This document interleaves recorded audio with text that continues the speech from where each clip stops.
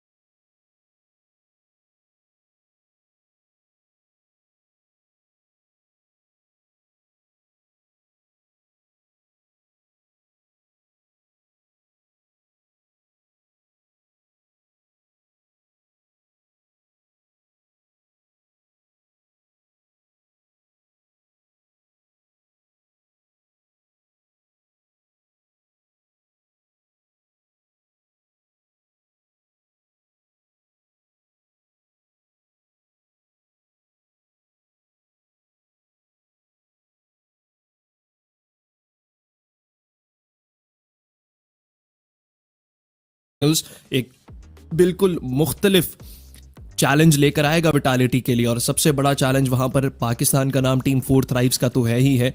इंशाल्लाह ट्रॉफी हमारी ही है, कहीं नहीं जाएगी। दुआ जरूर आप लोगों ने करनी है। बट खैर, आज के दिन का आगाज करेंगे थोड़ी ही देर में ख़वातीन और हज़रात। This is PUBG mobile esports world cup at esports world Paris. अपनी अपनी प्रेडिक्शन चैट में बताइए क्या लगता है कौन सी टीम आगाज करने वाली है, क्योंकि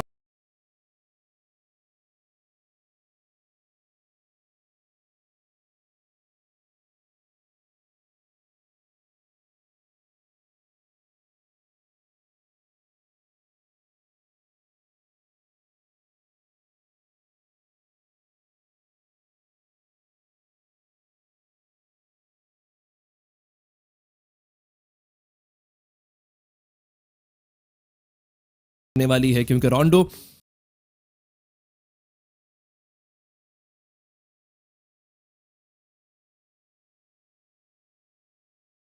क्या लगता है कौन सी टीम आगाज करने वाली है, क्योंकि रोंडो वाली है, क्योंकि रोंडो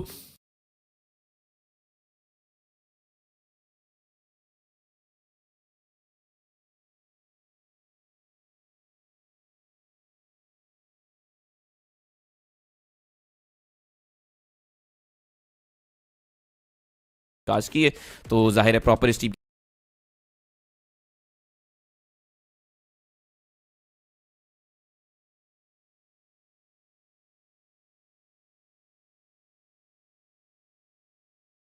was the day of records. Today we will find out who will get to the final and who will get eliminated. That's right. Today the reality is that dreams will end, and so that's the nature of this competition.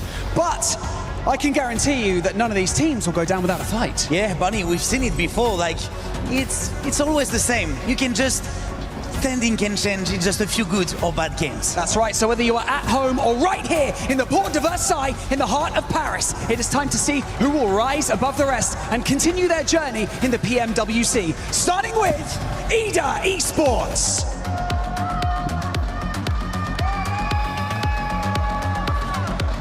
TT Project.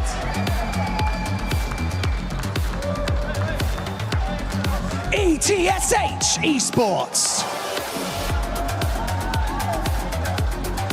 World Esports. Nongshim Red Force. Tianba.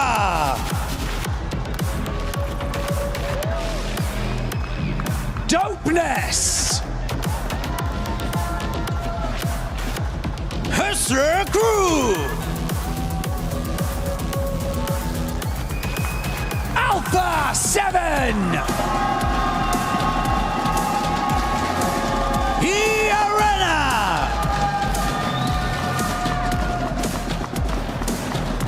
godlike esports.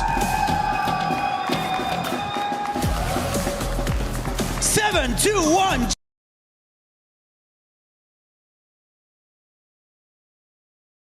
Yes, esports. Team Vitality. S2G esports. Hora esports. And finally, your defending PMWC champs, Yangon Galacticos!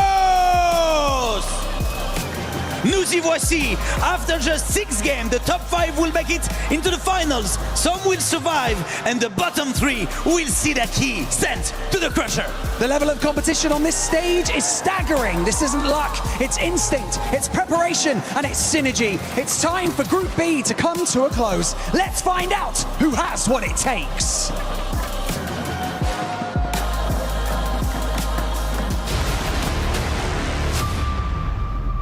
Sixteen teams have patiently waited on the sidelines for their chance to shine. Players who are hungry to make a statement on the Gadia City grid. It is time to introduce our team. ETSH Esports, Alpha 7 Esports, Team Vitality. And finally, your defending champions of PMWC, Yangon Galacticos! Day 3 of the PMWC group stage at EWC 2026 starts right now! Back-to-back blows taken their way. Vitality trying to win out versus Nonshin Red Force. Yangon left with just Smile, but that might turn into a frown if they can get the angle onto him. But Smile dropped off the top side. He's doing good work here. A grin appearing on his mouth. Now looks for one more, steps up and gets it. A 1v4 essentially for Smile. Sleepy with a warning shot. Whoa. The buggy comes by. Close quarters engagement as Vitality looks to hold on. No fear, down. More damage done. Last left alive here, an incredible player on 9 elims this game. It's a hard fight though, a 1 versus 2. Molotov goes long, he runs straight into it though, keeps backing off into the nade. It might be lights out for Axel soon. Oh, that's the nade to do it as Hora. They lay claim to the second chicken dinner. And we got the Alpha 7 fans in the house! But let's see if Alpha 7 can bring the thunder on the close quarters engagement. Goodbye, Milu, as Tiamba get hit by the front of the vehicle. Quick flicks coming out from A7.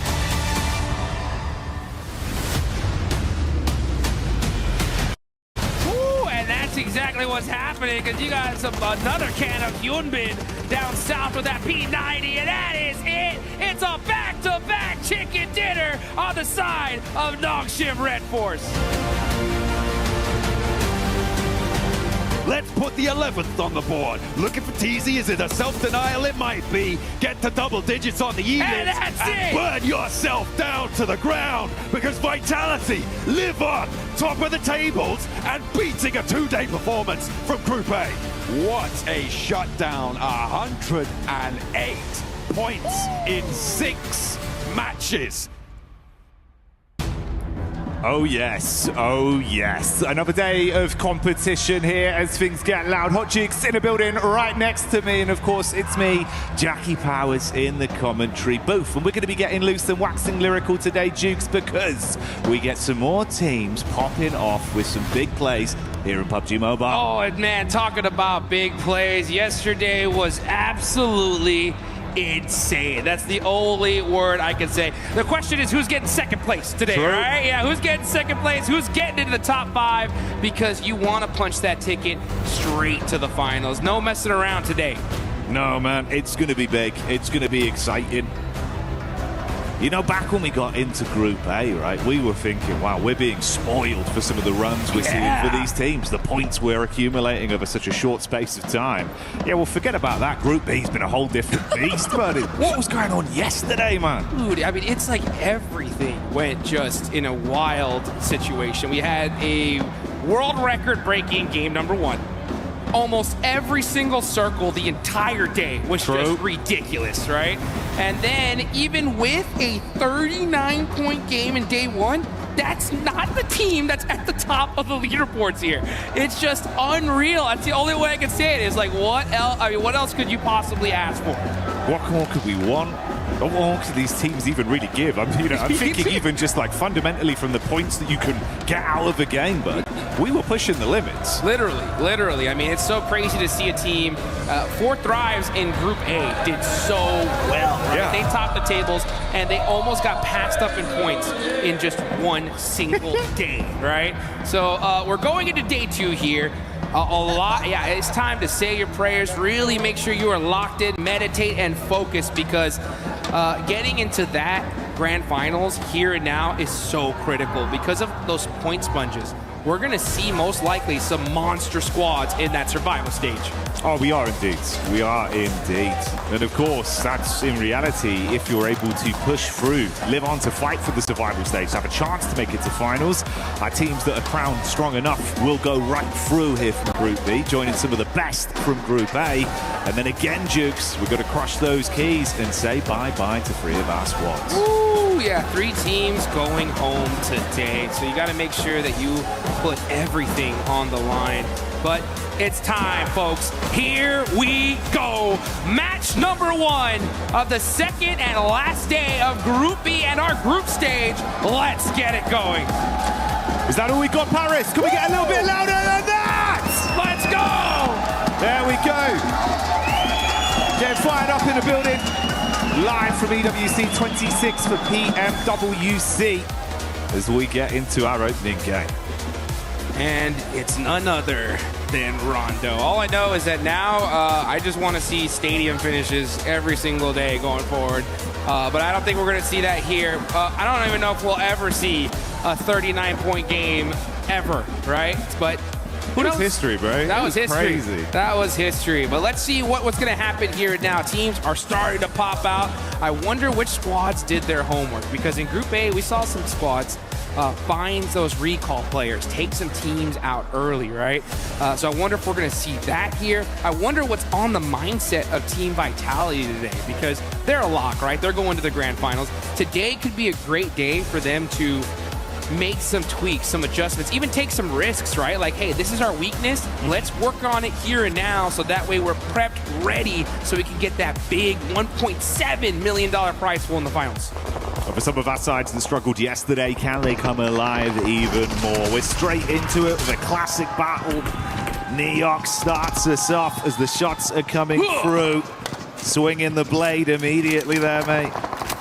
Obscure knifing some players here. Alpha 7, a team everybody's got their eyes on today. And we got the Wolves, who were able in the final games yesterday to push themselves out of that bottom 3.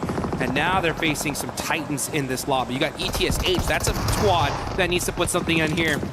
Now you got EA as well. Fights happening all over the place, and they got to happen here pretty quickly, because this is a very Southern Circle effect. Barely getting those shots through that little tiny angle, but oh, that one was a good one. Effect making it happen here with the S12K 1v2. That's how you do it. Zay Arena having a bit of a struggle starts there on the drop in towards Neox, looking to get that early point accumulated off the back of it. And TT happy to take those duels quite comfortably. 3 Elim points to start us off. Obviously, Rondo's Rondo, so don't worry. There'll be a lot more action yet to come. Oh, yeah. Non-stop action here. You can see 721GS getting a knock there onto ETSH. That's actually a very important fight here, because oh, wow, there we go. Fajita turning up the heat, making us proud. You can see down on the bottom left, Alpha 7 crowd, always so hyped, excited for their team here. They're not too far away from that top 5. Game right here could definitely put them in a good spot. Meanwhile, you got Nasser. He's got that S12K in hand. He is ready for it. Oh, he's in the wide open, though. He's got to be careful. Never mind. Rehan said, let's go find another angle. Oh, swing outs quick as well. That's a nice connection on the doorway. Off-angle play for Fajita, seeing if he can do too much more from this. They're going to try and bait him in, close the door, and keep him guessing. Rest of the squad going down in the meanwhile, though. Oh, Jukes! The bouncing headshot. Hello. That's what I'm talking about. Jumping and from the top ropes, able to hit that shot and save his squad. So 721GS should be able to get a full reset here. ETSH quick on that recall. Their recall player not messing around here. But we're going to see these teams really get set up and good to go. Yangon Galacticos only have that single player up, taking a little bit of time here to get that recall in. Yeah, the Yangon crew quite far out, all the way over towards Hora. Oh, Can't really get to the recall either, bro. Yeah, that's why I was wondering. I was like, where is he? And it looks like that's actually something we should actually take a look at, because Romeo is going to be heading towards TT Project Niaz to try and get his recall in for his team. And that would be a devastating loss for Yangon Galacticos to go out right here, considering that they are right there on that cutoff in 6th place. They didn't have the best run of things yesterday in some of the matches, so if this is the way they start things off, it could be very uncomfortable. We'll give you the context to that one if it happens. In the meantime, it's still a rotation for Romeo. Like Duke said, though, Neo's in position to try to defend against that recall. Could be awkward. We'll stick with the fight we got here, though. Vitality. The Kings yesterday. But can they keep it up right now? Clash versus Dopeness. Back and forth blows. Axel going down as well. He was a key piece of the puzzle. Already removed. Oh, this is not what you want, Jukes. Ken G running wide out in the open there, getting that shot. Very, very nice on the side of Dopeness. And that is how you get it done. Now, it does look that, like, Yangon Galacticos Romeo was avoiding that fight. He saw TT Project there. He ends up going most likely all the way down to Long Ho. And he should be able to get that res for his squad in just a couple of minutes. But this circle is on the south side here. We got Nongshim Red Force all the way in the north. Things are finally starting to settle down a little bit. Actually, never mind. It's the Wolves versus Alpha 7. And Elementrix getting caught out with that nade. Obscure holding this angle, waiting for someone to cross. Oh, but here comes Godlike. Oh, Godlike got that nice nade off the top side from Adamino. Up close and personal, they're taking the fight to Alpha 7 as well. Battling both of these squads simultaneously.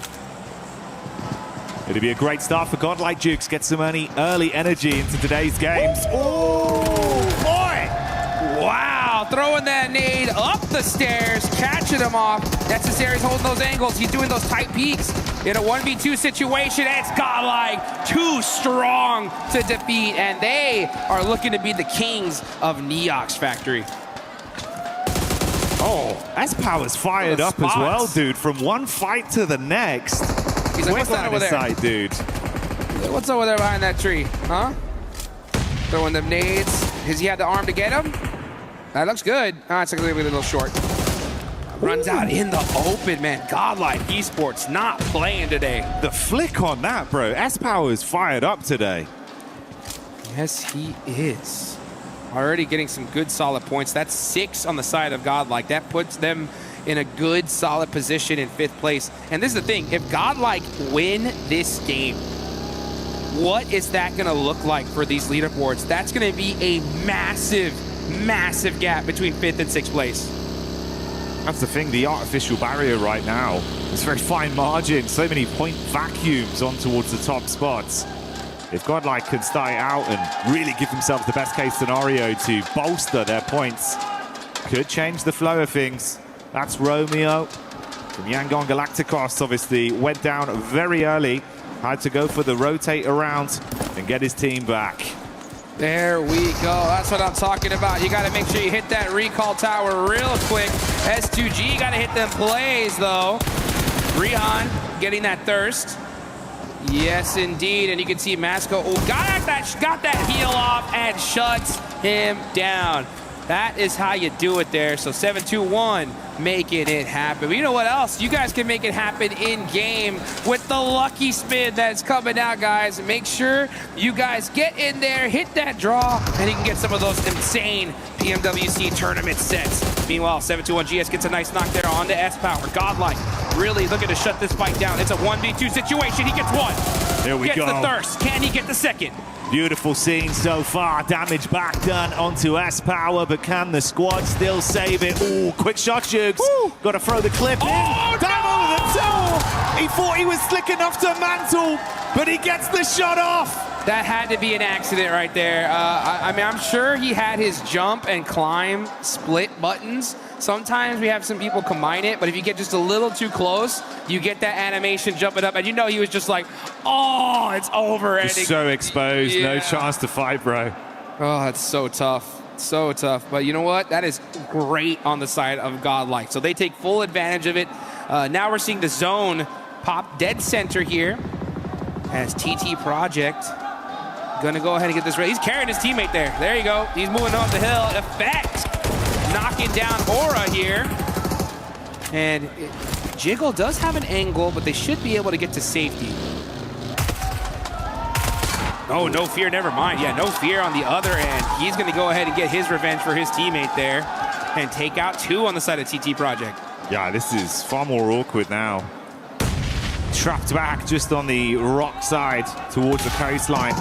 Ephes cooking the nade, wants to dash that towards No Fear. Too shallow, few more left in the inventory though. They can try and hold him back for at least a few more seconds. But they're the ones that are at panic stations. Aura waiting for the opportunity to strike.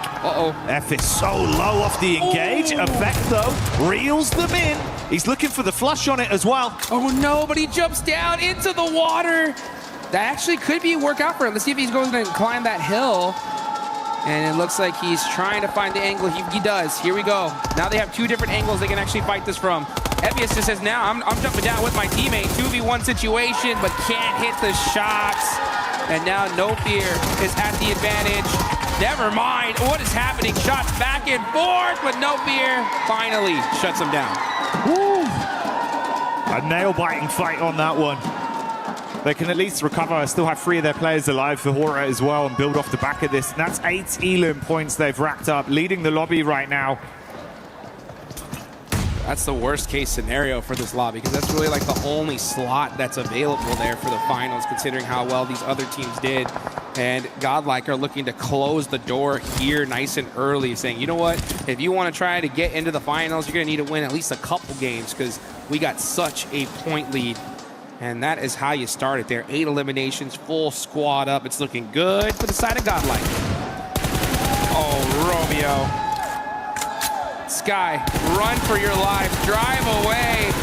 And it looks like he is going to barely escape that one. Romeo, where for art thou, Romeo? On the bridge, getting Elim's, but that's where he is. He was looking right at the Sky there, and that is Aura. Now we're going to look at No Fear, get thirsted. Young Galacticos going to actually get into this next game as the circle shifts up to the north side now. They are in the blue. This is still stage 3. They can eat a little bit of this circle for now, but it's time to finally find out where that next spot is going to be.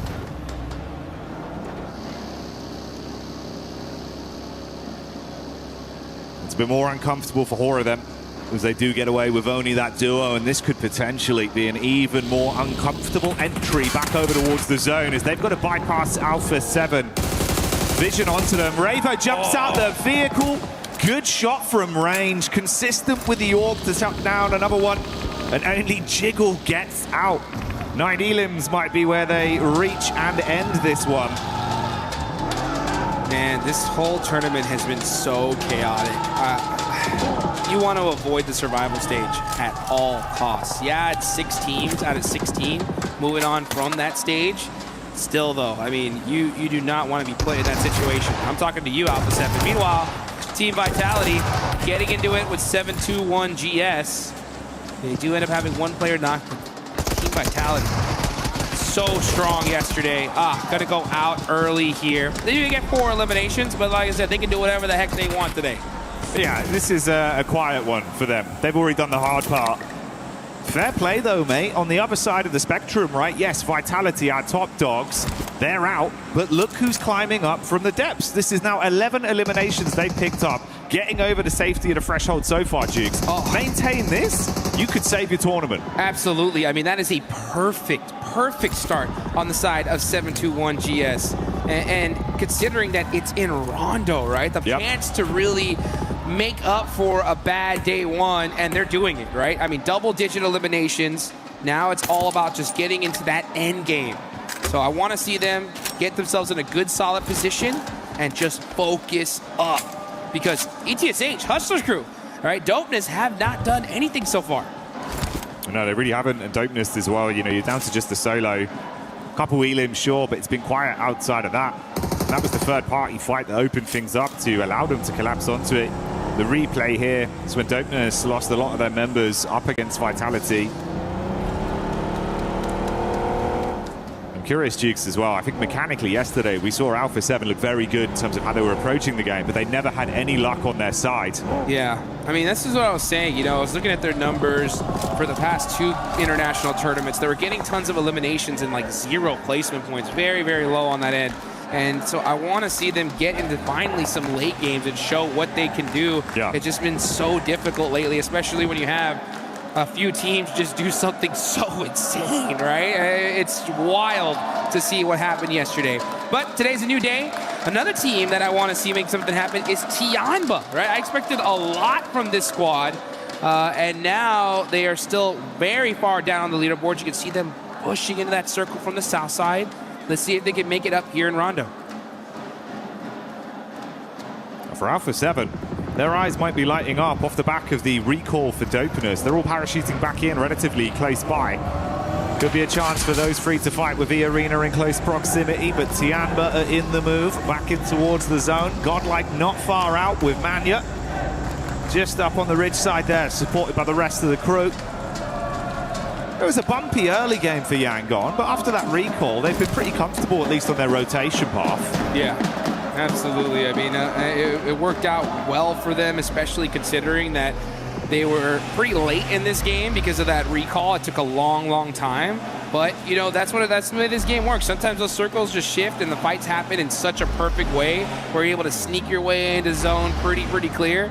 It doesn't happen often, so when it does, you got to take advantage of it. And it's no better place to happen, honestly, in Rondo, right? The game where you can end up with 39 points. It's all about those big finishes. Curious if there's a chance we get a bit of an extension into each other there with Dopeness. Right on top of Smile. He's the one player that's fragmented off from the 1-3 split they've currently got going. SayCloud further out doing a bit of scouting as well. This is the establishing shot for Tianba and Godlike. Godlike obviously far more set up with cover to work with off the back of the warehouses. Tianba not so lucky. Yeah, it looks like they're going to hold this little valley right here and hold it good for now. Not a terrible spot in this next zone, not the best either, but this is Tianba after all. Still pretty wild to see them down in 12th place, 24 points, very uncharacteristic and unexpected, at least from a lot of people here. You got QZZ, a superstar that can really ring things out. But all it takes is, for a lot of these teams, just one good situation where their back's against the wall and let their gun skill shine. And, I mean, I would not be shocked with Tianba, who has 0 points right now. They could end up with 20 very easily here. 72-1 GS as well. Still looking to see if they can squeeze any more points out of this one. Dopeness taking the hits onto Alpha 7. A bit of a back and forth already. Ravo looking to close the gap as he drives by. Good control. Switching seats and hitting shots as he puts them down.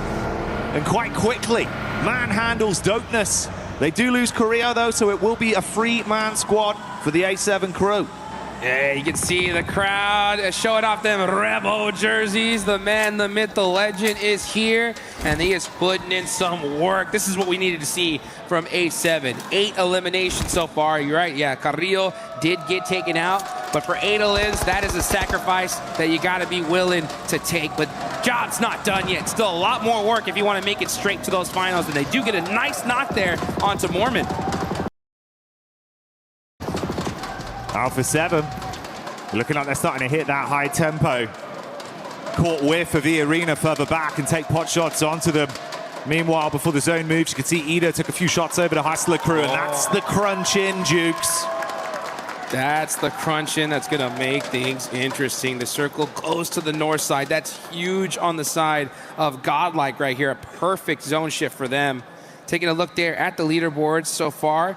This is the problem, though, right? I mean, we were so hype about Alpha 7. 9 eliminations. This is a great game, right? The problem is that you're hunting down 5th place. Godlike have 8. So you've only closed that gap by 1 point so far. Try as they might, there's still so much more to do. And even then, during the map feed, we could see like they were getting consistent damage back over to E-Arena, so they're not giving up any of this fight. They're still looking like they want to try. They know the win condition, Jukes. Yeah.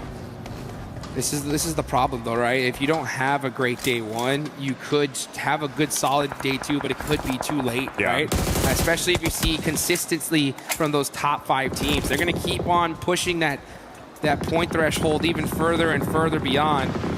So for Alpha 7, if you want to catch up to top 5, yeah, the 10-point game isn't going to be enough. You're going to need a 20 to try and close that gap. So they still are in this game with 3 players up. The problem is that Godlike is as well, as so is every team that really matters, because Vitality, no one captured them. They can go out early. But for everybody else still here, that's going to make things interesting.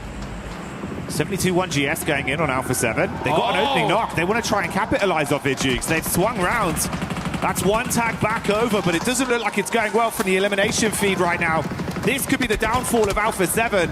Seems like it's just a solo remaining, trying to hold on to it. This is the POV. There we go. We got it now. You can see Guizhou trying to get some shots down range, shooting, busted some vehicles here all over the place, but he gets put in a blender. E-Arena, they heard that fight happen, and they came to disrupt it, and they definitely did. But now Young Galacticos said, oh, you want some of that action? We'll take some of that as well, and they take him out. Cleanup crew plays. Goodbye, E-Arena. See you later, Alpha 7. Meanwhile, Godlike have been battling versus ETSH. It's all kicking off around the zone. 72-1 GS. They thought they were cooking with gas. Silenced on the clap back there. Yangon Galacticos. Trying to get them to remember their name, Jukes. They got to say it with their chest. What an interesting play, honestly. 7-2-1 GS, 15 eliminations, doing so good. They're like, yeah, let's go to the spot where we just saw 2 teams get wiped out immediately. And unfortunately, one of their players gets knocked. But here comes the rest of these squads. Godlike popping off on the top side. They shut down ETSH. Big plays from Godlike as the crowd starts to give them even more energy. Meanwhile, this encounter between 72-1 GS and Yangon Galacticos rages on. Arcs the nades in. Stereo setup, Dukes. Here comes the boom. Bang, bang, bang. 7-2-1 GS getting punished by Yangon Galacticos. Tough start for them, and now looking to finish strong. It's all up to Masco. And those nades are just inching closer and closer. He's got to hit some shots here to buy himself some time. Ooh, zone shift as well, crunching in. It's still good for Godlike. The crowd went nuts. They're loving that. The second they saw that shift, they're like, that's what I'm talking about. This is our game to win. And this is worst case scenario, literally for the entire lobby, because that's the one team you didn't want to pop off, because that was the one slot that looked juicy, available. But now it's looking like it's long gone. Let's see what Yangon Galacticos can do, though. They're going to start pushing up on the Masco. Yeah, Masco, oh man, those blades, those shots too strong. No way he survives this. Yeah, he's a goner.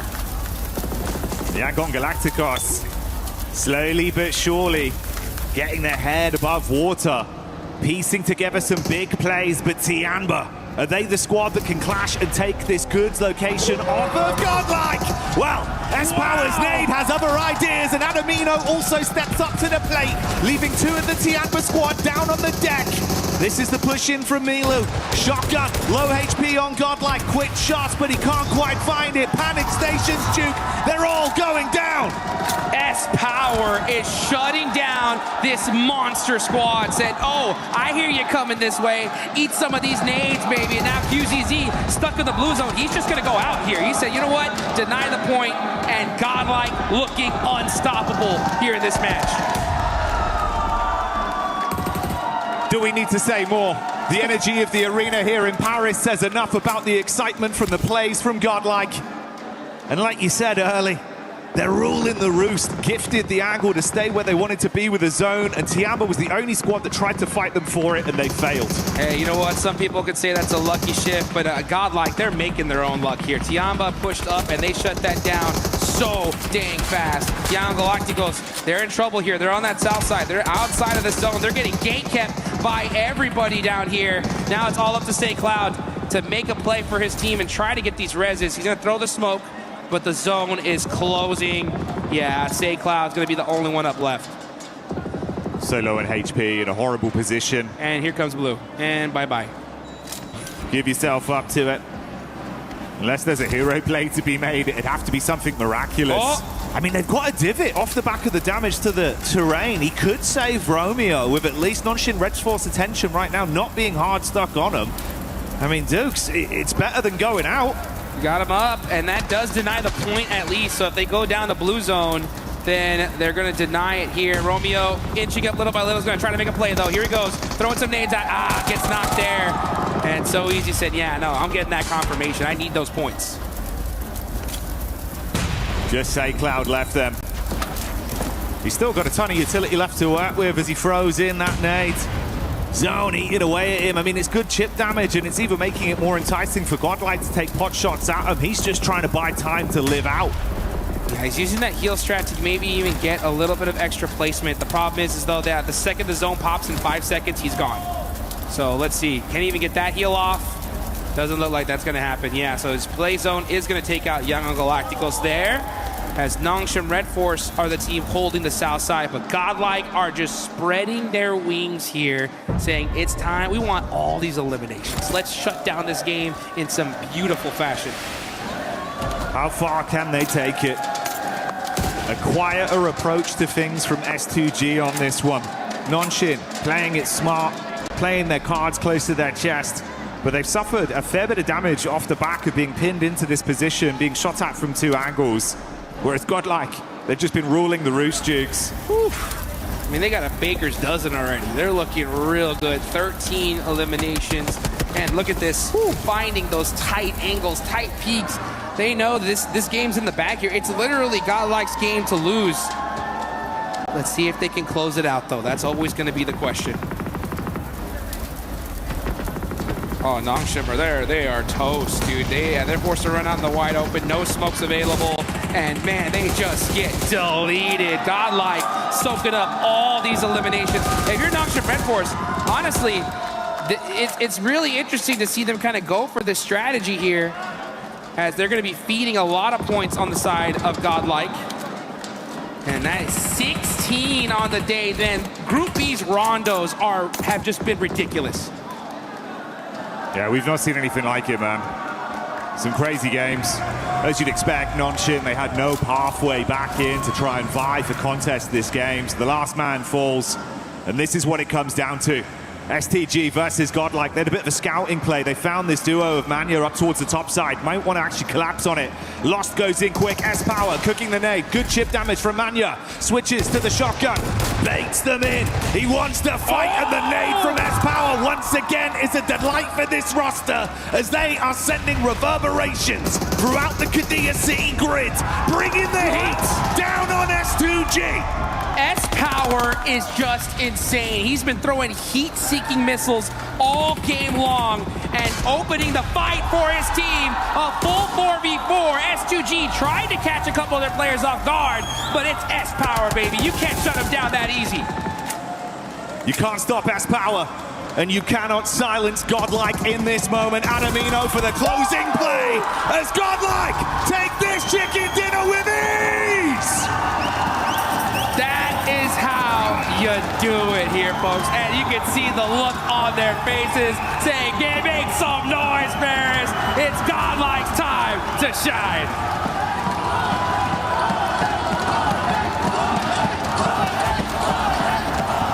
The energy of this arena says enough about the excitement and the plays that this team has been making, and they deserve every bit of celebration they're getting, Jukes. Absolutely, man. I mean, this was that one slot that looked like it was available. The top four looking very far away, very out of reach. But Godlike said, you know what? Let's just shut that door right here and right now. This top five is locked, right? Now, at the same time, there's still quite a few games left here, right? You got to put up consistent points, but if those top five do that, it may just be too far to reach. That's the scary bit, right? Is obviously some of the other squads that were above the teams that were looking to climb, they fell out pretty early there. Like Vitality not getting a great game out of this one. Godlike capitalizing where it matters most. Like you say, dude, you've made it so much harder for the mid-portion teams. You want to get into finals? Yeah, good luck. You might just have to go to survival, buddy. Yeah, I mean, even a team like Alpha 7, who was doing great this game, right? They had a good, solid amount of eliminations, but at the end of the day, you know, you could put up a 15-point game. If the team you're hunting down puts down 16, you did nothing. As a matter of fact, now you're behind a point, right? So that's what it all comes down to at the end of the day. It takes full-fledged consistency in both days, and look at that. I mean, they just basically said, hey, bring it, baby. Good luck. Try catching us now. Oh, yeah. Pulling ahead. Everyone's blowing up. You can hear the excitement, bro. It's insane, the energy we've got here right now at EWC. And it's a spectacle to behold. You come in to what was an explosive day yesterday of sheer talent, unexpected results, crazy circles, and then we start to run it back all over again. Oh, that is how you do it right there, guys. Let's get it going here. We got some more action coming up in just a bit.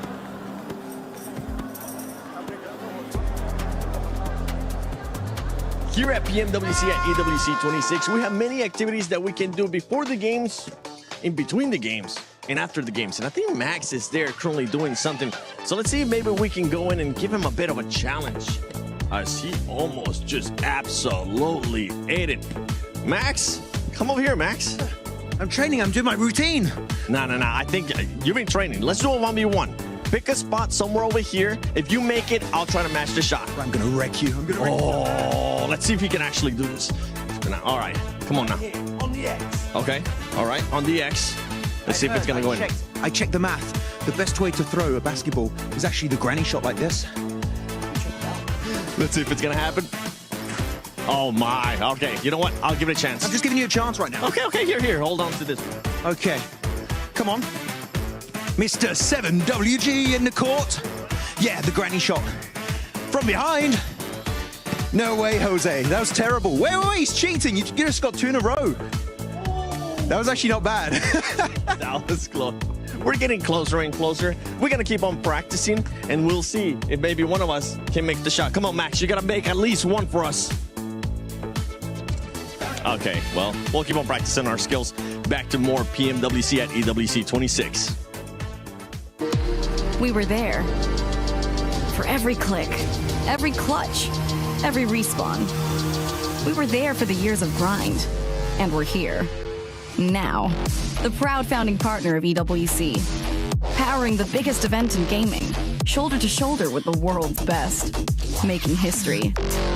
Greatness deserves a stage. Lenovo Legion. Reach your impossible.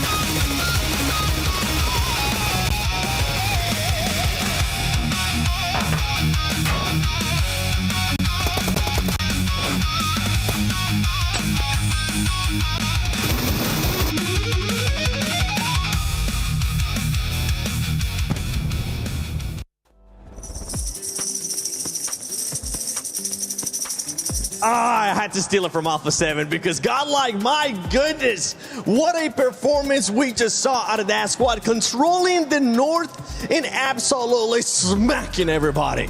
Yes, this is what we wanted to see from them. Let's go. Some really, really good stuff, right, Max? I mean, we just saw so much from this team. The 2-2 split, we were talking about this, a really nice 2-2 split coming on through there. Really good stuff coming in. I want to say STG did make the right call going for the duo on the North because it was the high ground, it was cut off, but sending an extra player from Godlike up to there to defeat, to defend, to get those nades, some excellent nades coming in from them. A very well-deserved win coming in from Godlike. I mean, in particular, when talking about grenades, Somme, oh my goodness, some of the fights he was taking inside of Neox factory, he put a nade like literally on 2 extra floors up in that building, and he just gets it on that player up there. It was incredible stuff from Somme, Admino too. No eliminations coming out from Manya, but he was like the RTS master, just putting his troops where they need to be to get that chicken dinner. So great IGLing, great fragging power, and of course, they're getting a total of 20 elims on a rondo. Oh my goodness, they're here to play. Impressive stuff there out of Godlike. You might be wondering, why are we comparing them with 7-1 GS? Because this squad needed to make sure they got out of the bottom 3, and they were able to do just that, Lace. Yeah, I mean, they're clearly understanding the assignment today. They had a 2.1 average point day yesterday. So, you know, this is clear. This is clear that they had to do this. They cleared that eastern side, transitioned smoothly into the middle of zone with 8 eliminations. No team casualties is a massive turnaround for this team. Then, to cut the head of the snake, taking down Vitality is a huge power play. And I mean, this was a crucial 15 eliminations that they added to their tally to put them in 11th spot. Yeah, that's going to be a massive push. They started the day in 15th place. A team that needs those points. Godlike as well. With this, Godlike moving even closer and closer to the finals as we take a look at the match ranking here. Hora Esports, I mean, we'll get a chance to talk about Yangon Galacticos in a bit, but Hora Esports continuing to be consistent as well with that fragging power we know they're capable of. Yeah, very happy about Hora Esports, right? We saw NoFear get some really good fights from their side. Unfortunately, at the end, didn't have the numbers to really defend against Yangon Galacticos going for their crossing over. But I want to highlight one team that's very important here in terms of storylines at the bottom of the rankings. It's 7-2-1 GS Esports. They woke up massively here on Rondo. 15 eliminations, 1 placement point, which is, you know, like meh, okay, sure. But overall, 7-2-1 doing a massive push to get rid of that bottom 3 slot. Exactly. I mean, that's what Lace was just talking about as well. With Alpha 7, Alpha 7 ends up getting those 9 eliminations. This is good for this squad, but one thing that we need to point out is those teams that they were trying to hunt down for the top 5, they were still alive.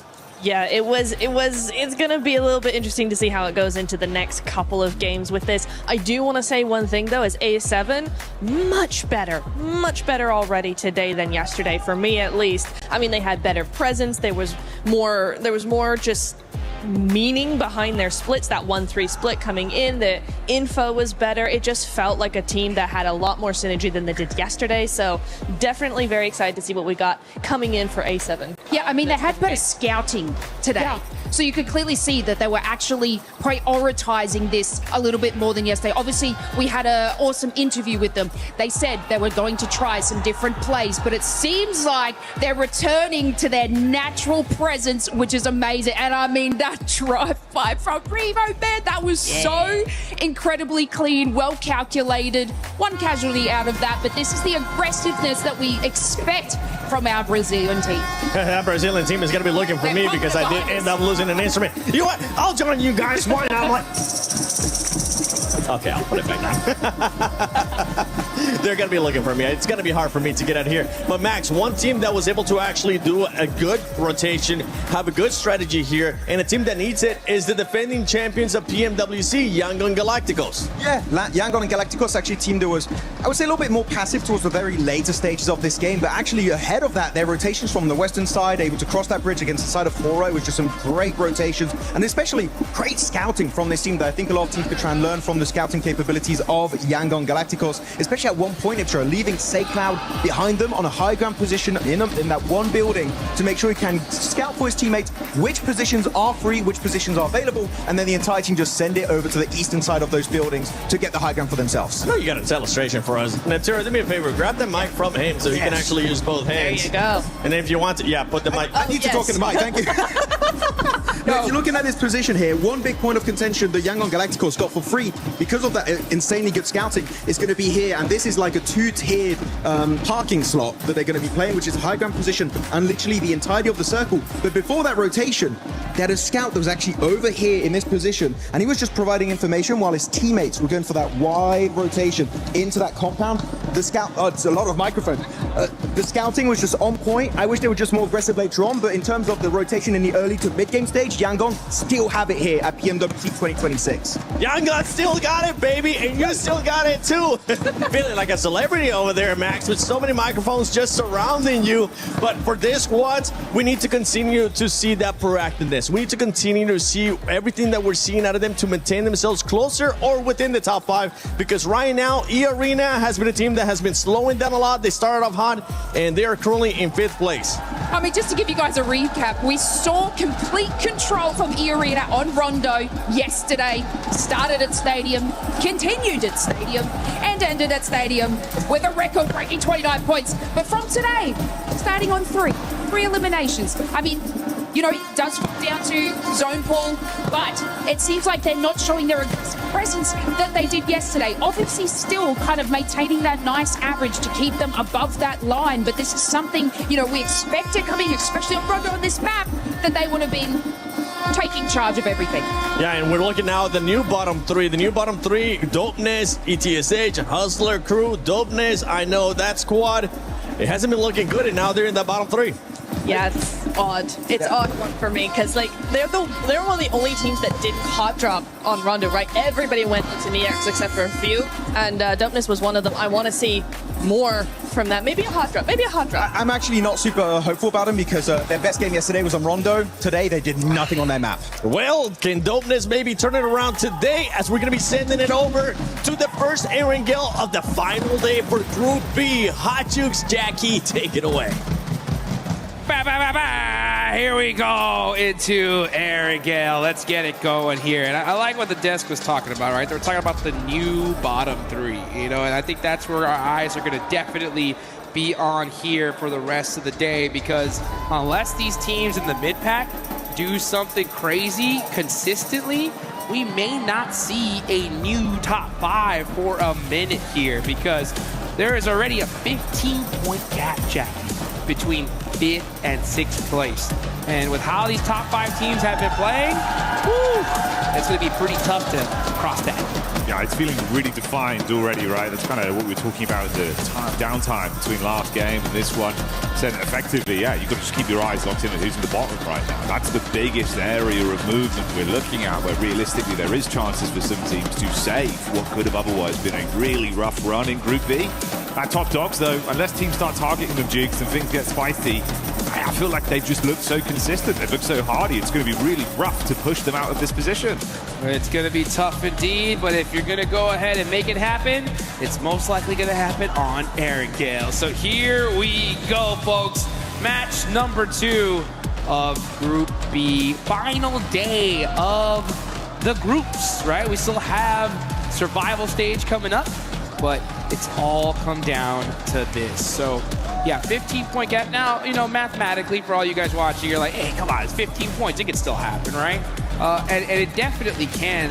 The issue is the fact that the top 5 teams are still going to get points, right? So, you know, if we see the top 5 put up 5 points here, that's now a 20-point gap, right? So, honestly, I think if you are in that 6th place on down, I wonder what the coaches are saying, right? I think if it's you're gonna have to start really talking about guys like a regular game is no longer okay. Yeah, I think it's one of those, right? Just be like, look, guys, I want to let's cut our losses. Just go for a hot drop. Do something. We've got to just try something. Yeah. If we can starve them from getting no points, I believe in Paris that'd be nil points. Well, there you go. Check that one, Max Man. Let me know. Yeah, if you can actually just target them and deny them physically even being able to play one battleground here, just starve them out for a game. Maybe you've got a chance. But yeah, like you say, normality, probably not going to be ideal. This ain't normal though, bud. We're getting these circles again. Oh, are you kidding me? Here we go again. Southern Flame Path, Super Northern Circle. You know, I would normally be like, Team Vitality ain't too happy about that. But yeah, again, like probably no one's catches them today, pretty much no matter what. So they're good with this one. But this could be a good opportunity, right, for the rest of the lobby to make something happen here. Now, one of the teams that desperately want to is Yangon Galacticos. Okay, they're in 6th place with 46 points. They're right there below that cutoff. And this is not the best circle for them at all. No, far harder of a rotation. Obviously something they're quite comfortable with in terms of the drop location. But like you say, having to make that whole wrap is going to be brutal for them. But we've got something that's going to be very exciting for all of the viewers, Jim. Yeah. And it's going to be that Naruto skin. That's right, guys. Join that Uzumaki Naruto event. Get that Ninetales Yuri on. Get your hands on that bad boy because the AUG is OP. And you're going to do it in style. We're here. But, oh, look at this. Oh, nice little shot there back from Jiggle. He put up a fight. But Godlike, man, I'm telling you, these guys are just having a phenomenal day. It's wild to see 39 points in Rondo on day 1. And then Godlike bust down 30 here. So, I mean, when it comes to Rondo, Group B just weren't playing. No, he certainly had the upper echelons of Rondo gameplay. Made it look super exciting in some of the instances we've been gifted over yesterday and today. And the ideal scenario, like you touched on there, for Godlike, right? Come back in swinging once again. Target some of these squads. The only benefit to that is if you're playing with a 3-man squad for Horo, if this is a bit more of a weakened knee, there's a chance where obviously Godlike thinking, right, we can try and lap them, push ourselves further into the safety net. Helps them out. The other teams, not so much. Still got to be a far better game. Man, I tell you, if I'm any of these other teams in this lobby and I see Godlike already starting off with elimination, I'm like, oh, this is not good. You know, like they're already getting hot off the rip. That's going to make things tough. So I'm talking about Yangon Galacticos all the way down to Tianba. It still freaks me out to see Tianba down in 13. I had them as a lock for top 5 here. That's going to make the survival stage that much more interesting, though, right? I mean, we heard Neptura, right? She was happy to see some movement from Alpha 7. I am as well, but you got to look at the reality of things, right? Like, that game was good, but it did nothing. It really didn't do anything when it comes to them trying to make it into top 5, purely because of how good our top 5 teams did. Yeah, that's the kind of the rough part about it. It's what we've been saying from the games we saw yesterday as well, where mechanically they're making the right moves. You know that they're damn talented as individuals as well. They're playing off each other nicely. It looks like the comms are looking far cleaner in moments of chaos, but that only goes so far. If you're not able to get yourself into a good position, constantly fighting heads and tails to get even a reasonable compound, a reasonable location in the zone, man. Just feels like you're coming in doing this on hard mode, realistically. Literally.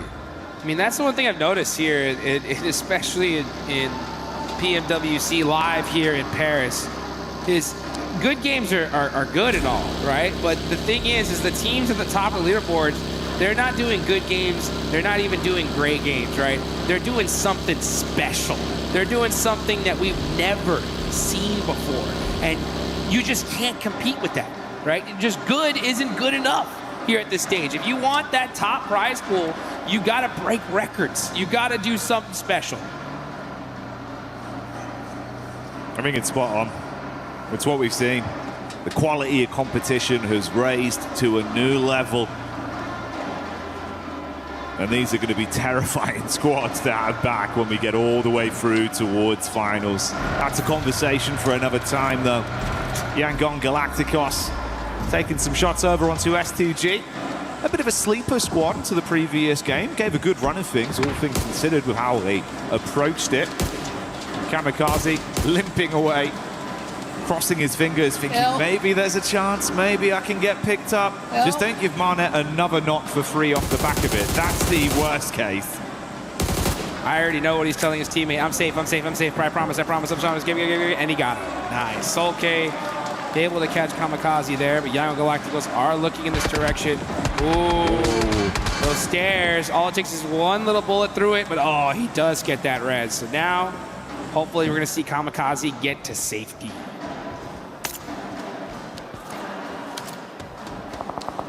This is a bridge gatekeep on a northern zone, too. That's ridiculous. I'm surprised we're seeing Yangon Galacticos take so much time to do this because this is on the other side of the bridge. Yeah, they're not on the mainland.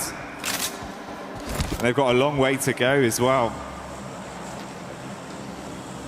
You got a lot of attention from them, at least looking back over towards the coast. I mean, Smile's in a position where potentially, if they're not ready for the read, if he bobs up Jukes, couple quick shots here.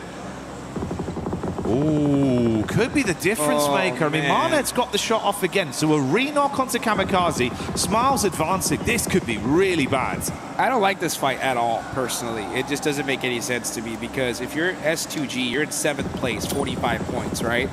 You're gatekeeping and out of position in the next circle. Like, I get you're trying to hunt down 4 eliminations, but that's not enough, right? In order to get into that top 5, it's chicken dinner time.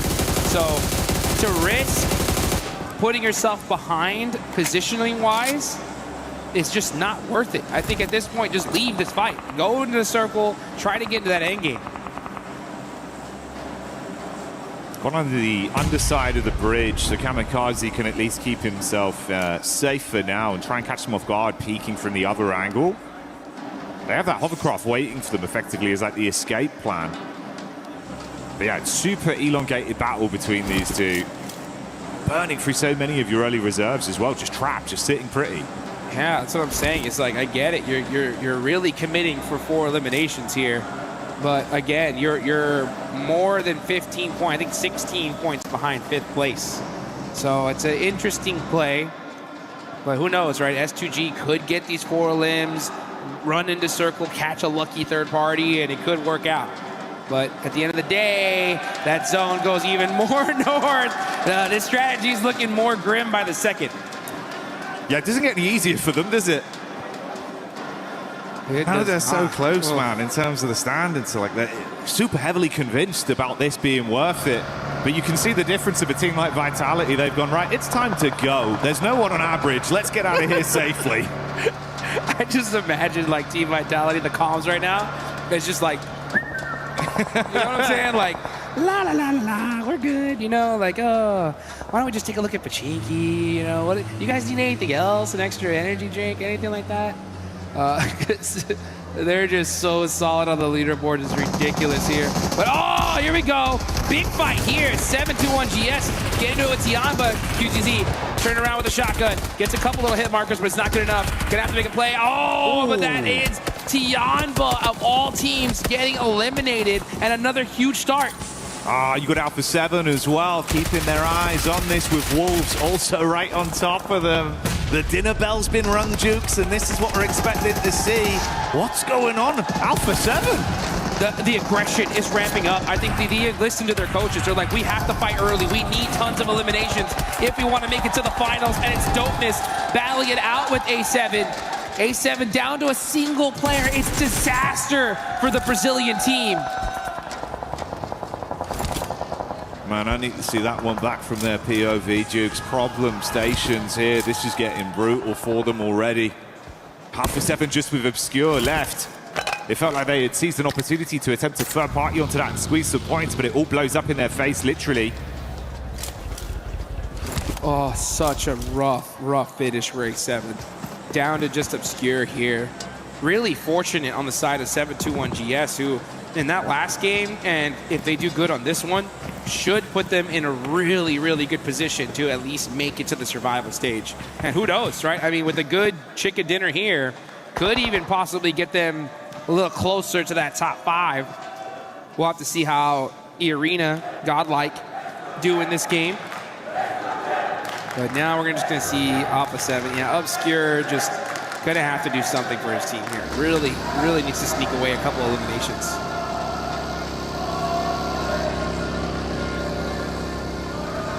You see the migration from S2G, that did abandon their post in the end, leaving the bridge.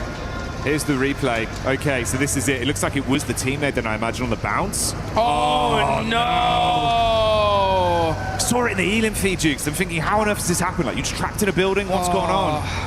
The strafe with a nade. Oh, mate. Those windows used to be bigger. I think that's what it was. I don't even know if that would have helped, but nade's not that big. You gotta thread that needle, you know what I'm saying? And unfortunately, It didn't. It wasn't really a needle. It was a whole window. But you know what? It happens. It happens. You're under pressure. You got vehicles driving up on you.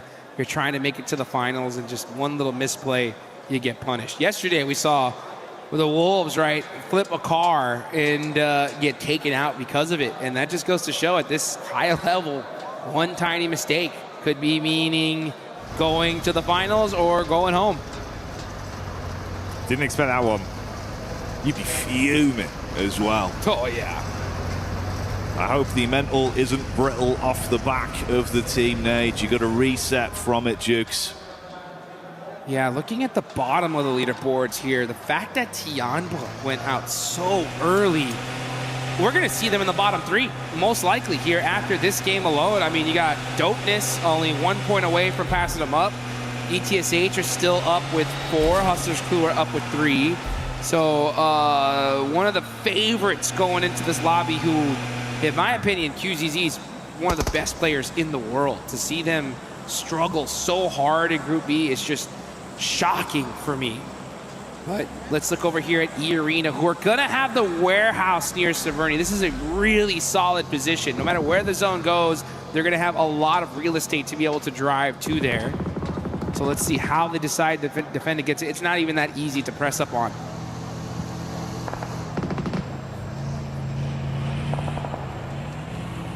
TT on the quick rotate. Last remember from Alpha 7 there in Obscure, down on the deck. And they're getting themselves into the zone, forging a path forward, and thankfully haven't been popped off by any of the teams in these positions, although maybe that will change with No Fear.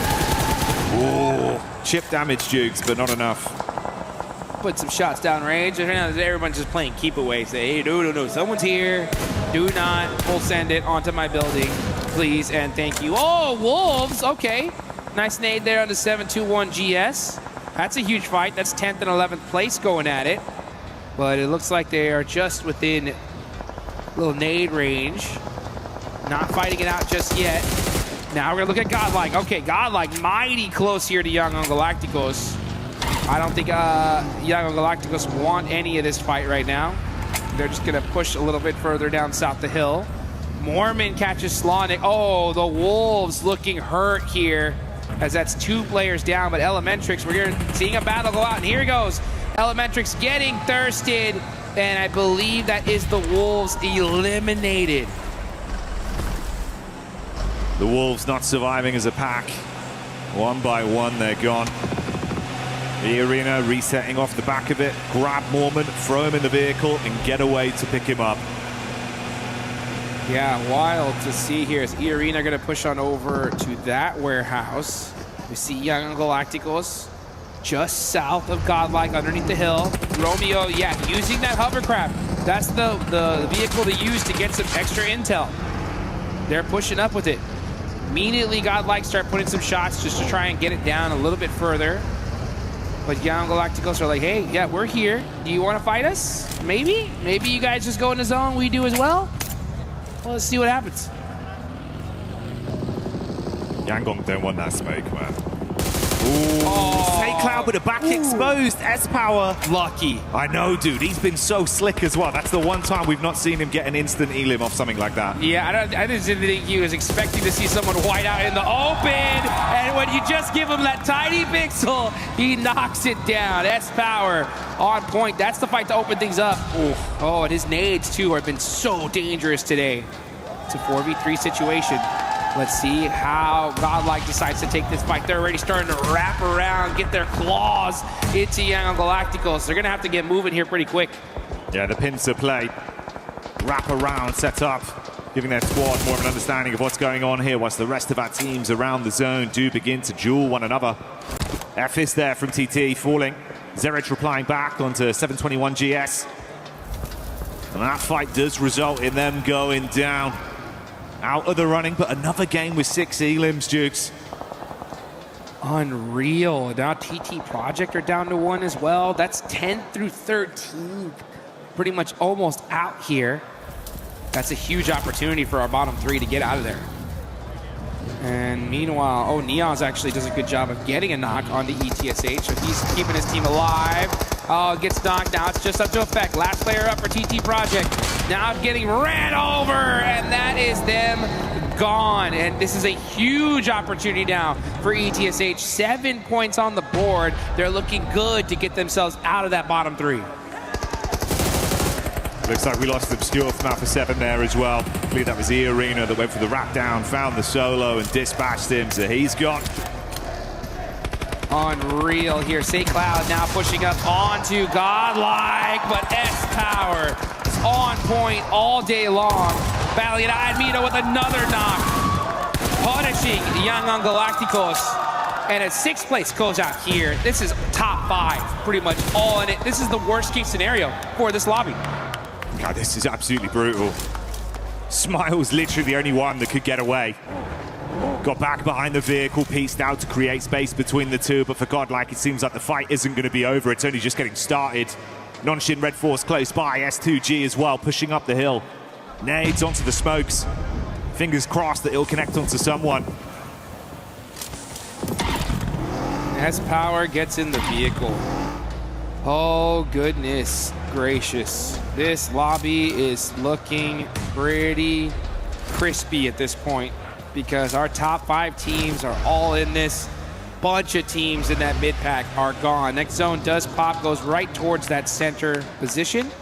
Godlike are going to use that high ground and gun skill to dominate this side of the map. And it looks like they are looking way too good to start the day. Man, S-Power has just been ridiculous today. And that last game was insane. Even here, his shots are just so on point. He came ready to play today. He's quick, stylish, and certainly delivering out there on the battleground jigs. Maybe that's what the S stands for. Hey, yo. I wouldn't fault him for it. He's been living up to the brand with the plays he's been making. The Arena. A lot of utility left to work with, and they're casting that up towards this little ridge. A rock between them and ETSH. Nearby bounce on the nade. Afriko's got to double back slightly for Hita. Somewhat effective in these angles. Slight off angle where he can peek down on you. He loves these sort of peaks. Come on, Fajita. Let's see what you can do. Oh, Turney K getting hit with that nade. He's going to back it on up. So you know what? I'll leave those smokes right there. Looks like they're seeming to throw a bombardment on them. So E-Arena doing a good job. Back it up. Just, hey, take our time. We can't afford to get knocked here. This is still stage 5. This is wild. I mean, I think these teams in the mid-pack all played super aggressive, and it just didn't work out for, like, almost any of them.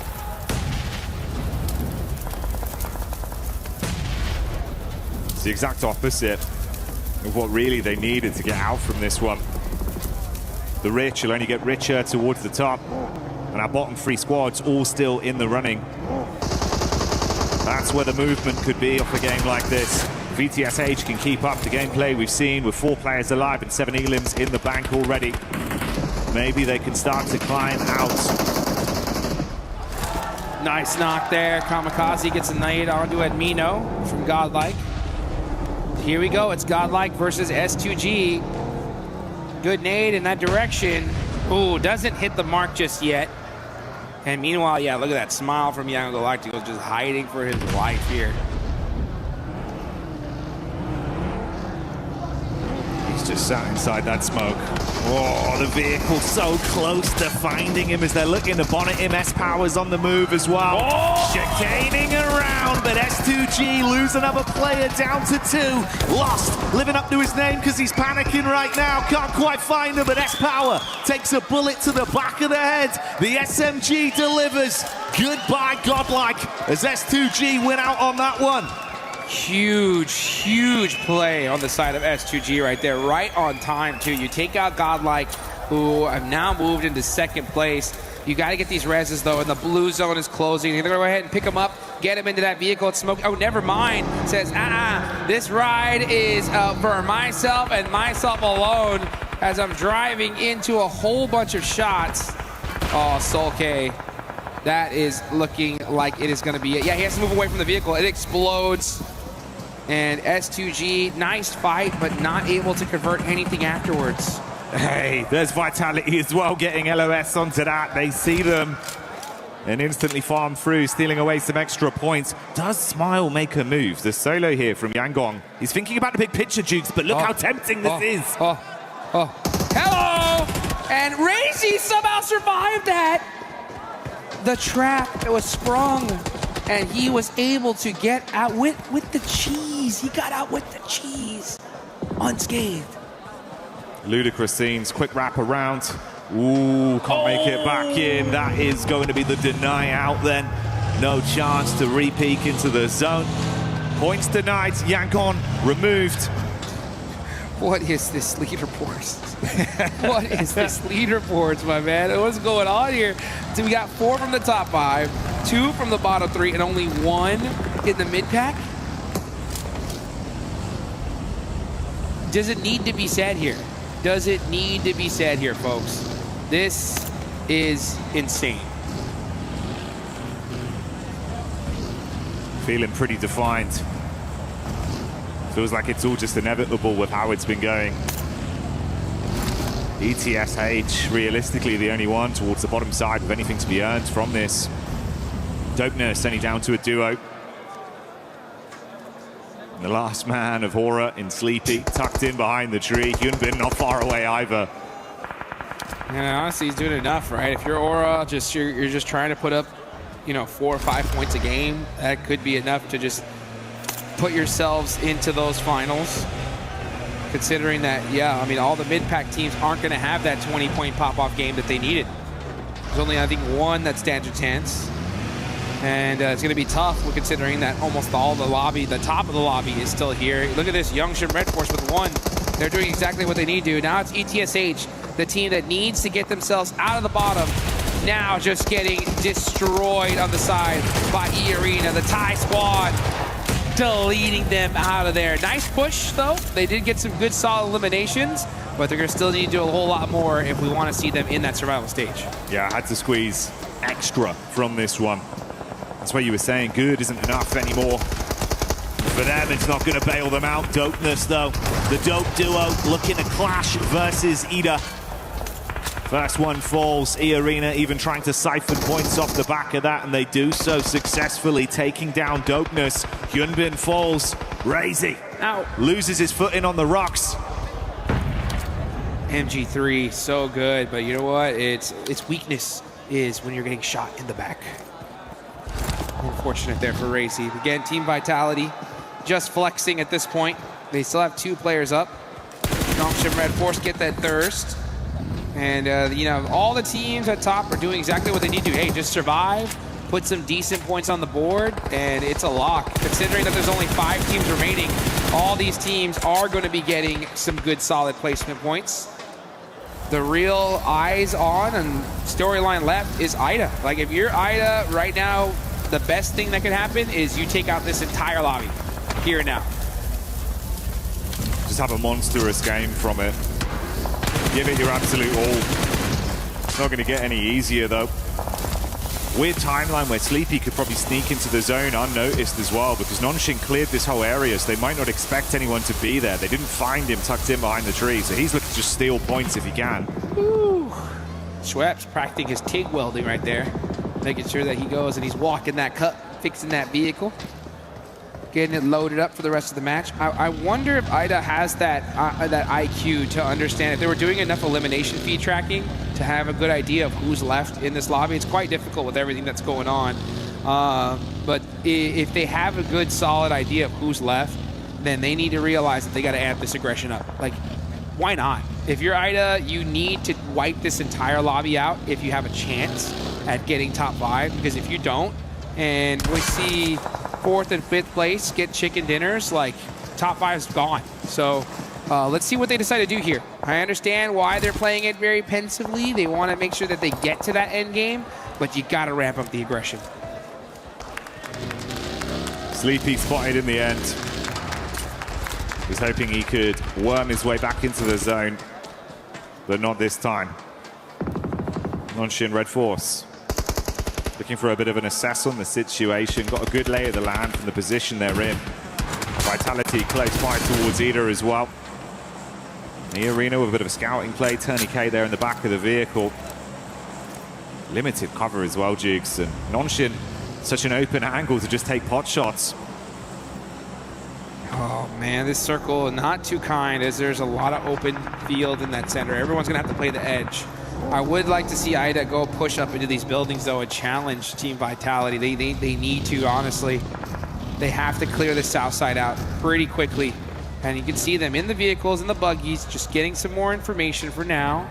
Rita though is just moving up ever so closely. He could hear those steps. He knows they're in that building.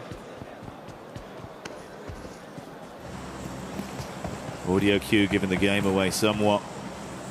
Rita with a nade as well, pinpooled on it. If he gets a chance to arc it in, find a knock, then they could collapse, but they are starting to fragment over as well. Darkin advanced towards the zone, looking to get set up near the cover they found. 2 players make it in. Darkin with a knock over to Hyunbin as well. Fires back up onto this ridge and does some damage onto Nonshin. Vitality re-aggress. Emre holding. Rito with the assist. The shotgun slays back over onto Federales. Emre will pick off Axel. And Vitality crumble to Ida. They're starting to cook, Jukes. This is a perfect scenario for them, right? They got 2 players already taking a position in this next zone. They were able to clear out Team Vitality, and now they're getting towards that end game. It's still going to be quite difficult considering that you got E-Arena up on top with the circle priority. And most likely, we're going to see Ida fight Nongshim Red Force. So if that does happen, never mind. Ida, they understand. They need to win this game. Push up into E-Arena, challenge them, try to take them out as fast as possible, and then have to deal with Nongshim Red Force later. So many smokes being arced here, setting themselves up for it, trying to create some semblance of cover to protect them from Nongshim, block off the line of sight, and then take the fight over. Deep nade in as well. Nongshim aren't sleeping either. They're thinking about just taking the hit to him. It could be a three-way battle for the finish instantly. Tizzy so low. Oh, Schweppes got so much damage onto him. But now we're going to see Ida throw some good nades onto Nongshim Red Force. That's 2 knocks for them. This is the best case scenario. They need to wipe out this entire lobby if they want a chance. Here they go, and they are starting to do it little by little. But now E-Arena have woken up. Now they're starting to put in some work. So much damage. So little time to try and fix the issues you've suffered from that encounter, and E-Arena know that the knee is weak. Seeing if they can make him buckle with Schweppes. Another one. Clearing through. Good shots on target. Brings us down to just a duo on either side. Mormon with utility as well. He's only got that 1 Molotov left in the back pocket. 100 rounds of ammo on the AUG as he shoots up. Emre sneaking in. That would hurt. Unfortunately, that was his second to last name. Ooh, that molly. Mighty close. And Mormon gets the knock. Single player up left. It's Schweppes and Mormon versus the final player from Ida. Darkin. Can he somehow find a way to follow through and win this 1v2? Peek up. Oh, it's good. That's huge. Schweppes falls. They've got the revive off in the meantime. Mormon primes the nade. Tourniquet tucks in behind the wall. Nade misses. Darkin peeks. That's on target. Headshot. Good shot. Follow-ups there. HG takes him away as Tourniquet falls. Mormon closes the gap in the shotgun standoff, but will he win it? No! Are you kidding me? What a finish! It's Ida getting it done in the 1v3. Played it to perfection, Jukes. Woo! Let's go. They go for the res, he gets the engage off, wins the 1v1, isolates it with a nade, finishes him off, up close, sweating bullets with the shotgun, shuts it down and gets the dinner. DBS behind the tree, using that shotgun whip technology, saying, you know what, I'm gonna shoot that shot before you can even see me, and goodbye. I mean, this was perfect case scenario, literally. This is what they needed to do if they want a shot at the finals, and they did it the hardest way possible. That was not easy. Look at the shot. Bye-bye. The quick taps on it. Fast fingers. And brilliant decision-making with how he approached it in what was a chaotic moment. Milliseconds of decision-making. sometimes you just got to clutch it up. You know, you just got to make a play if you want to keep your team in this tournament. And it's plays like that that are momentum shifters, right? It's one of those plays so big, so massive, that it gets your team so dang hyped that you just become an unstoppable force for it, right? So they got it in that game, and yeah, you can see that. You want to gain some faith in your squad? You want your team to believe in you? That is how you do it, and that is a kiss well-deserved. There was no buckshot in that shotgun, Jigs. It was all slugs. He just uppercutted the whole lobby. Made a play. That was one of the plays of the tournament so far. I mean, 1v3 to win the game, and if this squad makes it into the finals, that was it right there, guys. That is the play that made that possible. From feeling like it was becoming an impossibility to really just dialing in and immediately, like you say, locking in, knowing the game plan, understanding we have to fight. And they were so proactive that entire time. Yep. And that's the thing, though, guys, right, is you're in a situation where your back's against the wall and you can just look at it and be like, hey, you know what, whatever happens, happens. We're just going to play it out as is. No, like, this is what I love about this year in particular. We're seeing teams, coaches understand just doing whatever happens isn't going to work. You got to do something different. You got to adapt. You do indeed. And we got to get down to the stage with Kalaris to hear from Godlike. That's right, thank you very much, boys. Here I'm with S-Power once again to talk about that first victory, as well as what was going on in Erangel, but I want to focus on Rondo to start things off. Obviously, you guys had great eliminations to start things off over in Neox, and then from the north side of that circle, you looked very controlled, and then when SUG wrapped around, you looked super controlled against them as well. What was the game like from your perspective? Our perspective was very simple and clear. We'll just play our natural game. We'll play in slow.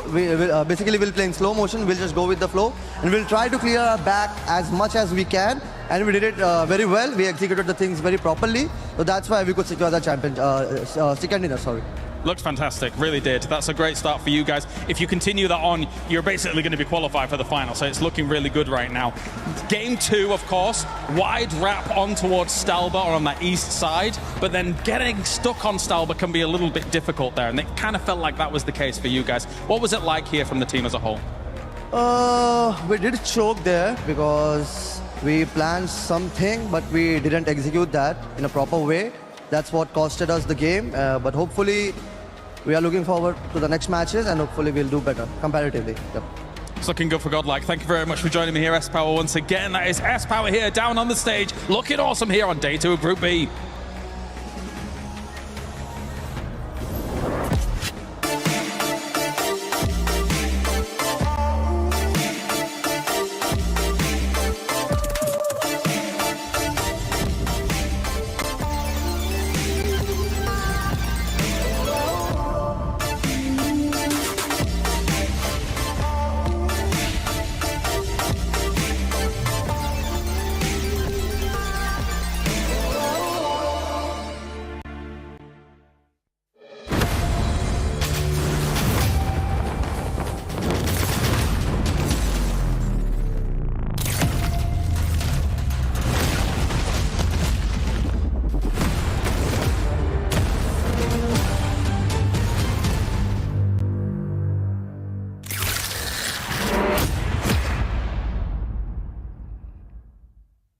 주나요? 이용해. 차벽 이용해, 오버. 야, 공 왔다. 얘들아, 왼쪽 보고 많아. 형, 앞에 나무 기절. 나무. 중간 나무. 나누라스. 해단대. 나이스.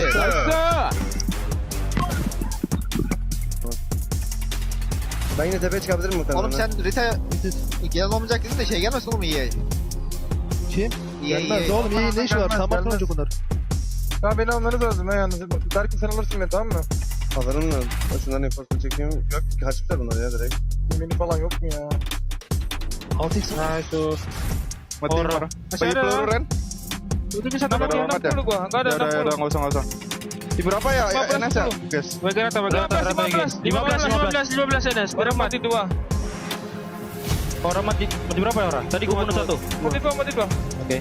Di jamur ada yang mayat, ada mayat di jamur. Iya. Gua bunuh 1. Sebelum teman weh cinta nisu. Ma. Song nisu. ฟังกูเอารถมั่วไปรับให้ต้องรับรถจะระเบิดตายมองกูจะระเบิดโอเคตายมองผมอยู่นะเตอร์รอมา Loving the radio comms and the translation as well, but I'm also loving the PMWC Lucky Spin, which is available now in PUBG Mobile. Co-created with PDP creator Nana, the Electron Energy set, the Proton Power set, the stunning Alien Fusion grows. I'll log into PUBG Mobile and take your spin before it's gone, like Max has done. I have tried it as well. I'm gonna try it again today because that Groza looks sick. It is amazing. And he's also glowing. It doesn't look like it right now in the picture, but it does actually glow quite a bit. So he's got some animation. It's themed around PMWC. It's only W's for the skins right now. And one team that was glowing in that last match was none other than IDA. Because IDA, my goodness, this is a squad that also needs to make sure they stay within that range of getting to the top 5. And they were able to do just that, Neptura. They were indeed really looking forward to what they have coming in off the back of that big win because, yeah, they did play that very well. I want to point out specifically their smokes coming on in there. We were talking about this again, you know, analysts, we chat in the backstage area. But it was really nice to see them use those smokes against EA when they made that push onto Nongshim. It was a really good performance there to just make sure. And yeah, you're seeing the day 1 versus day 2, night and day. I mean, I think we saw that in game. We could see it very clearly, but night and day on those stats as well, looking very good for them. I mean, I love this because I love having a look at their average of eliminations and being able to capitalize on that. And I want to give them a get them whatever food they want, buy them whatever skin they want in PUBG Mobile because it's insanity that E-Arena lost that with that much health and utility. Obviously, no popping on the zigzag, but was not prepared for that shotgun at the end. And you know what? Having teams that, you know, are creeping their way up from the bottom into these positions, they're locked in. Yep. And if you think you're at the top of the leaderboard and you're safe, it's not always the case. It's definitely not always the case. Between Circle, for us, we're looking at the match ranking here. Teams 9 through 13 were eliminated, Max, which leaves a huge opening for those squads towards the bottom and also for those teams towards the top to just kind of expand that lead. I mean, yeah, because it's so close towards the teams in the middle and especially the bottom of the pack, as you just said here, Seven. And because of that, I was expecting Tiamba to just kind of level up their aggression, which they actually did at the very start. They did go for a crash on, I believe it was 7-1 GS team. I'm like, yeah, this is great. But not on Circle 1 to Circle 2. You know, it's a little bit too early to go for a full commit fight and get instantly eliminated because you're not getting any eliminations and especially not getting any placement points. So Tiamba, I like the change of mindset, but it's just not at the right time. They need to do the fights when it makes the most sense in these games. Yeah, I mean, 7-2-1 sort of took them down, and that creates like that chain effect at the bottom 3, Max, you know? Yes. Giving a little bit of hope to none other than dopeness. They overtook them, put themselves in a good position, got on that north side, didn't scout Nongshim, and, you know, just leaving Kenji and Spigot to sponge some placement. But look, this is how crazy it gets at the lower of the leaderboard. Was look at the top damage dealers here. I was just speechless by what IDA was able to do there at the end. That solo player, he was even celebrated with the kiss on the forehead, just saying, good job, please keep that up. We really need that because if not, then we're not going to be able to make it to top 5 or even get close. But right now, that squad with this kind of performances, at least they're putting themselves in that it doesn't really matter area because they might end up going to survival, which might leave them open to just do whatever the heck they want. Well, that's exactly how you want to be playing, right? You want to make sure you are comfortable, ready to go, and ready to get into the next game without too much of an, oh my god, we gotta win this game if we want to succeed. But yeah, really good stuff coming in from there. Also, shout out to EA in that final play. I do want to say EA actually doing a really good job, and I think if it hadn't been for the IDA player, you know, flicking in to get that win, they were isolating IDA really well. They were moving around and trying to control as much of the zone as possible. So shout out to them. It's still a really good game from them. So again, going into the next Erangel, want to see more from them. Yeah, Arena. Shout out to you, E-Arena, right up until the end when you got absolutely smoked by one player with very low HP. One team that has been actually very consistent today, Max, for the first 2 games, which has been a big difference from what we saw yesterday in day 1 for Group E, is none other than Nongshim. Yeah, I was hoping you were going to ask me about Nongshim Red Force. I love the way they play because they're not an aggressive team early game, mid game, right? They're just trying to get a focus on their position. And especially if you look at this circle finish, western side of Stolber, very northern side. Where do Nongshim Red Force drop? Down in farm split. They go for wide rotation all around the eastern side of Stolber Mountain, get a great entry point, have a 4-man split, just scouting very passively, just getting some information, seeing where all the players are hiding in those bushes. And at the end, when the teams are at their weakest, they're involved in a fight, they have to rock up, they take the high ground position and get a ton of eliminations. Sure, it's not a win, but Noxian Red Force, the macro decision making is just next level. Honestly, come over here, Max. That was just... Ah, no! Off camera! He gave me a little As we're looking at the overall ranking for Team Vitality, I mean, they're going to stay up there too. Godlike still performing well. Just let's keep an eye on that gap between Godlike and Ida Esports because it is currently at 12 points. S2G has been able to perform well. They ended up on a 1v1 with GodL. Yeah, they did. I mean, I'm on the fence for S2G, honestly, here, Seven. Same. Why? Because they are performing better. Are they performing well? I don't really think so. At least not in that game. I think they were way too slow on that third party. I think they took forever. Once the third party was done, then they took forever to actually push Godlike as well, just giving them so much time to defend. I mean, especially they only have 12 placement points over the course of what is now 8 games. That's a very low placement point, and the survival time must be abysmal. S2G, you need to get into those late games. And for this team towards the bottom right now, Lace, I want you to get into your best coaching mentality. How are you going to hype up these teams like Tiamba, ETSH Esports, and Hustler Crew? I will personally head over to Hot Jukes. I will reach down and grab his left shoe and probably not do much with it because, you know, I might get a complaint. But look, these teams, especially Esh, coming out of that, they had a great position on the high north side. They had about 5 vehicle cover, 7 eliminations, moving on into that zone. And what did they do? EA Arena. They knew that they were there. It's not like they was just kind of did a nice flank onto them, but they're struggling with these positions into late game. If they were to have just defended EA Arena from behind, it would have been a different story for them. But the passiveness when it comes just specifically to late games from Team Esh is sad. Yeah, it is sad for them. And for Hustler Crew, honestly, Kalaris, they might need a new pep talk, man. Yeah, that's going to cost you the big bucks here for PMWC. But I think in Group B, the big bucks has done all the talking. You've got 4 of the 5 at the very top that I think have been the big fish, the big kahunas. They've made some amazing plays happen each and every time. They've looked very flashy, but one that's been ultra consistent without looking too flashy, I think, has been Horror Esports. Just swimming along in that pond. They're a big fish at the moment. It is Horror. They're doing fantastically well. Again, so far they've had 2 bad games, like a 15th and a 16th. Where it's not gone well. But we caveat with the fact that if they don't have a bad game like that, it's a top 5 at minimum. They've had multiple thirds, multiple seconds. They've had a strong win yesterday on Erangel. They're just a consistent team. But when we look at this, it's nice because that's very promising going into the finals. No, definitely, definitely. Especially since someone like Sky, right, is still currently in that running for a potential MVP spot of this group, I would say in particular. Beast. Maybe you can kind of carry that forward into like a final if it does occur.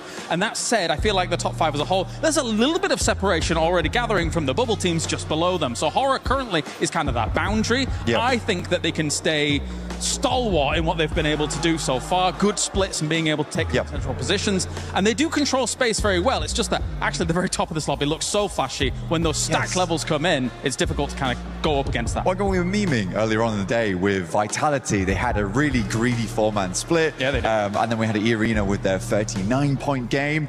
But it just, by contrast, Horror's just chugging along. And I don't think we'll see 39 Elim games. We won't see 4-man splits going to the finals. That's the winning strategy right there. All right, well, thank you very much, Blank. It is time now to send it over to some of the big boys. Once again, on the caster desk, it's more games here at PMWC. Thank you, James. Thank you, Blank.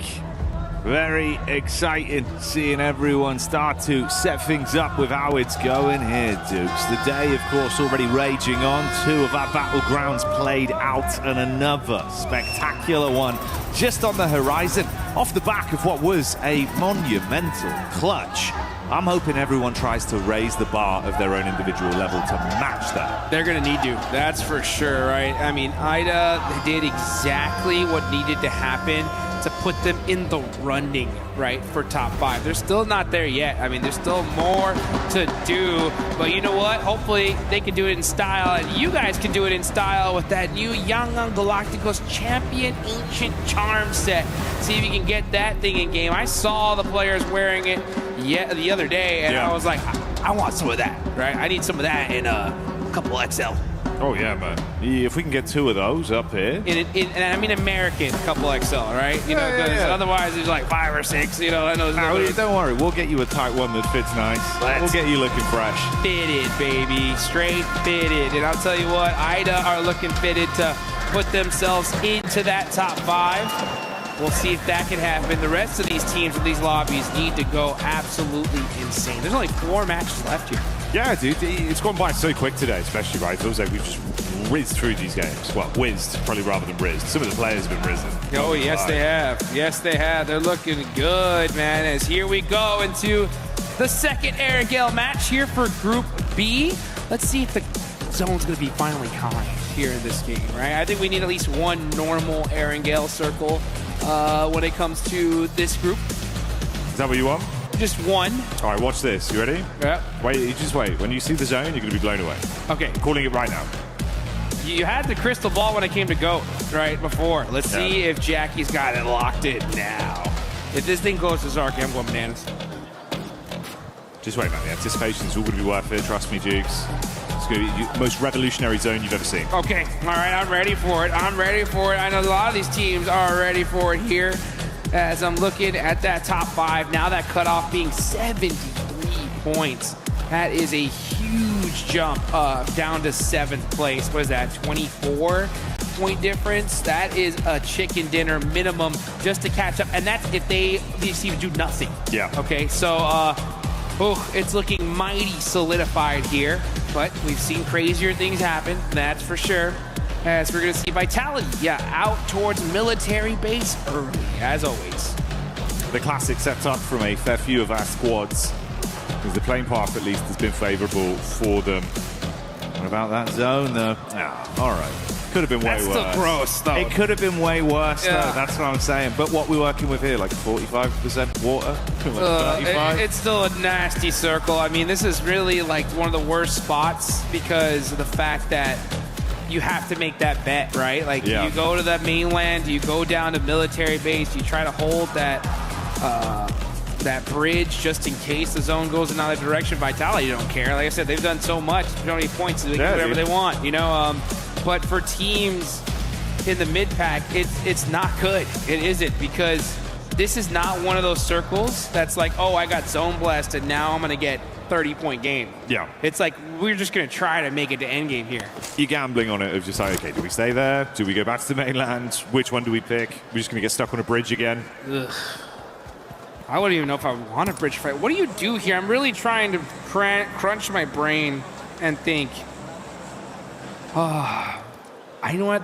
I think the best strategy here is to go in game and get the brand new Naruto skin. I think that is what you're going to do first, right? Get that Nine-Tails Fury, Og, and that way I'll look good, right? And once I'm going and get that skin, then really think, what do I do in this game? As we're going to see Ida get that loot truck from Pachinki. Loot trucks really have changed the game here, the whole meta. They've really allowed a lot of these spots that used to be a little bit rougher when it came to loot now be absolutely stacked. Because I'm thinking, if the coaches had to tell these teams, Jackie, you have to win the game. Yeah. If you want to make it to the finals, it's win the game. Otherwise, just good luck, right? So what do we do here in this scenario? What position, if you were a team, where would you put your squad in to try and get that 20-point game? You go in mainland, you go in military, you taking bridge? What are you thinking? I think Campbell's probably a little bit safer right now to just set up mainland. Like you say as well, like the blessing of the loot trucks right here. If they get something good out of this, I'm sure we'll catch vision at some point of what they actually got, right? You get some high-tier loot straight away. You can just coast early game. Cut out a load of that like early looting time and actually fight a bit more with an advantage. I'm thinking it from the angle if they've just got to carry on from where they left off. Squads like that, so take that Ida mindset of trying to push your limits further, run some risk for it. You get some high tier loot, get in there, start scrapping, see if you can squeeze Elim's, bully some of the lobby. you know effectively at this point, like you're kind of middle of the pack. You're not really going to fall that far down. The bottom side's so low. Slipping out of survival is going to be hard. Yeah. So you might as well risk it. You have to, and I think this is the game to risk it. You know, I think that at a certain point, I think here it's all risk, for sure. As we get into the Miramar matches, then it's like, all right, maybe we got to play a little conservative just to make sure we don't fall in the bottom 3 if you're that low. But here is one of those games where you gotta shoot for the moon, right? Try to get that top 3 finish. I think if you're gonna go down a spot, I think you go Ferry Pier, that Ferry Pier hill, right behind the gas station. If you take that spot there, it gives you a lot of control of the zone. You can hopefully maybe even catch some third parties. And it looks like IDA, of all teams, is going to take that spot. So they're saying, you know what? We're one of the squads that definitely could make it a top 5. And I mean by one, I mean the only one, right? They're the only one really in the run for top 5 here due to that last game, and they're going to control this hill which I think is an excellent spot in the zone. And it works out pretty cerebrally for them as well, right? Because obviously you come in, like you say, get that loot truck, arm yourself a bit earlier, that gets cut out some of the additional time they'd have to waste, sort of slowly slogging along, getting themselves better firepower and ammunition to work with. If they run into another squad, maybe they do just take that encounter head on. It's a good call. It was a great last game, and you could see they were all fired up in celebration as well. Big stage like this, Duke, sometimes the paranoia gets to you. Yeah, it does. But they certainly rise to the occasion, man. They have rise to the occasion, and they did it in just such insane fashion. A crazy 1v3 to end things up, to get the chicken dinner, the dub, and put them in the running here. It's so insane. I mean, job's not done yet. I mean, Godlike have been playing phenomenally today. That's going to be a hard one to catch. And we heard it there from the desk, right? Out of all the teams in the top 5, they were talking about Aura, just being like, yeah, I mean, they are consistent. They're up there, but out of all the teams, I think they're the ones that's the most shaky right now, at least when it comes to trying to let IDA catch up to them. So I think if you are Aura, if you're any of the teams in top 5, you obviously want to shut that conversation down right here. But with a circle like this, it's not going to be easy, that's for sure.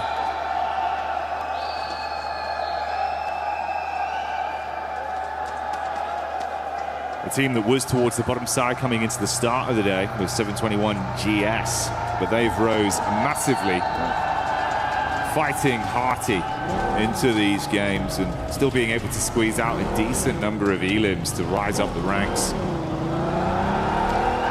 Fair few points between them and slipping back into the bottom. Obviously the surprising factor there, Tianba. Didn't think that's where we'd be seeing them, Jukes. Oh my gosh, I can't, that's like, for me, the most frustrating thing in this lobby is seeing Tianba in, I mean, I don't even want to say it. I mean, they are in bottom 3 right now. I mean, I don't want to believe it, you know, and in every, if this was any other year, I'd be like, nah, I'm not worried, you know, like, it's Tianba, they're for sure not going to be, blah, blah, blah, blah, you know, but what has happened with Alpha 7, you know, is making me very scared, you know, because there wasn't a world, I would have put the whole house on saying that Alpha 7 were for sure making a final in 2 international events, and they haven't done that yet. So, yeah, Tianba, please get it together, please. Yeah, we need to see some sort of change. Again, that'd be a prime example of a squad that probably could. If they lock in right here, right now, game like this, right, run the risk.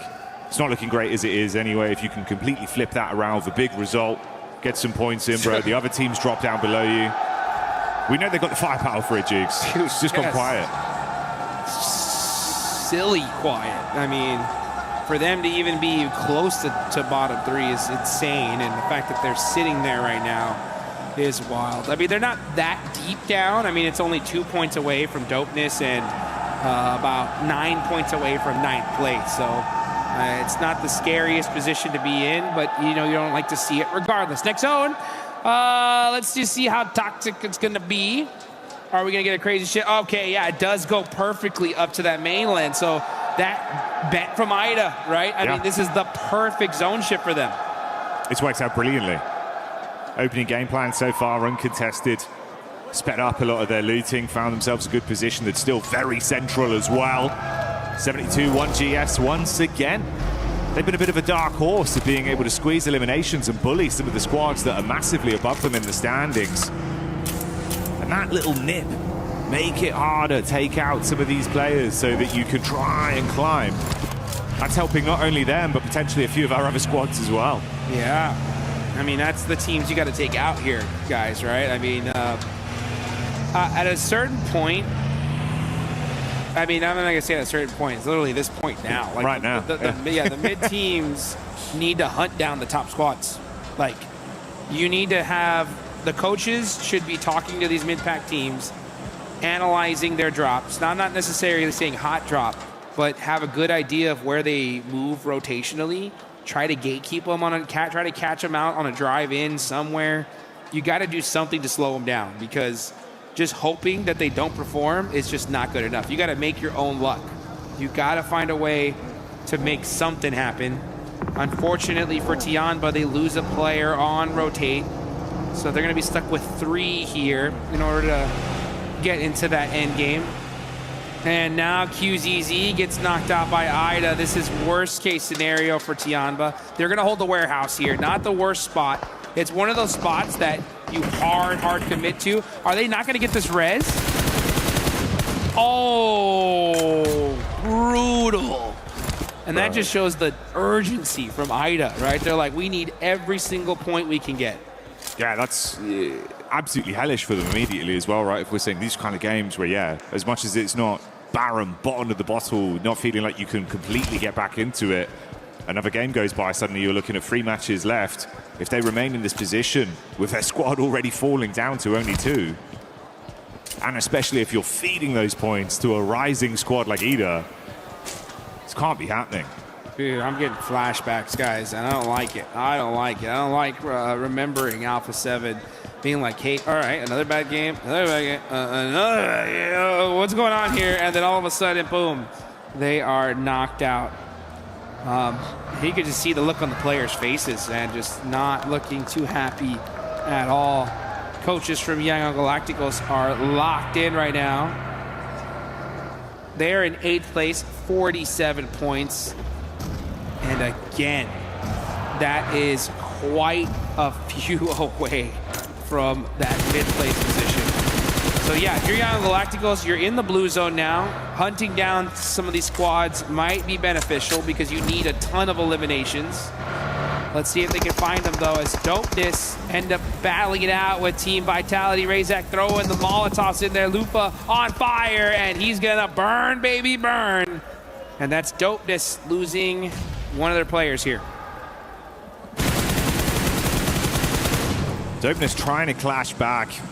Eyes on the Wizard's Tower. Razy goes up top to make sure they can hard flush onto Lufa.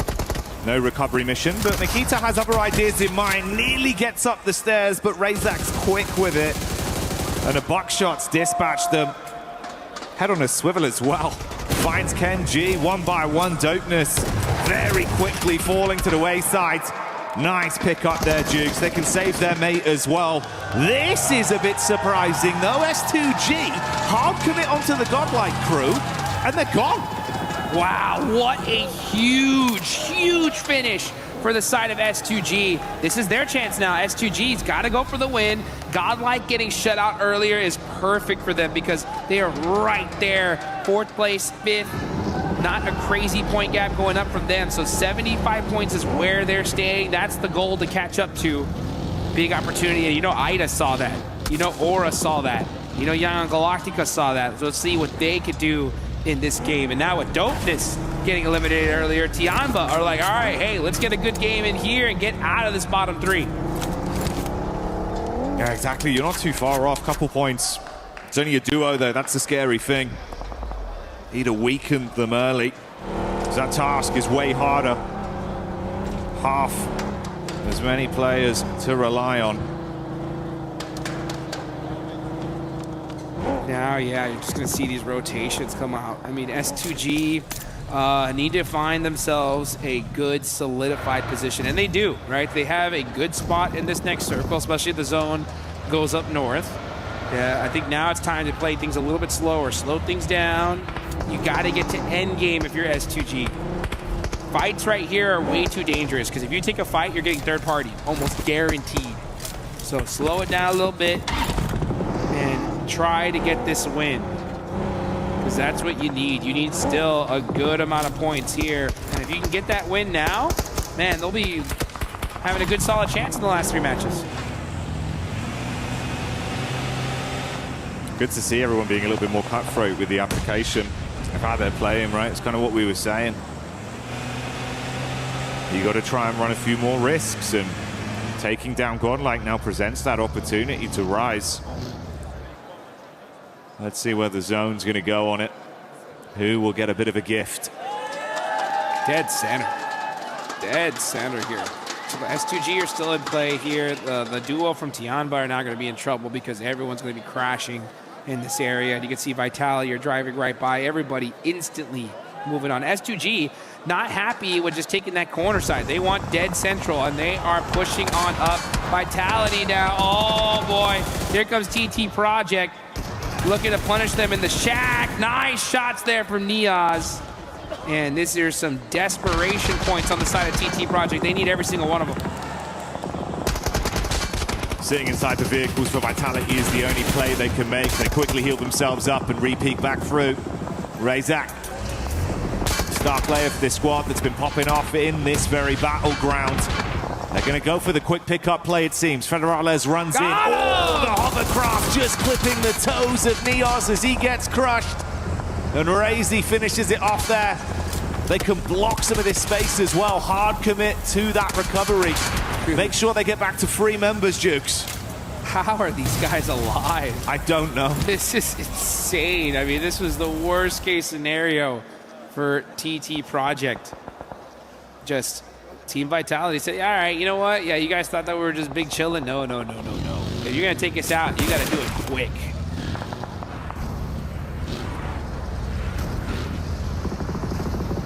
Now we're going to see Young Galacticos here just on the move little by little. Ida holding this compound, a strong position in this zone is exactly what they need to be doing. They got a couple eliminations early. You know, get yourselves a nice secure spot. Ensure that you get to that end game here. S2G would have 6 eliminations, which is a great start for them. They did lose 1 player, so they got to start playing very conservative here. They full committed to this position, dead center. They're like, you know what? We're going to hold the dead center wide out in the open. We're going to secure this shack, have all our vehicles blown up. So they really, really need to hope that the zone just keeps centering on up to their position. That's the crew taking down Hyunbin there as they're able to detonate the vehicle. And you can see it's not looking too great health-wise for Nonshin Red Force. They chip damage onto one of them, 2 of the players knocked for now. That's a bit of a spread where you got Wolves nearby, Hustler crew in position. This is the fight that's currently going down. Ooh, nade inside from Slonic as Wolves get that one on target.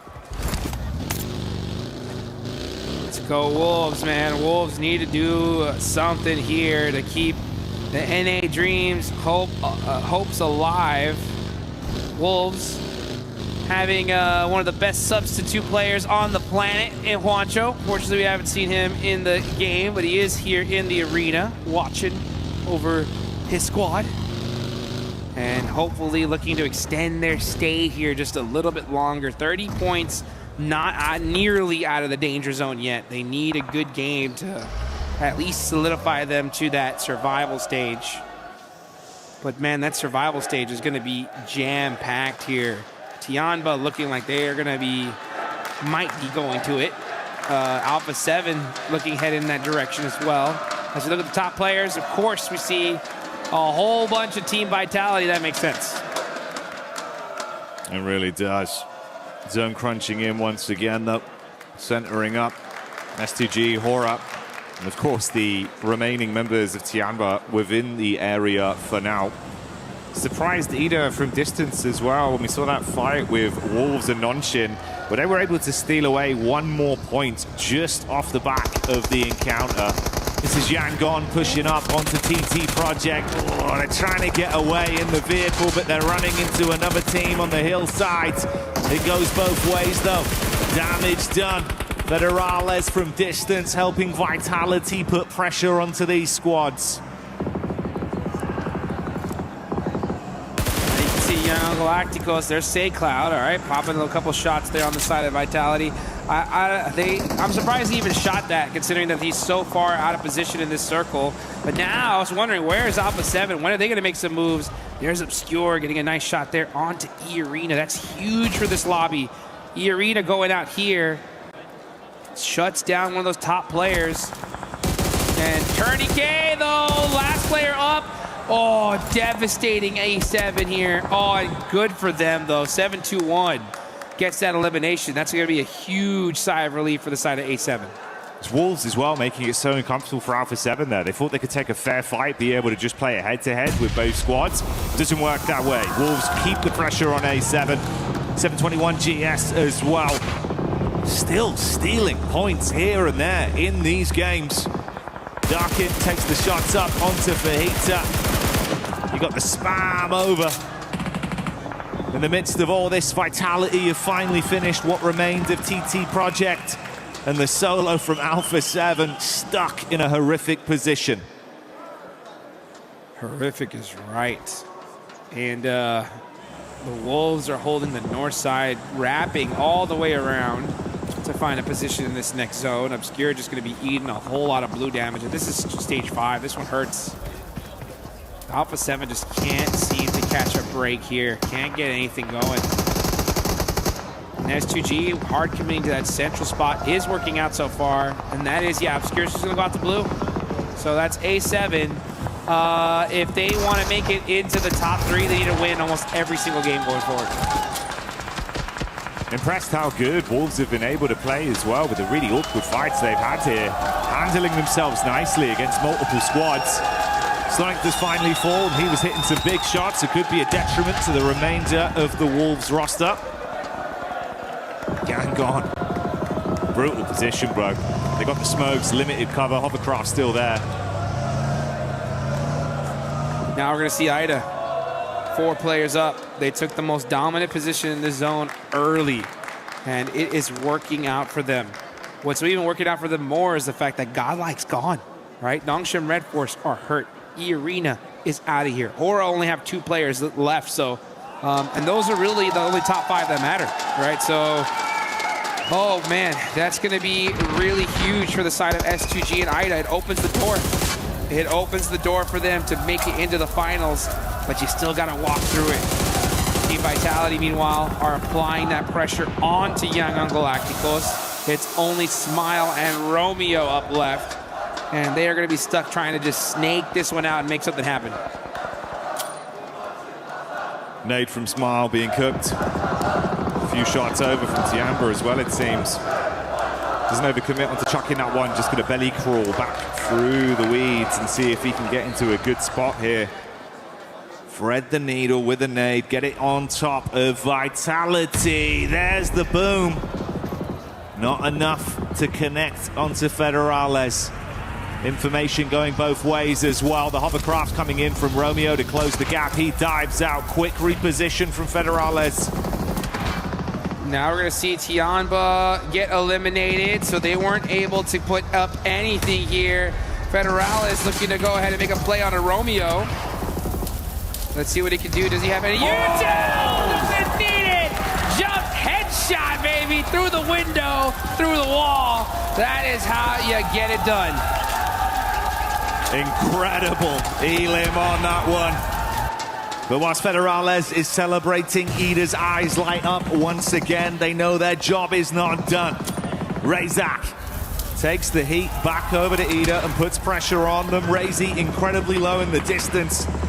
They got to go for the pickup play on Rita. They have to tuck in now. Man, Team Vitality, 13 points. Oh, this is tough considering that these are all points everybody else needs. So they are just making this lobby that much harder here, as that's now Nongshim Red Force eliminated. So pretty dud game for our top 5, excluding Team Vitality. Aura's still alive with 2, but they haven't done much at all. And with S2G getting 8, this is a good chance. This is a good opportunity, right, for them to just continue to chug along and do a little good game of catch-up. Yeah, it feels like it's been a bit of a sleeper journey for them today. I mean, 8 elims still looking like they've got a lot more to give as well. If Ida go down, that's going to be them next in line to really try and take benefit from the games they're having here. Ooh. Ouch. Man, Team Vitality just crushing dreams non-stop here. They have the craziest day ever yesterday. And now they're just looking to crush the teams of these teams that are trying to desperately make it to the top 5. Rita, it's up to him to make it play on Federales. Ooh, saw a little pixel. Takes a little pop shot at it. And now, Federales does get knocked by 721 GS. It just leaves, I believe, Razak up left for Team Vitality. Only one player left from Wolves now. Aura set up in the shack. There's the nade coming over. They do get the shots onto him and the nade misses, so they're fine to survive as a duo with Wolves being taken out of the running. Like you said, Vitality just down to Razak. It won't get any easier. S2G bringing the heat over to 721 GS as they'll scrap each other. So far away though, Jukes. It's not an easy gap to close. They've got to get a move on. Yeah, now this is S2G's time. Like, honestly, S2G, you did a great job. You got to the end game. Now it's time to get aggressive. Move. You need all of these eliminations. Team Vitality is stealing all of them from you. You need all that you can get because Godlike is out. Aura, they're getting some points on the board as well. So if you're S2G, now's your time. Are you going to make it happen, though? Because Ida is still soaking up points here. Vitality finally full. They can get back over there and resupply off of the crates that are inside of the building. 721 GS taking a lot of damage as well. This is just the cleanup. That's all S2G need from it. Hey, shout out to 721 GS, though. Great day today, right? Yeah. I mean, they were in the bottom 3 looking down and out, but they put themselves at least in a running for the survival stage. Actually, they're looking pretty good for the survival stage here. Oleko gonna have to make a play for his team. Does get some sightlines on S2G, but Solke able to make it behind that hail bale and take them out. And again, that's another point stolen by Ida as well with the shot we saw coming over from Darkin. One of those knocks goes his way, converted into a point. So still squeezing little bits out of this lobby as we remain with our final 3 squads. Hora down to the 2 players. Ooh, Sky's gonna buckle as well. Instant connection from Emre on the peak up. They're not slowing down, Jukes. They're just getting started. Yeah, now Aura are out. That's the right play. Honestly, both of these teams were like, hey, Aura's that way? Yeah. Let's all focus there first, all right? And then we can deal about it later on because we're the ones trying to get in the top 5. Aura are already there. And now a huge fight as SGG. He's got the AWF, baby. Let's see some of that late game sniper action.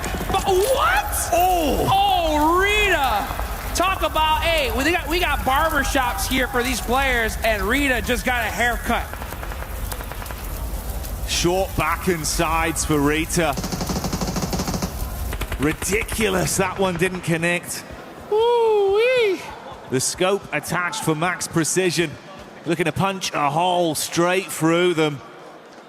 As it comes down to 2 teams that are neck and neck towards each other. The rise we've seen from S2G. And an Ida that took that chicken dinner previously and have not slowed down. A slight advantage in terms of the battle of attrition, Jukes. It's a 4 versus 3 on the manpower. Oh, I know we joked about that missed shot, but that was actually a really brutal miss, considering that if he would have hit that, Rita's gone, and there's no way he's getting res. It would have been a 3v2 situation. So, barely missing. That would actually have been a 3v3, would have evened things up here. So unfortunate for that. Let's see what kind of plays you're going to make. Now you can see Ida just slowly creeping up, pushing their back against the blue zone. And now with that snake play coming into here, one good nade could shut them down.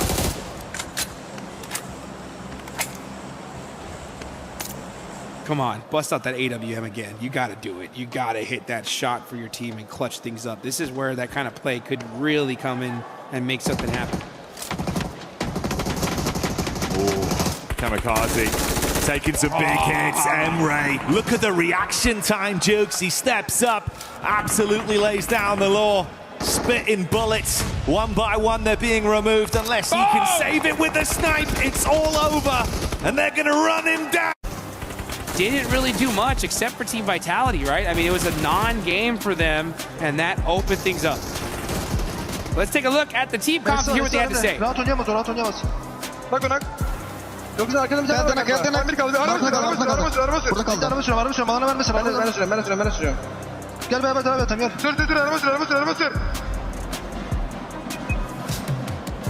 Nice oğlum. Nice. Tempered celebration. They're happy, bro. They know. They've been there before, Jukes, and they're locking it down.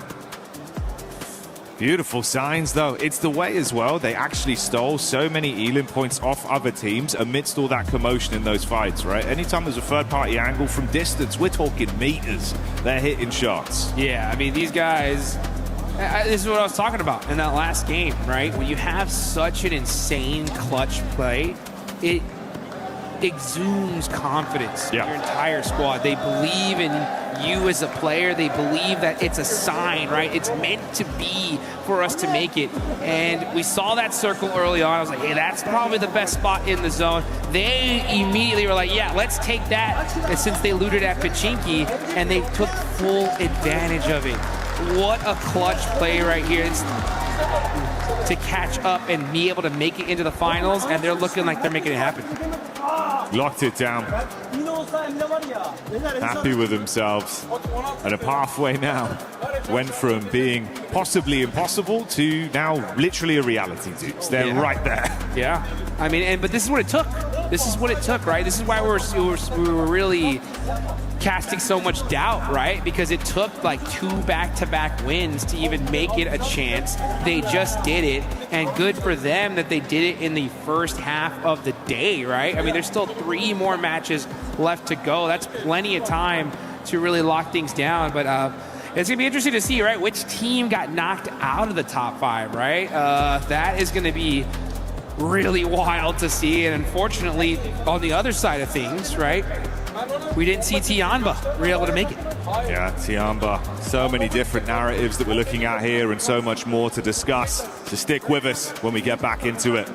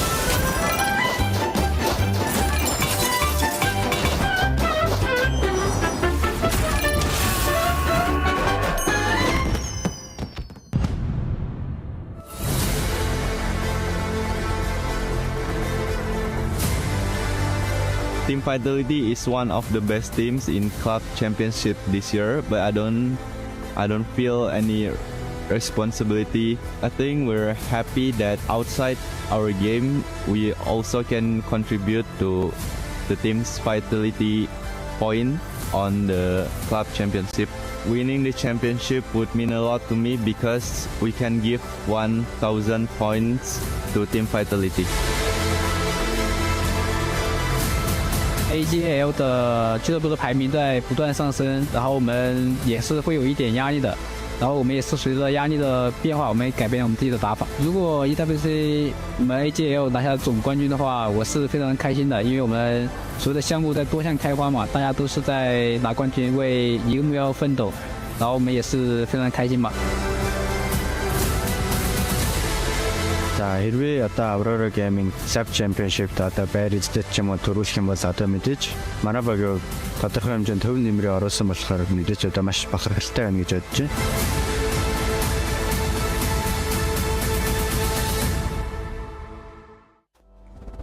as if there was any question if Ida was gonna show up, Max.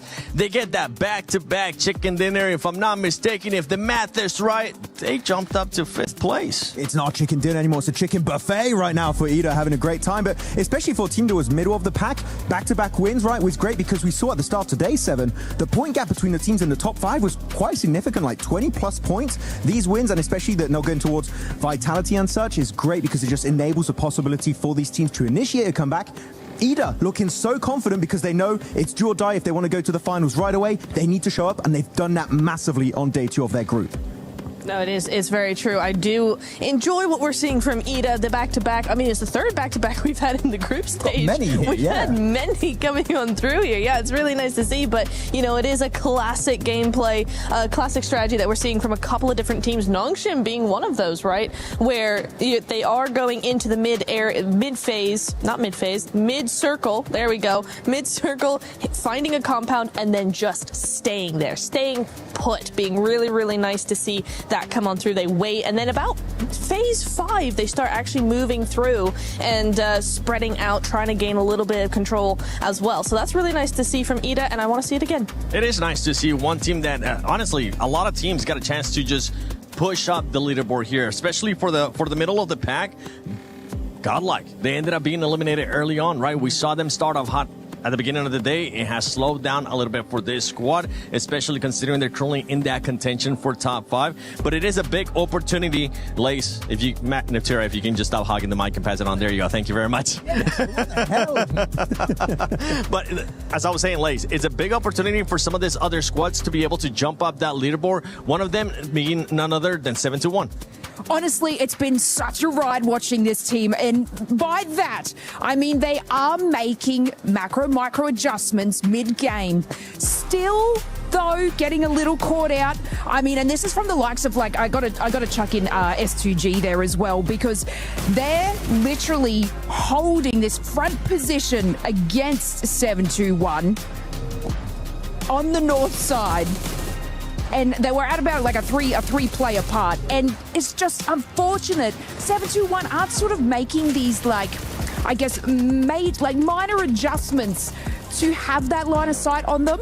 And I mean, they're getting caught out by these massive split holds from these teams. But yeah, I've got to add S2G there into the mix because they are performing incredibly well. I feel like you've been supporting 7-1 a lot today. Yesterday was Vitality. Can you support Nongshim Red Force? Just for no particular reason. They don't need to be supported extra. Good juju. I'll take extra points for them. I don't care. So can you just say Hyunbin one time for us, please? Hyunbin? Okay, there you go. That's an extra 15 eliminations for Hyunbin today. Guys, I have a reverse caster curse, by the way. Did you know that? That's called a blessing. Yeah. I call it a reverse caster curse for everyone at home. But yeah, just PayPal me.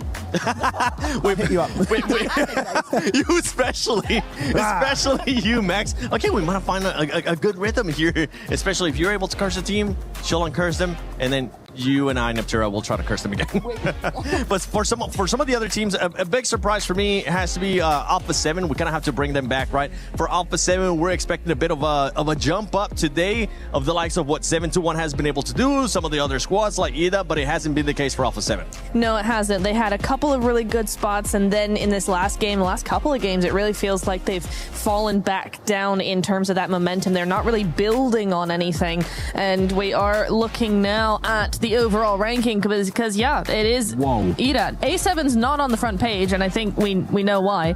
But Ida, hello. Ida jumped up all the way to 2nd place. That's what happens when you get a back-to-back. Yeah, I mean, a back-to-back will do that for you. So really good jump up from Ida. Generally a team that I thought would be middle of the pack. I was not expecting to be in here, the top 5, but they just shut us all up right now, and I'm absolutely loving it. The late blessing is real, apparently, right now, though, looking at this page. Yangon Galacticos, day 1 Niptro, showing some, like, sparks of aggression. I was really excited, but today, this team just fully disappeared, I would say. Yeah, it's weird. I was really hoping for a lot more coming on through because, they've been so nice. They've not been playing passive. They've been trying to do a lot of things. They've been trying to control a lot of area, and it's just not really coming through. I don't know if that's because teams are, pushing that aggression a little bit more and they're getting caught out, or if it's more of just faltering in mentality. Looking at this one, I'm sorry, I have to go down at this point. Tiamba, what is going on? They're so passive. This does not look like the Tiamba we saw play so well back in the Macau Invitational. They look like just a shadow of their past selves. So Tiamba at the this whole point, region, honestly, the whole Chinese region looks like that because they have not been performing well at all. All gamers had like some good moments, but Tiamba, I would say, is the team that I was expecting a lot of aggression, and I'm sorry to say I've been disappointed, especially by QZZ. He's not even taking any fights. They're so passive. There's still time to exit the bottom 3, but top 5 for Tiamba, not happening. All right. Well, hey, I've been able to surprise you guys in the past, so I'm going to surprise... No, keep looking forward, sir. You're in class right now. Okay. Because I have a surprise for y'all that you get a chance to open up. Here you go, Max. Hold this for me. Oh, gift. He's been so nice. We're going to be opening them up. You guys are going to get some mummies. I get to keep the rest, so I'm not even going to try to open one up. But please, do me a favor. Open them up and see which one you guys are going to be getting. If you get the one, that'd be sick. Oh, it rips. Wait. Oh my god, it's okay. You're not gonna keep the box. You're gonna keep what's inside. Oh, and there's also inside a package, so you're gonna have to do 2 unboxings for me. Oh, I got a card. What do I have? What do you think you're gonna be getting? No, don't look at the card right now. Just open the thing. Okay, don't look at the card. I'm gonna be getting the blue one. The blue and the white. Blue and the white? I'm gonna get the blue one. Oh! You did! That's actually pretty sick. Okay, Lace, what are you gonna get? Okay, you ready? Are you ready? Oh, squishy. I got a classic mummy. Nice. I win. Those are sick. I win. Those are sick. Okay. Your one? I like them. You know what? Yeah. Nice. I like it. Oh. Doesn't matter who wins, who got the best one, because now I get to keep them all. Yeah! Oh, Looty. Dude, we're halfway through. Day 2 of Group B. It's crazy. We got some teams in the bubble as well. TT Project, Dopeness, Tianba. Yeah. I would love to step in one of these teams. Step in? Look, dude, I don't know if you're good enough at this game. Oh, no. I'm not speaking about playing. I'm so bad. I'm speaking like a motivational speech, like a coach. Yeah, a motivation. Okay, that could work. Yeah. How do you do? Oh, how would I do it? I don't know. I would say something like, guys, we're in the bubble. We have to do something. But, trust each other. We have to play our own game. Trust the IGL. Oh, that's nice. That's calm. That's cool. Yeah, man. I feel like I shouldn't ask this, but how would you do it? I will do it the French way, like something like... Bon, maintenant, les gars, on va arrêter de faire de la merde. Hein. On va continuer à jouer plus correctement. On va faire attention à la zone. On va faire des kills et on va arrêter de se chier dessus.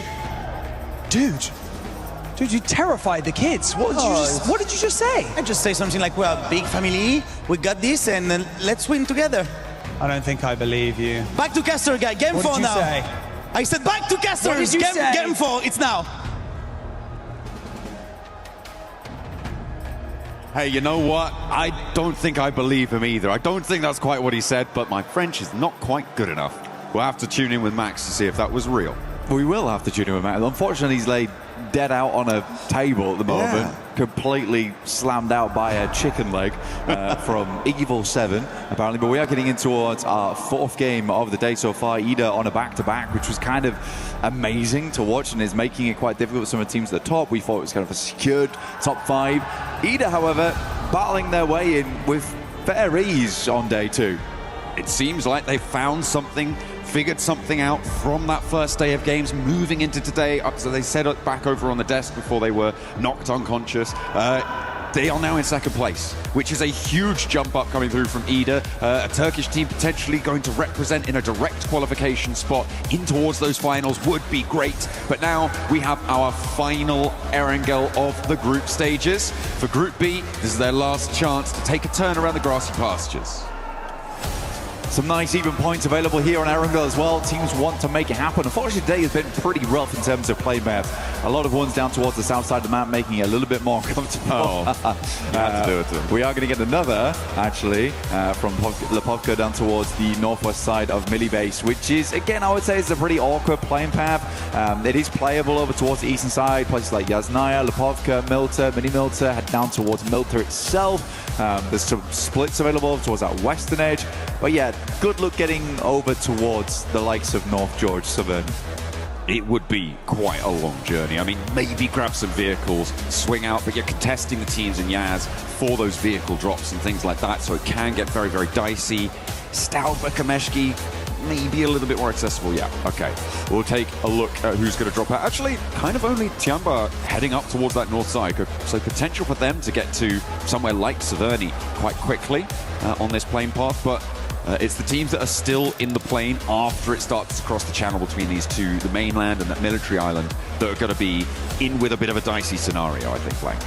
Yeah, Aura's out early though, towards that northern edge. Godlike currently dropped out from that top 5 as well, so they're looking to claw their way back in. Now, they've had troubles on this type of drop spot before, but they said they fixed it, and I would say they absolutely have today. I think they're dropping a lot more cohesively going forward, which is making things much, much easier for them. They're not losing players on the outside, and obviously that's paid dividends over towards the first map of the day, where they looked really, really good over in Rondo. That's an unfortunate one. Over towards the northwest side, we're heading towards North George. Hey, you know what? That North George circle does allow teams to invest more time in getting out to the drop spots in that location, right? So it's maybe, blessing in disguise is quite a strong way of putting it, but I feel like it's definitely going to give a lot of teams an opportunity to go out to those locations, whereas circles anywhere else would have meant that you're still going to stay cramped on in. So we could see a little bit more of a disparate situation set up coming on through. Over in Rozhok, you've got 721 GS with Hustler Crew down underneath them on the south side, and Ida from Pachinki on the north edge looking to extend their influence towards Ruins. It is interesting, 2 minutes into the game, we are already getting long drops coming through. Pretty wild. Schweppes will find themselves to finish on that one, but still, 2 players going down isn't ideal. Went for the old graveyard walk on that one. Pop the players in the vehicle, get a move on. I suppose they're worried about retribution for that one coming through, so instead of committing the time to res inside the garage, you want to get onto a higher ground position and get away. TT Project will just lose one cleanly. Fantastic stuff. If you guys want to be looking clean as well, there's one very, very good way to do that. That is with now the Naruto skins that have been added to the game. Make sure that you're logging in, grabbing those skins, getting those unlocked, because the Ninetales Fury AUG looks mighty fine. I don't think there's one in the back of that van though, Ida. Unfortunately, you're going to have to get in game and go for those. Okay, so these players already got it. Slonic takes a tumble. Sadly, this is over towards the western side of the map. I imagine it's probably hit over towards the top of a building and then fallen down, but Wolves were able to get over towards this position fairly quickly. If you cast your minds way back to yesterday, Wolves actually sent Necessary very quickly over towards the Finn, over towards the northwest side here of Georgia Pole, the game that Aura ended up winning versus Vitality. This is a pretty standard rotation for them, except this time the whole team's here. It's a big benefit when you have all of your team alive. Generally, one of the better strategies in PUBG Mobile, have 4 players when the other team does not. Works out quite well. Irina, it looks like they did manage to get their reses coming on through, but instead of taking too much time to grab that healing, they have opted to move northward towards South George, the compounds to the west of Everest, to Hospital as well. Maybe they can patch themselves back together there. Ooh, a nice little pickup for the Wolves, and taking a player down from Hustler Crew, playing on as 3. In that South George crates area, the Wolves have a little bit more latitude now, and they didn't even lose a player fully. Their knock that was sent their way does get repaired. Yeah, they have to keep on going. For Wolves, it is a really, really difficult approach over the next few days, over the next day, right? They have 36 points total. Likely they'll stay in this middle pack here, get themselves through towards the next stage of the tournament, but getting in towards the top 5, very, very difficult. 3 more maps to do it in. You're looking at 80 points. It would have to be the most unreal next 3 games. We start to count teams out right now. For 721 GS, I don't think I've seen enough out of this team. I genuinely think we are locking this down between S2G and Godlike, making it in. That feels more reasonable to me. I'd quite like to see Godlike retain that top side, but yeah, I would say those top 7 right now, I wouldn't mind any of those teams going through into the top 5. I think everyone's very interchangeable there. Maybe not Vitality, but everyone else, absolutely. I feel like if I was going to take one team out of this top 5, and this is going to ruffle some feathers, I imagine, but I think it would be E-Arena. This is the team that did so well in that first match. They broke records, they smashed ceilings.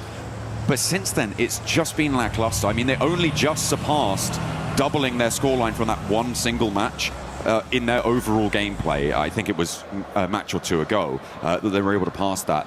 So I feel like if you're going to take a team out, it kind of has to be Arena, and I probably would replace them with Godlike in this scenario. I feel like S2G today has been a better team, but I think Godlike has had consistency across the 2 days in a way that has impressed me. Well, Godlike's just been more consistent overall, right, in terms of the adaptations that have come through. I think that they are improving steadily, and surely I would agree with you that for E-Arena, that first map was amazing. It will go down in history books as one of the coolest rondos of all time. Unfortunately, haven't been able to live up to the hype other than that.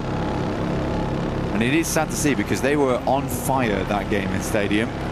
But yeah, I do think Godlike probably does deserve the spot a little bit more at this point. Unless E-Arena is able to pull some stuff out in the near future. They do have a very central position on this next circle though, so potentially this is the map to do it. The difficulty though at the moment is that E-Arena, as we saw earlier, did not get a lot of loot on board early. They moved in towards South George at sort of quite raggedy loot. Hopefully they've been able to pick through some of these buildings, but they would have been under duress from the teams around them. We saw Wolves in there fairly early on. We saw Hustler Crew in there fairly early on. So in South George, I feel like they've had enough time now probably to be able to pick through those buildings and grab enough loot on board, add it to the coffers. But there is always going to be that question, are they going to be under-looted for this scenario? Still plenty of loot around that area to grab though, right? They're down towards apartments, there's fair few buildings to pilfer there. I think a lot of teams realize that they're already ahead. I was surprised that Wolves didn't make a run further in, but maybe they also expected E-Arena to get here quicker than they did originally. So for the Wolves, they opted to sit out a little bit sooner down towards Hospital. Hustler Crew moved up and were quickly rebuffed as Godlike managed to make this long rotate underneath Yasnaya over towards North George. I think it's a good spot. This could equally head over towards the north side of the map very easily off the back of this one. Alpha 7 back to their stomping grounds. Yesterday looked fairly good. I mean, there was a good start for them. Unfortunately, the capability of transferring that same prowess we saw in the first 3 games, not really there going forward. Again, Alpha 7, for them, it is a little bit scary. They're on the cusp, 37 points down towards 26. That could switch up, but they have a fair few teams as a buffer. That they do, but they've also got a track record of getting eliminated at the group stage at global tournaments, you know. So that's gonna weigh heavily on the mind as this circle is, and that is beautiful for Alpha 7. Up in North George, they were right at the edge of the pack. They're thinking, oh, maybe we can scamper across this bridge, but no, they can hold strong now. Yeah, like I said, I mean, for Godlike, actually North George wasn't bad. This could easily head towards the northern side, which it does here. And you can see that Alpha 7 do have the center dot right now. They're over towards the western side of North George. Tiamba, you got Eagle, taking a couple of shots through, trying to ward off any players around them. But yeah, this is going to get very hot very quickly. There's a huge amount of water still involved. Can't really see it because of all the players littering over towards Everest. But this is lilting northern. Does seem to be. I mean, about 50% of the circle is on the north side of the river, and it's going to be teams moving across. A TT Project heading to the water. A lot of conflict now around those bridge crossings. I think it was Dopeness trying to go across. Some conflict between 721 and Wolves. Wolves have swung all the way out east side, despite being in South George so much earlier on, losing Baton, but they are across now, and one of the few teams to make it through over onto that northern edge. The rest of the bridges much more treacherous. I mean, Wolves actually getting through here with 3 players, pretty miraculous, honestly. You're passing through Box Compound as well as Watchtower. That's a lot of capability to take your entire team down. I think a lot more teams are going to struggle to make that crossing and probably will take more casualties than just that. Now, E-Arena, are they going to go for the bridge? That's the question, John. I think it is a pretty big question. At the moment, it feels like they're trying to hold the bridge to stop teams from the south moving on through, but that is then a trade-off in terms of the time you could maybe spend navigating that bridge yourself or trying to open up an option on that northern side. Being trapped on the bridge, though, is the worst-case scenario. You do not want to be locked in there. A team comes in behind you. You find that it's impossible to move through on the northern side. There's always the water rotate as well as an option, if it comes to it. Yeah. Unfortunately for them, they've got two teams breathing down their necks in Nongshim as well as Vitality. Two very scary teams, I would say, to go up against here for E-Arena, and they're trying to hold both of them out right now. I think that you can have a good idea that these teams are coming from the south side. So again, E-Arena, like you say, trying to cut out as much of this southern portion of the map as possible for themselves, but a difficult task, a very, very difficult task. Ooh, Etch crashing in onto the northern throws of TT Project, and that leaves TT Project on one player alive. 30 points, remember, on the cards for TT Project, which means they are very much in danger of dropping into the danger zone of 14th to 16th at the moment, and with only one player, they are looking pretty shaky. The only saving grace for them is that there is another team behind them who have also lost quite a few players. Dopeness playing on us too, but they are much safer in towards the middle of it. Oh, that's a lot of water, Blank. That's really unenjoyable. There is a world where this goes back south towards the bridge. There is a world where that happens. I think it's much more likely that we end up in North George, but it's very rare that you get these circles towards the mid portion of the game. You have both North and South George in play. This is a scary one, very, very scary one. Many, many teams looking for refuge in North George right now. Everyone trying to kick their feet up, but many noisy neighbors. I'm looking at Ida and Vitality, as you said, Nongshim as well. Well, we're looking at Nongshim now on the south side, trying to make a punch through. E-Arena took a knock over towards Joker, but that is isolated, and nobody from Nongshim stands beneath them to be able to get that flush. Vitality trying to navigate the area now to the southwest side of it, where the urban environment is littered with danger as XZY steps up for more, sprays down out the window, but doesn't quite get the full kahuna going there. And now is under a huge amount of threat. Nongshim Red Force get obliterated. I mean, for Nongshim, down to XZY, and then shortly after exiting the lobby, 80 points here opens up things for Godlike, S2G. The Arena, I felt like they were the ones doing most of the holding. It actually turns out to be Vitality, taking shots over towards Nongshim Red Force, getting most of that damage in. But again, that is the benefit of being front of the pack here, front of the queue for E-Arena. Schwebs is going to take high ground, though, looking over towards Vitality. You didn't lose all their players. They're still as a four-man. Now, can E-Arena hold out versus this squad? Struggled to do it in the past. A similar circle like this. That's a very tricky team to hold out as well. The Ray duo coming in, looking to beam them down whenever they can. It is a nasty opponent to come into contact with.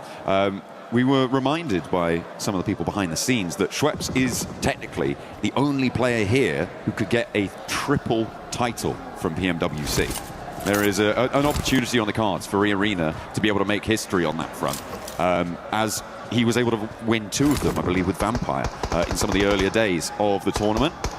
So we're looking to try and bring that power to 2026. Unfortunately, it's been one game. They had the one good game, right? Yeah. So it's not looking massively hopeful so far. Again, this is one of those games where they could strike out a 15-pointer, see themselves much safer going into map 5 and 6 over on Miramar. But goodness me, urban finishes, never fun. We're going to get our next circle real shortly.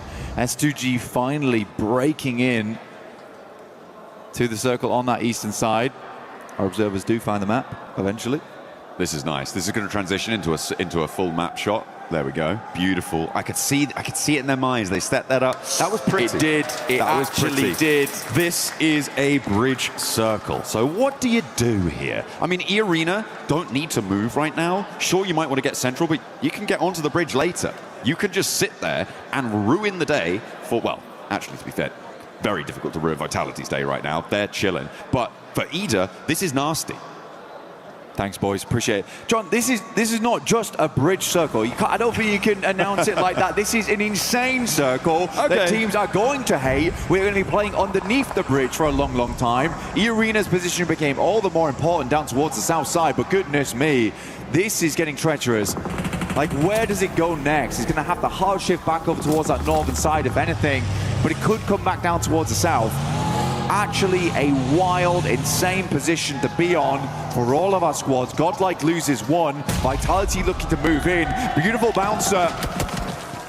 Up the staircase, nades now from Vitality, looking to keep the pressure up for E-Arena. They've already taken a knock in this location before. Ida want to get stuck in. A third-party hero could be big. I think that's what came through just there. Darkin able to land the shots over towards Federalis, but Razak is in the building, looks to pop that smoke, keep them in a bit of cover there. The res comes through, Schweppes, oh no, has to move for the Molotov, and the burn is able to take down Joker. Schweppes maybe next for it as the nade goes boom, right by his ear, and a drop down from the top will be sealing the deal. Schweppes falls in the arena, now on 2 players. The nades so far from Vitality have been just disgusting. Like, that's actually criminal. The airburst on the top side, you do not see players hit those very often with such pinpoint precision. Can you imagine that Razy's providing a lot of that information back towards his team? You've got to ignore the minimap here. He isn't out in the water. He's watching from the hilltop that is sitting over towards that western side. Really, really incredible stuff. Ida did rock up as well. The rest of E-Arena playing underneath that bridge now, but wow, what a breach by Vitality. I imagine that there are going to be plenty of people putting on their swimming goggles for this final circle, Blank. A lot of remnants. The saving grace of this circle, if there is one, is the fact that the majority of the buildings in North George are still in. It's going to mean that the next circle is particularly brutal, but there is a lot of area to contain all of these players, whereas in an open zone, that might not be the case. At the moment, Etch, they pushed in from that northwest side. S2G looking to follow in behind on that northwest edge as everybody's crowded around those apartment buildings. Aura trying to get rid of Edge. Over on that western edge. Alpha 7 a little bit further in. Again, good opportunity here for Alpha 7 to try and solidify that position on the middle side of the tables. I think they realize they're not going to hit that top 5 today, but what they can do is ensure they don't drop into the bottom 3. Send home Tiamba, Edge, Hustler Crew, all the ones to go out now. See the Alpha 7 fans currently watching with bated breath here. This is sort of home ground, honestly. That North George drop. Alpha 7, Godlike, both have been here for a very, very long time in North George. Now the neighbors are noisy. Make sure to keep them under control. Try and find a little sense of decorum in the zone. Tiamba protecting their patch, and there we go. But it's like still so much water in this one, Blank. That whole stretch of bridge. And the south side fight between Vitality and Ida is gonna need to pop off, and that is how you want to start it. Vitality open with a knock over towards Rita, their forward position. That's gonna draw the backlines from Ida forwards because they don't have a lot of time either before this zone starts closing. Less than 30 seconds to get him back up, to get in a position to jet across that bridge, or indeed jet underneath it. Yeah, Razy is just a good spot here. That's gonna massively slow down Ida, like you say. It's a hard position to be in going forward. The Vitality, how do they want to make this cross that? I think TT Project not really in a position to hold them out on the other side of the bridge. A lot of teams likely not looking that way, trying not to expose themselves, but Vitality still have to make their way in. Where do they crash onto? Are they going to send it first? Looks like they're setting up the smoke train. I don't think they're banking on every single player making it, but right now everyone's on full HP. This is a very efficient cross from them. They made it through the first break. E-Arena are underneath the bridge, so they do not have a say on this, making it to the middle spot. This is a good hold position against Ida.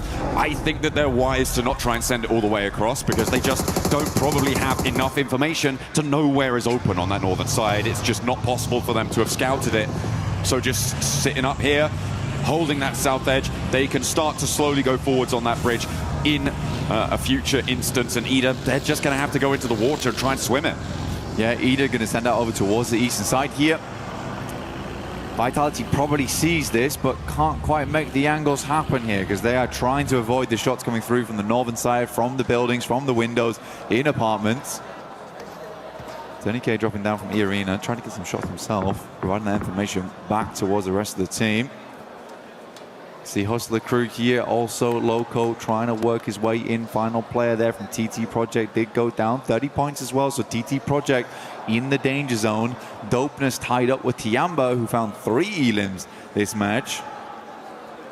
Yeah, on that east side, Tiamba actually have a pretty good spot on it. Mortman and Tony K both able to get the angles. Tony K steps up onto the cliffs.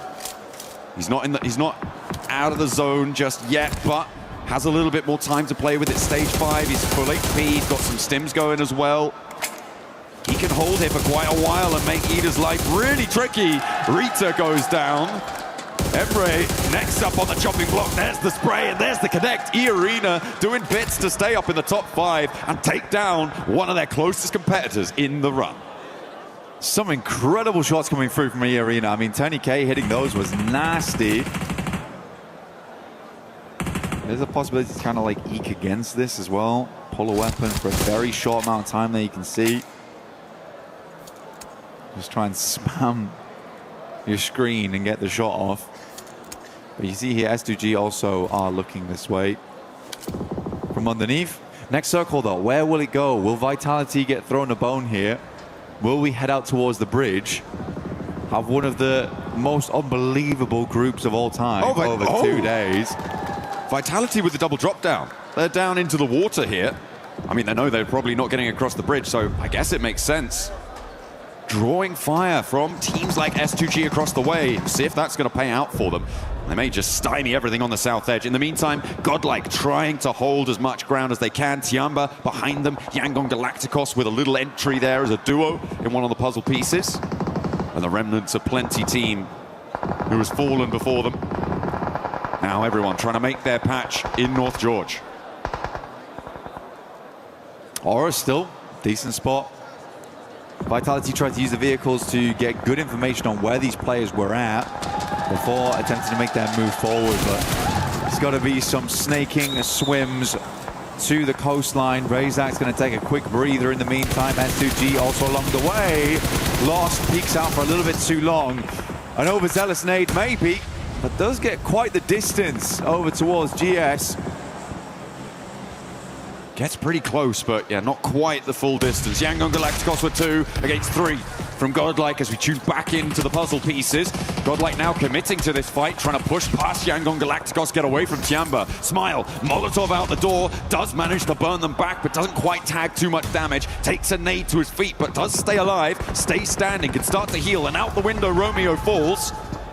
Over the balcony, and Godlike might try and follow him. Vitality taking a lot of hefty damage here coming through from GS. Unlikely that that's going to continue any further. Yangon Galacticos, defending champions, currently set to go through to the next stage. But not with glory, not straight to the finals. They'll have to play another stage here prior. Alpha 7 look to regroup. They're just going to daisy chain over towards the rest of the squad. Quiz now as well as Revo.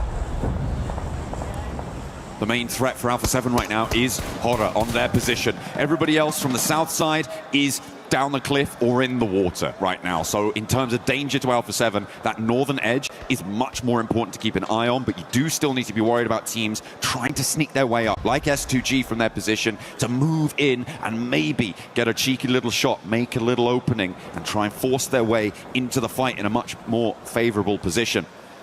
I'm surprised that the teams over on the south side in the water have survived for as long as they did. They are mightily tested right now. You can see, I mean, Mormon is right close to them. They're trying to get their weapons out here, get a shot off, maintain that pillar position, maybe find a shot, maybe find it, Tony K, maybe no. Can't quite get up high enough. As Federalis, he's on top of Mormon. He's just about getting the DPS out, but it's not happening. Just holding him under though, trying to stop him from getting the breathe off. Making it difficult. Federalis dipping back down again, but yeah, for Vitality, Arena and Ida, this is a tough experience to be in. You see right now S2G trying to see if they can get themselves further up, the peak over towards where Alpha 7 is currently playing, but they are having a struggle bus of it. It looks like it's still happening as well. The circle shifts out west blank. It keeps Alpha 7 in, but that eastern cabal of players, Godlike, Yangon Galacticos, the duo, Tiamba as well, that's all going to have to force west now. And I think it's going to get messy. For Godlike, I feel like it may be the best opportunity for them to just go as far forward as they can, as fast as possible, to try and escape the pressure that may find its way further east. But Yangon Galacticos want to try and get ahead of it too. They are just immediately sending straight on in. You may as well Try and get further into this. Again, this is sort of undecided though, because you have the western apartments and the eastern apartments on this one. It is marred by this massive road that goes in between. Crossing that's going to be a bit difficult. We are on that coin toss type of a circle now as well, where teams on that northern side likely will have to move. Question is, how well can Alpha 7 hold them out? Because there's a lot of teams moving in tandem. Tiamba setting up the smokes now to try and get across towards where Godlike are currently playing as a 3-man. I like this though from them. They're going to try and take the fight closer to Tiamba. Be prepared for this maneuver. Elementrix gets mollied by a teammate off in the distance as they combat with Horror and Etch in the meantime. Godlike, they push back out, as you said, Blank. Now, against 4 players from Tiamba. Tiamba needing a little bit more dynamism than we've seen from them so far in these group stages. Let's see if they've got that in the pocket. Milu with a nade on close, first to step forwards, doesn't get contested on the angle, and now has to back off, but immediately stepped out by Spower and will be able to take it down. Eagle tries to fly around the corner, but it's not working out. Godlike hold well for the first volley. Great initial knock there from S-Power into a second. Will take the knock on himself just to ensure that Godlike can go forward. It's heroic play here from S-Power to ensure that they get the 5 elims. They're 1 off from cresting back into the top 5. But hey, Blank, they pay the price. S-Power, sure, he was able to keep them in this one with some beautiful peaks, but the off angles there, they punished him. It meant that now Godlike has only 2 players to play with, but with 5 elims, they've still got a little chance of getting across here. A lot of teams now getting forced into unfavorable positions, and Etch have to take the top floor against the Wolves on the north side. Horror are going to have to move as well, Blank. 40 seconds to get out of their building and across a road and into no man's land. Revo taking a knock here is kind of bad news for Alpha 7, because this is exactly the time that they want to be on a swivel right now. They want to be that moving turret as teams attempt to make their crossings. How many smokes these players have remaining? Edge as well as Wolves know they need to get rid of one another first before they make that cross. As S2G slowly shimmer their way down the coast. Playing on those cliff sides.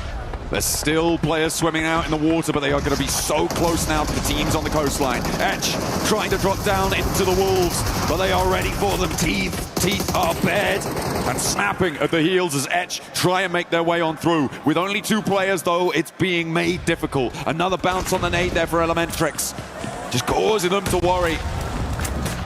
On the north side, Horror still yet to leave their building. Another knock sent their way. A self-nade from Sleepy, and they are going to get flushed away. Grizel from Alpha 7. Nasa from Edge. Everybody stepping into the fight, back into the blue, and they fall down. But Wolves, similarly, will take that tumble too.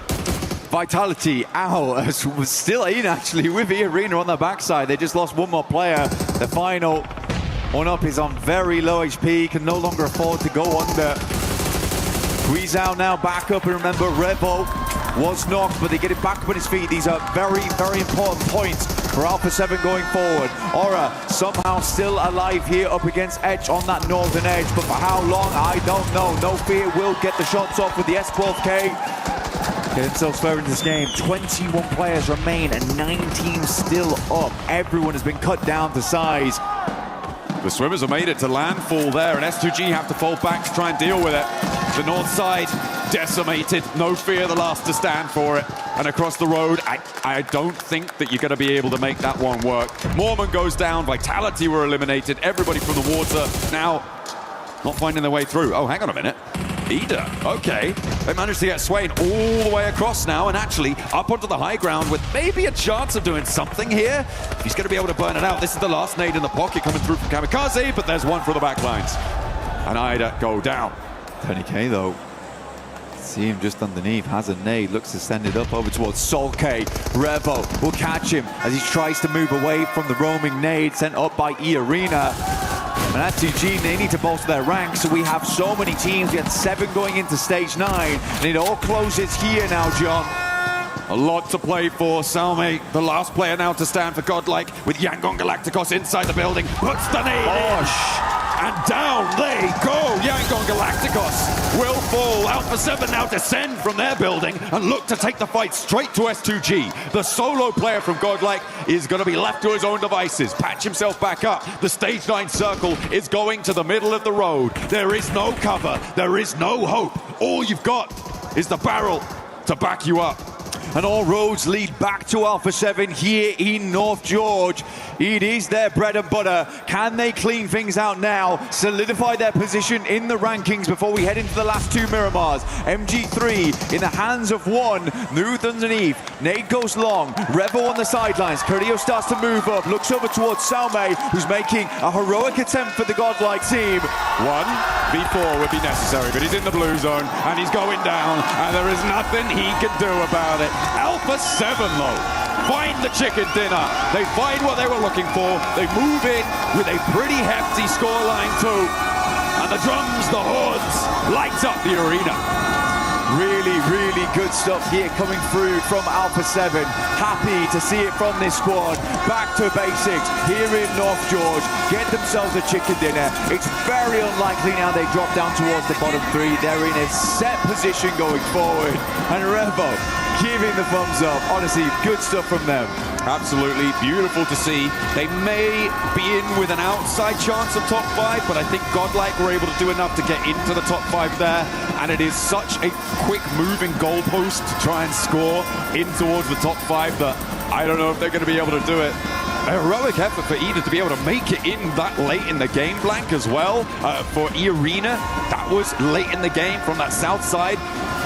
A diabolical circle for them to try and navigate. Yeah, for everyone. I mean, so far Group B has been really cruel. From the southern playing paths to the circles we've been given, I don't think really anyone has been given an easy EWC here for any squad at PMWC. But for Alpha 7, great game. Really, really good game. Revo was on point this map. In a big, big way. I think he was finding a lot of shots here and there.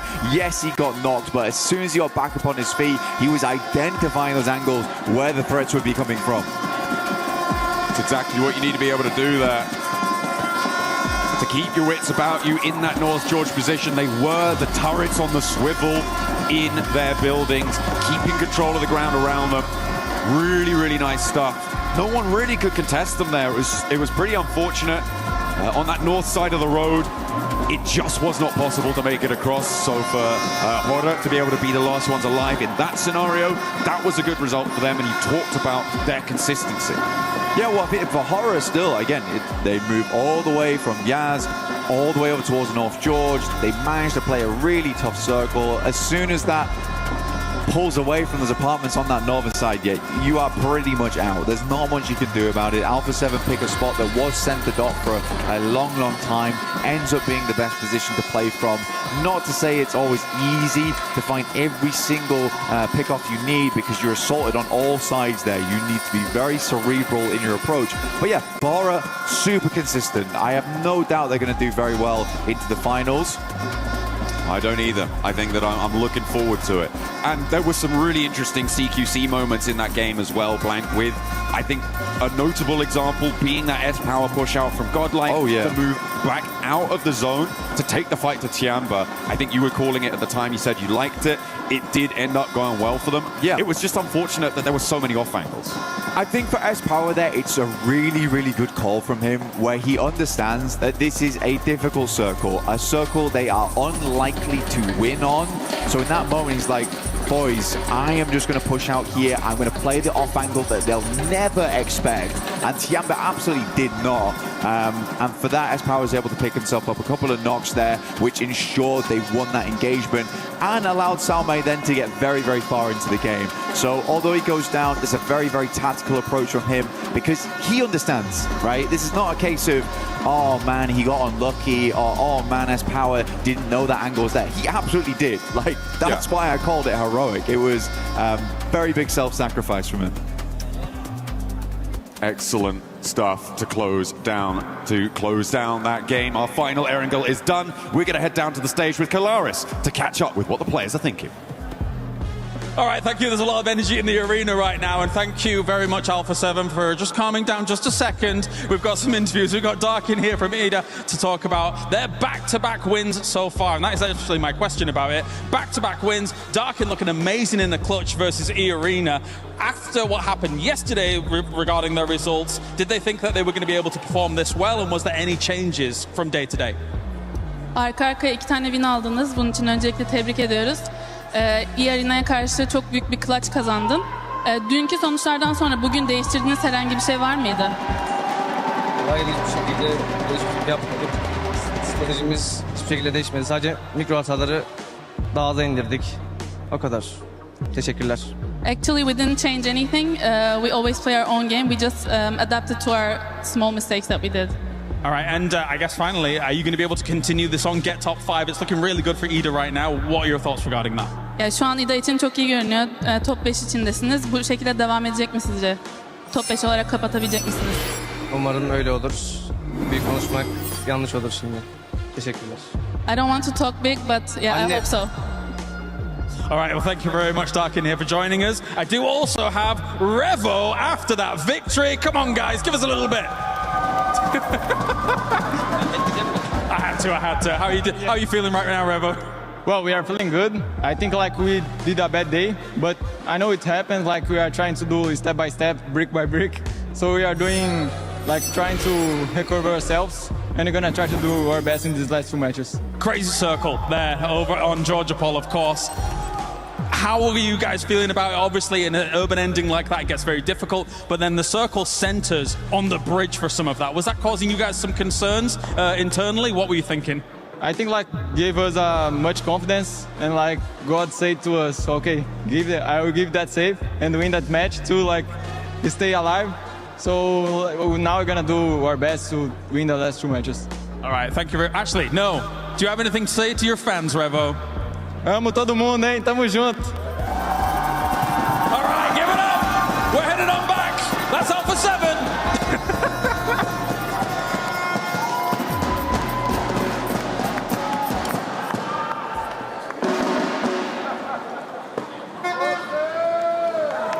Okay, guys, I clearly won that first game of basketball, but now we have a second game to play with 7.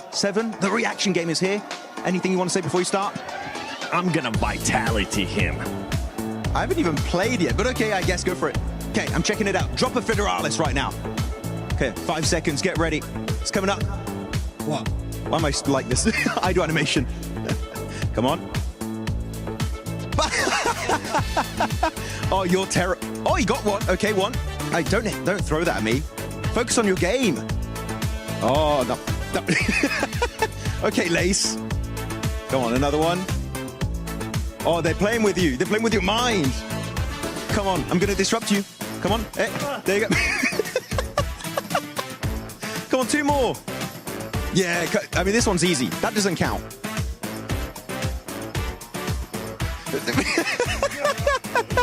Yes. I forgot how many you got. We're going to set it up, and he's going to do it. And you guys going to let us know how many I ended up catching, because I lost count. Yeah, same. We'll be right back. Okay, we forgot how many I was able to catch, but now, Max, it's your turn. Oh, you put me into it? Yes, we're going straight in. Oh, I'm gonna be terrible. Come on. First one, you're going to catch it. You're going to miss it. Hey! 1. Ooh, that was close. That was really close. Those you cannot see. Honestly, I don't... 2. Let's go, baby. Oh, that was close. That was close. That was close. That was close. Oh, no. You got to be ready. You got to watch out with that one. 2. Come on now. No. My eyes, I was cross-eyed. Hey.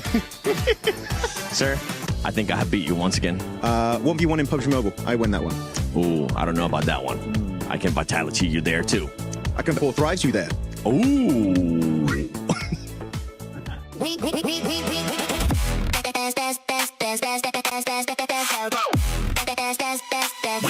Esports World Cup up.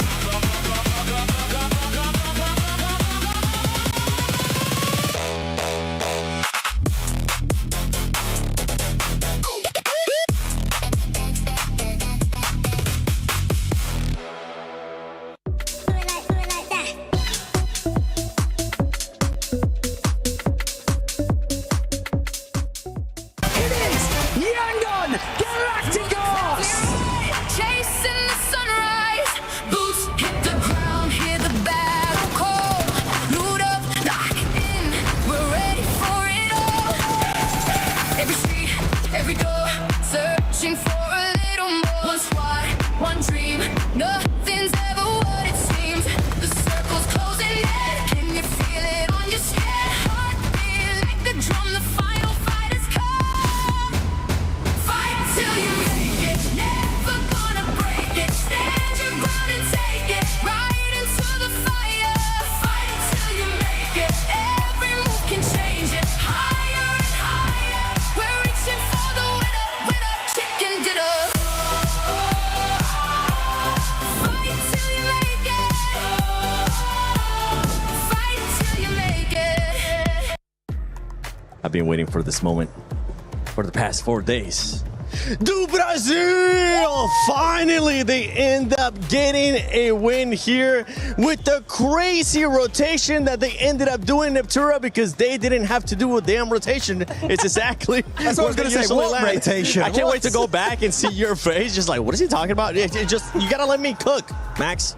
You got to let me cook. But yeah, for that squad, this is exactly what they were needing. Oh, it's so nice. It's a breath of fresh air coming on through for A7, because now they're like, oh, yes, was it handed to us? A little bit, but... A lot.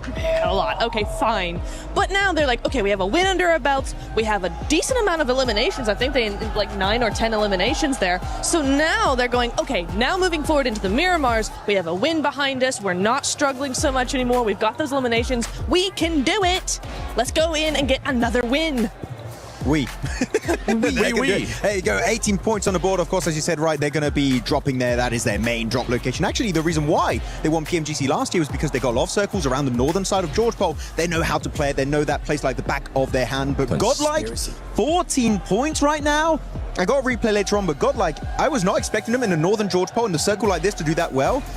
For a team that has never played globally, they're getting these insane circles, man. I kind of feel bad for Godlike, man. The circles just are not making it easy. I don't feel bad at all, because they're showing up to when they are being challenged. Sure. And I think that is just such a great trait to have. And this is before we even came to Group B. I was hoping that Godlike will be able to showcase the skills that they have, not only just in fragging, but their tactical skills. And we're getting a chance to see all of that laced with Godlike, just them being able to rise up whenever they actually need to.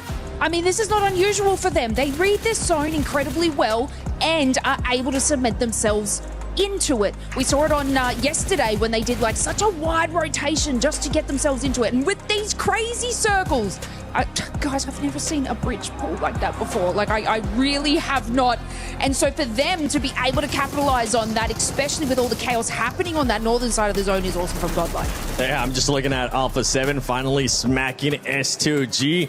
That battle is going to be heated when we go to the clips on Instagram, because those two squads have been talking so much smack to each other. But if we actually look at the top damage dealers and the eliminations, it's actually pretty even out for those top 3 teams.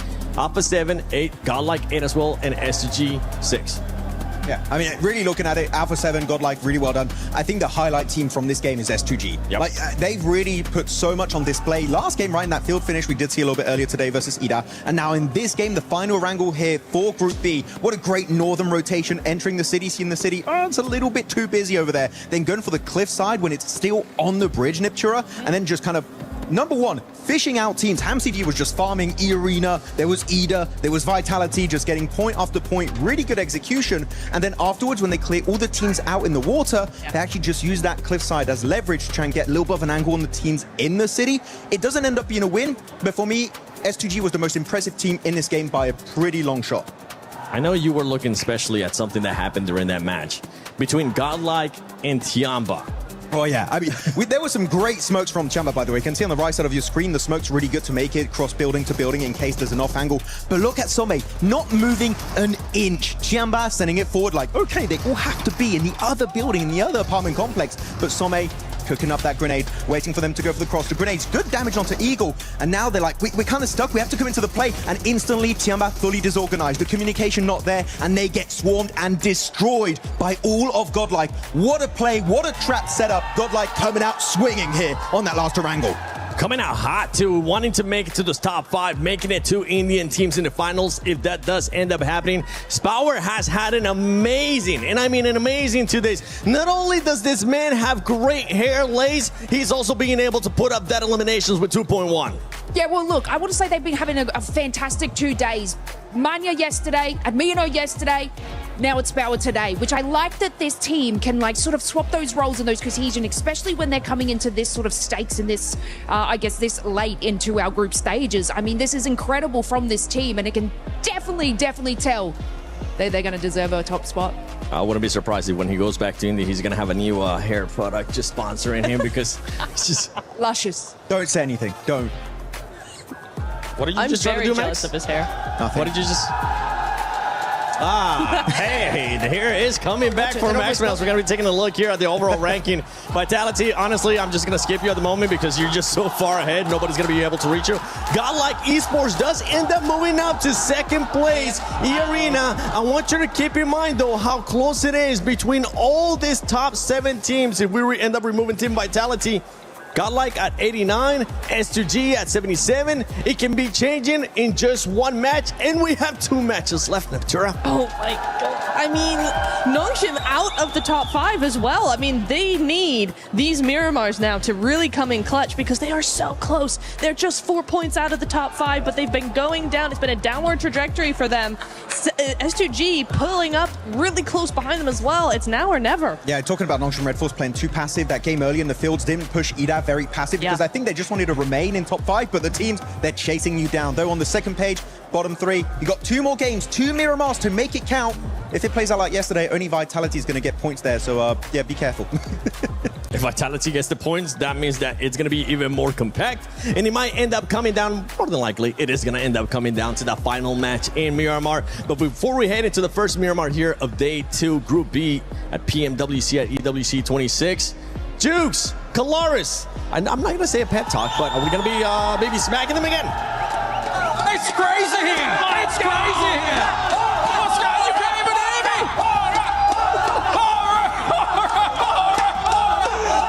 It is so loud here. Jukes, I can't believe these fans are all here rooting for Horror in a big way. I think we found the Aura fans here, right here, locked and loaded, baby!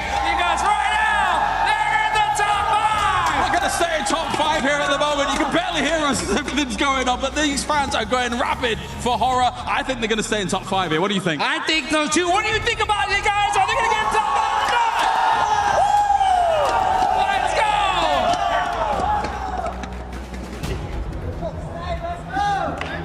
Oh my goodness me, how excited are those players, the fans, well, hopefully the players too, but the fans are going to inject that power into our players, hopefully, to be able to take to the last 2 maps on the menu for Group B. 2 rounds of Miramar left for our teams to make their bid for the top spots to try and escape that death zone at the bottom of the tables.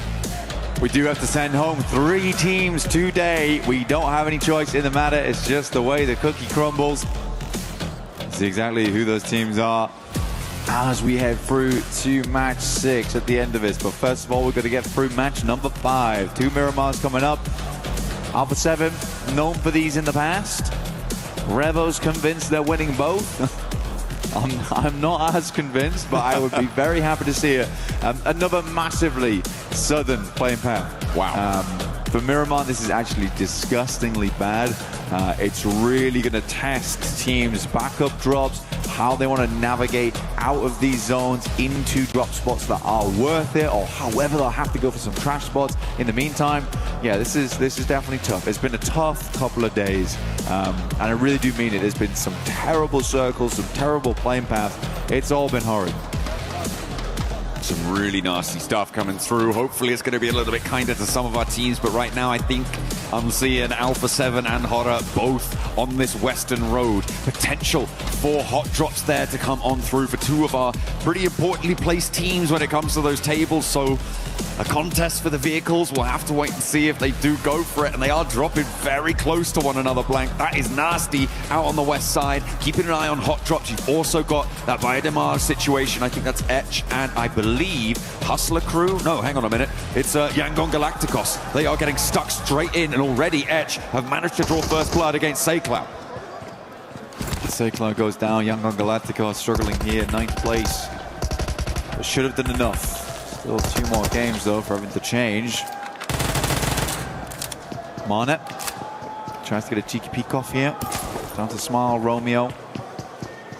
as well, still up here kicking with the rest of the squad. Circle goes over towards the western side. Alpha 7 should have fun time over towards El Pozo off the back of this one. Wolves in Monte Nuevo. The Horror are getting stuck in alongside with them. Curious to see how they handle this, because they cannot have that many bits of weaponry just yet.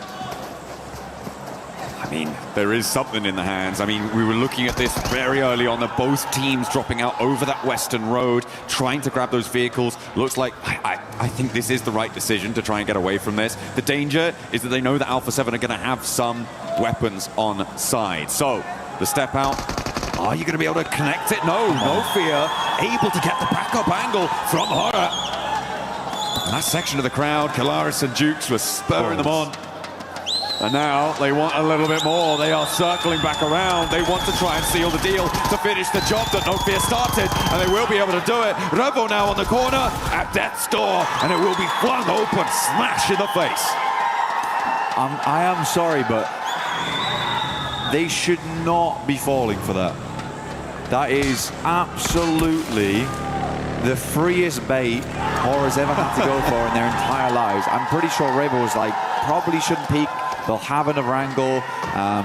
But again, it got the better of them. They should not have peeked that as a two-man. They didn't have the angles. There's full broadside over on that wall. If another player's already set up early, which Horror had done, you have to expect these teams will be going for these plays at such a level of PUBG Mobile here. Yeah, it's a strange one from Alpha 7. I was actually about to be really, really kind and say, wow, really love the patience from Noof as well as Revo there. They decide not to peek because they know that Horror's got an off angle available. And then all of a sudden, it all went wrong. Yeah, it's not too good. But the good news is that they're going to win the game, right? Right, Revo? Right?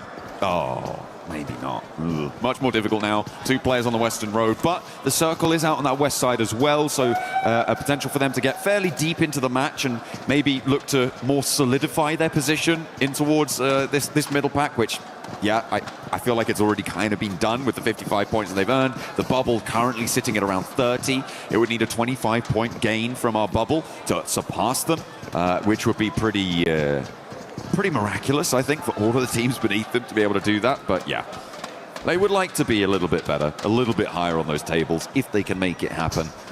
But now they are just too far from 5th. We are going to be trimming the herd of teams looking to make it in. S2G and Nongshim Red Force just behind that bar. As a team that does love Miramar, it is S2G. Now, they have been fairly lucky before on it. Okay, we're going for the PM. Love to see it. Absolutely panned on. Oh, dear. A bit of revenge coming through for Horror. But yeah, for S2G, they do love this map. They've had some luck on it before. This time around, I don't think we can call this luck at all. They're sat in El Azahar. They have to move across. But if there's any time for the Turkish squad to do it, it is right now. To be able to send 2 Turkish squads through would be a very, very cool thing to see for the region. And they're not far off. Okay, Romeo lying in wait, quiet as a mouse, but strikes like a viper as they step up the stairs, a little bit too bold for it, but still in danger. Romeo drops down, Smile goes down the stairs, out wide. Fajita can't quite connect on the shots, and it's going to be a 1-for-1 trade on the angle. Smile still with it, more to do, but he strafes across and can't quite get that spray transfer to connect. And it will be the end for Yangon Galacticos in the penultimate Miramar. Going down on 55 points though, Blank, they're very, very likely to be going to the survival stage here. Yeah, this matters way more for Edge, honestly. Getting 4 elims there is great news. They also didn't lose a singular player. Everyone knows that you really don't want to be losing players too early here on Miramar. It does make a lot of your rotations much, much harder. Some of those holdouts a lot harder as these compounds can get quite large over on Miramar. But we are heading back over towards those crater fields. Some of those more open areas of the map. We have a lot of dead ground over towards that western side. We're cutting in over towards the mountaintops. Vitality with a little bit of a road ahead of them, but they spent some time to take down the truck. They will be profiting from the loot inside. A really nice pickup for them. Obviously, the addition of those, a massive early game speed up on your looting phase You do want to be getting on the road nice and quickly. Godlike, they're a little bit closer to the circle, the west point of Los Leones right now. Going for the ghost roll down the hill as he turns the engine on and finally hits the gas. Sends them forwards, careening towards the northern area, just north of Chumacera, to get on into this next circle. The center of it around Monte Nuevo is starting to get quite packed in now. Yeah, the crossroads are going to be a pretty big feature in the future. I mean, E-Arena's already trying to set up early over towards that high ground, but Emre is set up there early on. Might have to dip and head towards the rest of the team at some point, though, because E-Arena might just flow through. For the time being, though, it's not a massively priority position, so Emre might just get the chance to sit up here for quite a while, play Lighthouse, and scout out these teams coming through on a full 360. Chumacera is probably the most awkward area of the map right now, and a lot of teams are coming through from there because we had that southern plane path at the start of this match on Miramar. So you have those foothills you're having to navigate through into Monte Nuevo. So we have 1, 2, 3 around Cruz de Valle. That's Nongshim, Edge, as well as TT Project. And then as we head further over towards Monte Nuevo on that south side, we've got GS, we have Hustler Crew, we've got Godlike, we've got half of Wolves, we've got Dopeness too. So this is a very, very packed area of the map for a lot of teams. And even Vitality's coming through from Los Leones now to cover that area. Ooh, Etch lost a player there. We were talking about how important it was that they were able to get the 4 elims to try and jump up out of the bottom 3.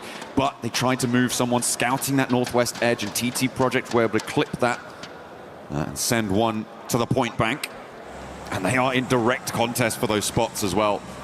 It's not where you want to be seeing your points going. If you have to go down, you'd prefer it not to be a team in contest for one of those qualification spots to the survival stage. Next circle, displaying itself with a hard south shift. That area that you were talking about being so jam-packed now sits right in the middle of the whole circle. Yeah, around Ladriera as well. So pretty awkward. There's a bit of high ground over towards the east and the western side. But Ladriera is kind of this dead valley, right? It's not central either. So going for some of those compounds that sit underneath the ridge side, not ideal at this stage of the game, but some teams might be forced into them just as stop-off points.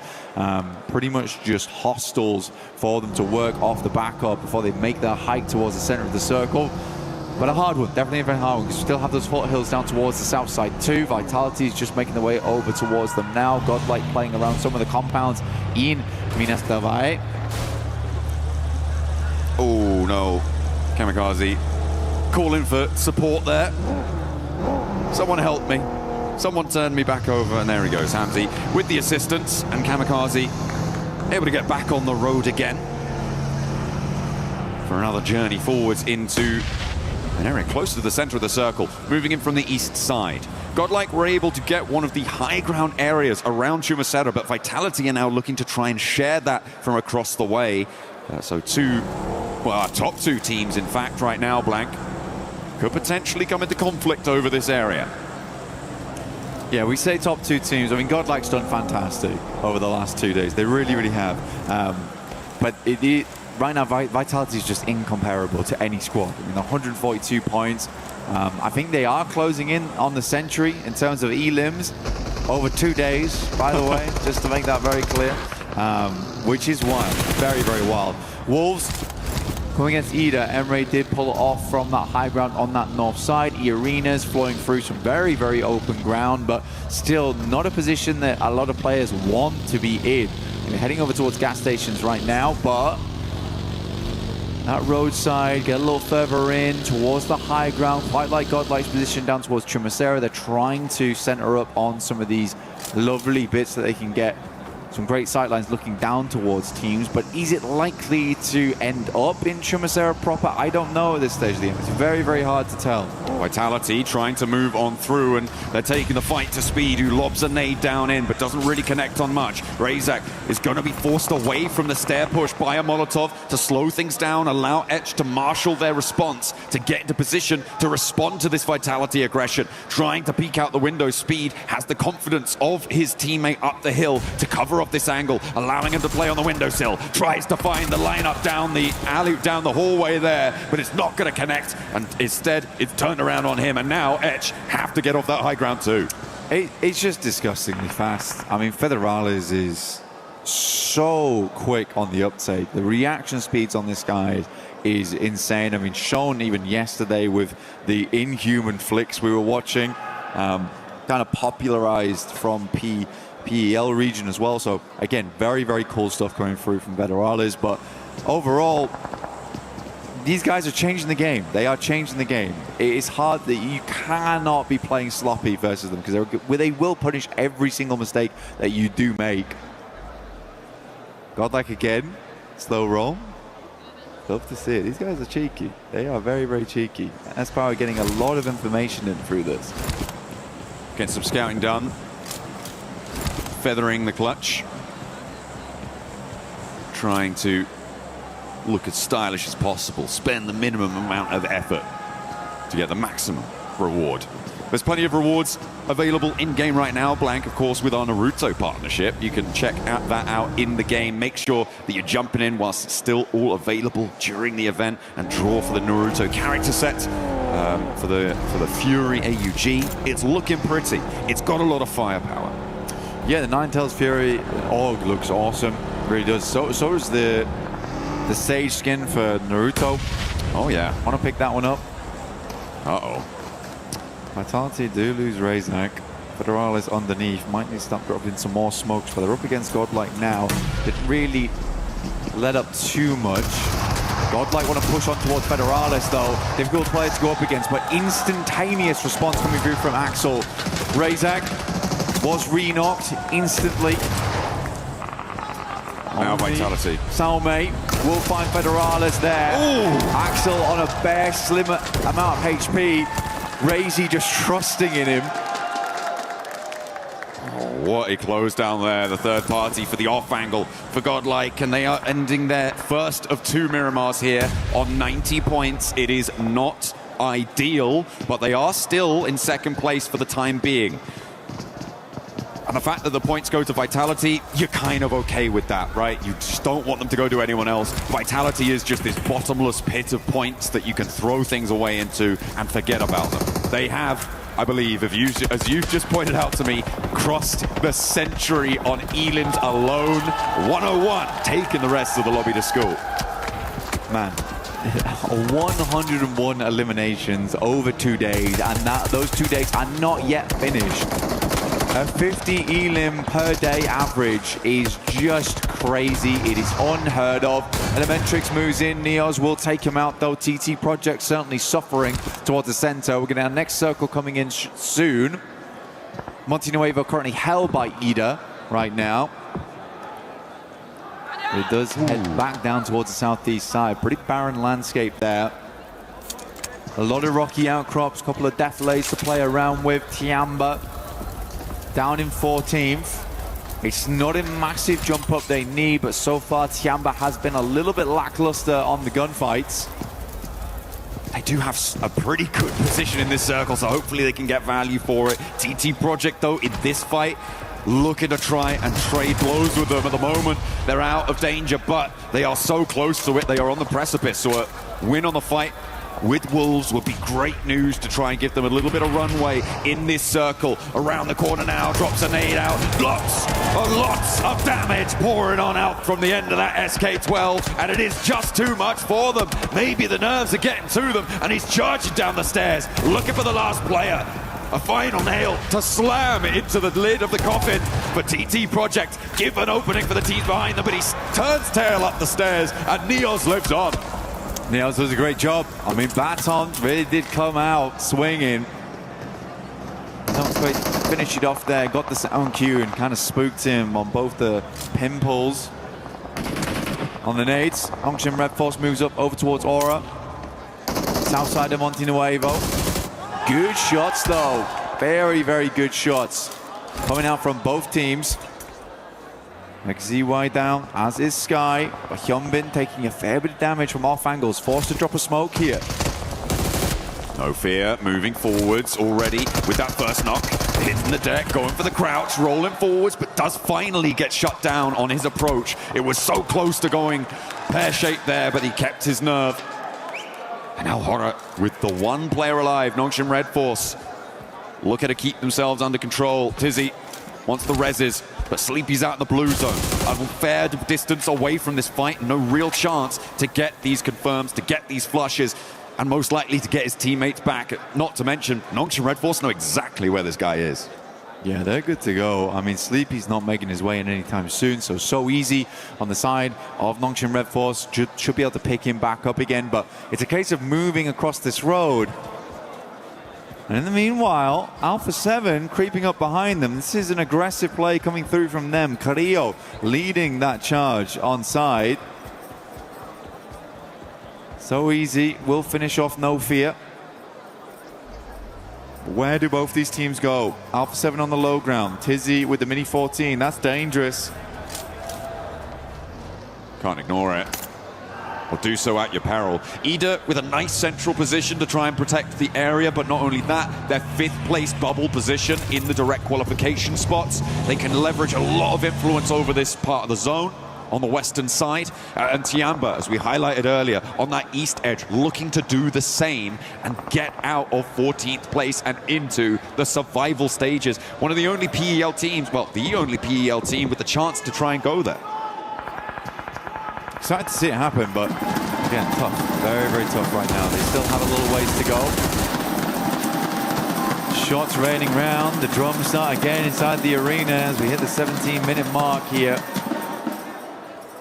The circle heads over towards the northeast side. S2G, once again, I mean, these boys, they're good at Miramar, and they're also good at qualifying last minute on Miramar too. They currently hold both sides. There's a bit of a greedy split they've got going on, but they also have a lot of vision. They've got a lot of range in this area. Yes, it is greedy, but until they start seeing teams trying to push over towards these points, understanding that the north side is most likely the clearest area of the map, depending on the playing path, they should be okay. Remember, they swung in from El Azahar. This was a long journey for them. Long road indeed. Hustler Clue finding one from 721 GS. On that south edge in the meantime, Vitality are behind them in the queue. They did lose Federalis earlier, obviously. 5 eliminations already, fine. You'll take that. That's pretty chill. And around that south edge, they'll try and roll through. Hustler Crew right now, probably one of the softest targets for them to try and take on the fight with, but Alpha 7, far from done. And I look for the spray down. Not quite connecting underneath there, but spots him trying to get away from the vehicle. It was going up in flames, and Carrillo secures another point for Alpha 7 to get them one step closer to safety. Hyunbin tries to go for the hop around the edge, but it's going to be shut down. This is the influence that I wanted to see Ida executing on this western side. Ida's had a fairly safe game as well, so they should have decent utility, decent supplies on board. Raisy's got his something on. That's scary. And Vitality, they're looking to push straight over towards Hustler Crew's position. Kamikaze will find Tizzy too. Again, good stuff from S2G, maintaining control of the map on that northern side. Hustler Crew will find Razak. Axel goes down as well, but Raisy's still kicking, still making those shots happen. Following the vehicle down, the sideline shots as well. He knows he has to finish up quick. There is that off-angle potential, as you said there, Blank. Needs to hit the heel, though. The nades are going to start to roll on in, sidestep it, but he doesn't manage it. And it goes boom, and Vitality are out, eliminated with 6 elims, so it's still a really good game for them, and they are totally chill, they are totally fine. In the meantime, though, Hustler Crew fighting for their life. Vinny on a separate fight as Vitality rock up into the other side of his team. Drops a nade out the window, looks for the flush, looks for the knock, but it's not going to come through. Nasser, the last stand for Etch on the bubble, opens the door, doesn't step through it though, and Vinny tries again, has still got ammo in the back, and will be able to shut it down. Etch now down on the bubble. Goodness me, Etch, like you say, out 13th. Tiamba, I half expected them to have a lot more influence here. I think they just don't want to lose this compound. They like how they're playing off the back of it. Didn't want to even try and send a 2-2 split down there. They know they could probably deal with these teams as they come in later. Dopeness did make their way up from that south side. Vinny could not help with Vitality. He was having his own small battle on the other side of the map. Dealing with his own demons. And now Vinny has the whole of Tiamba look at his way, as well as Dopeness out on the western side, but he's into the vehicle, trying to make his way through, and it's not going to go well. Milu picks that one up. Tiamba able to eliminate another team, but they have to leave their compound now. They can't commit to staying there any longer. The zone goes to the center.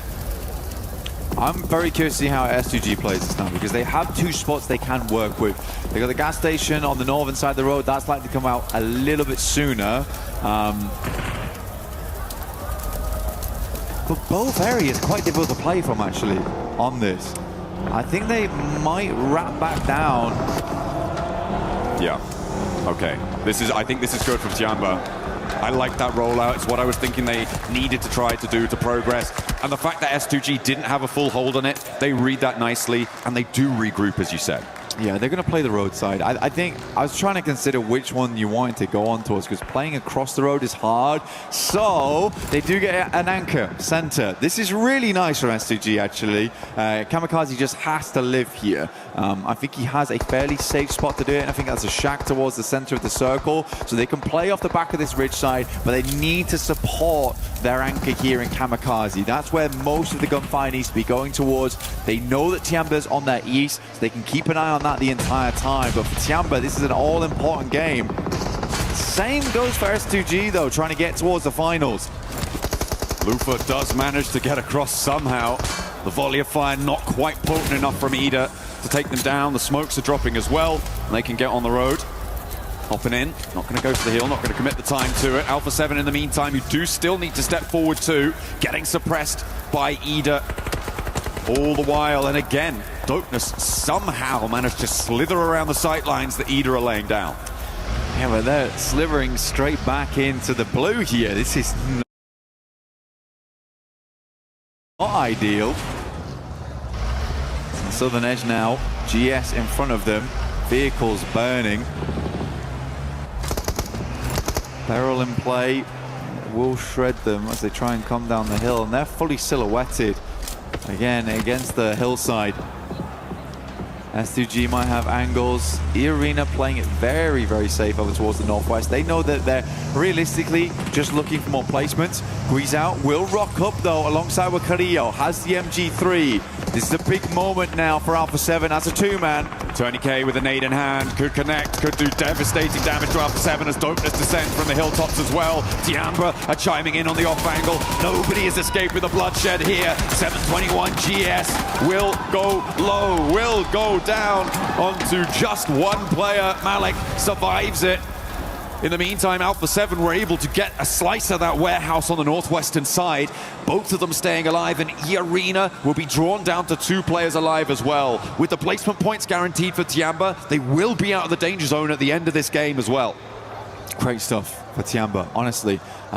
They are being really cautious about it though, right? They're trying not to get too aggressive onto these engagements, try and siphon points where they can. Sadly, it's not been a lot of points at all that they've been able to siphon off. Tiamba only with the 2 eliminations on this game.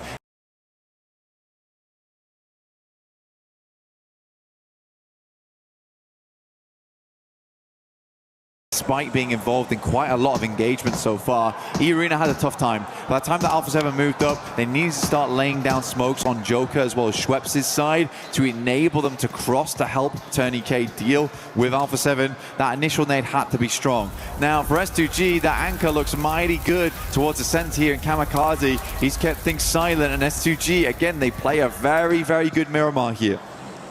It's their chance to jump up in towards the top 5. The annoying thing for them is, though, Blank, E-Arena and Ida are both still alive. Ida with all 4, E-Arena on 2. They're hoping that Alpha 7 are going to win this fight on this northwestern side. Maybe not so directly, but I think it would be in their best interest if it did happen that way. Alpha 7 with their back to the zone, guarding out E-Arena as they launch a nade forwards to slow them down. Good initial nade. Chips away at the damage. Schweppes has one of his own, sends it out, only a little bit of damage. He's going to commit to the second one. Joker doesn't take any damage from that whatsoever. Guizao gets backed off. Molotovs go through, stopping Carrillo from peeking too far out here, or in fact retreating back. So now in a 1v1, good shots from Joker. Guizao, all up to him, will go down. Sadly in 6th place, but still a good attempt from Alpha 7 on the 2-man they had.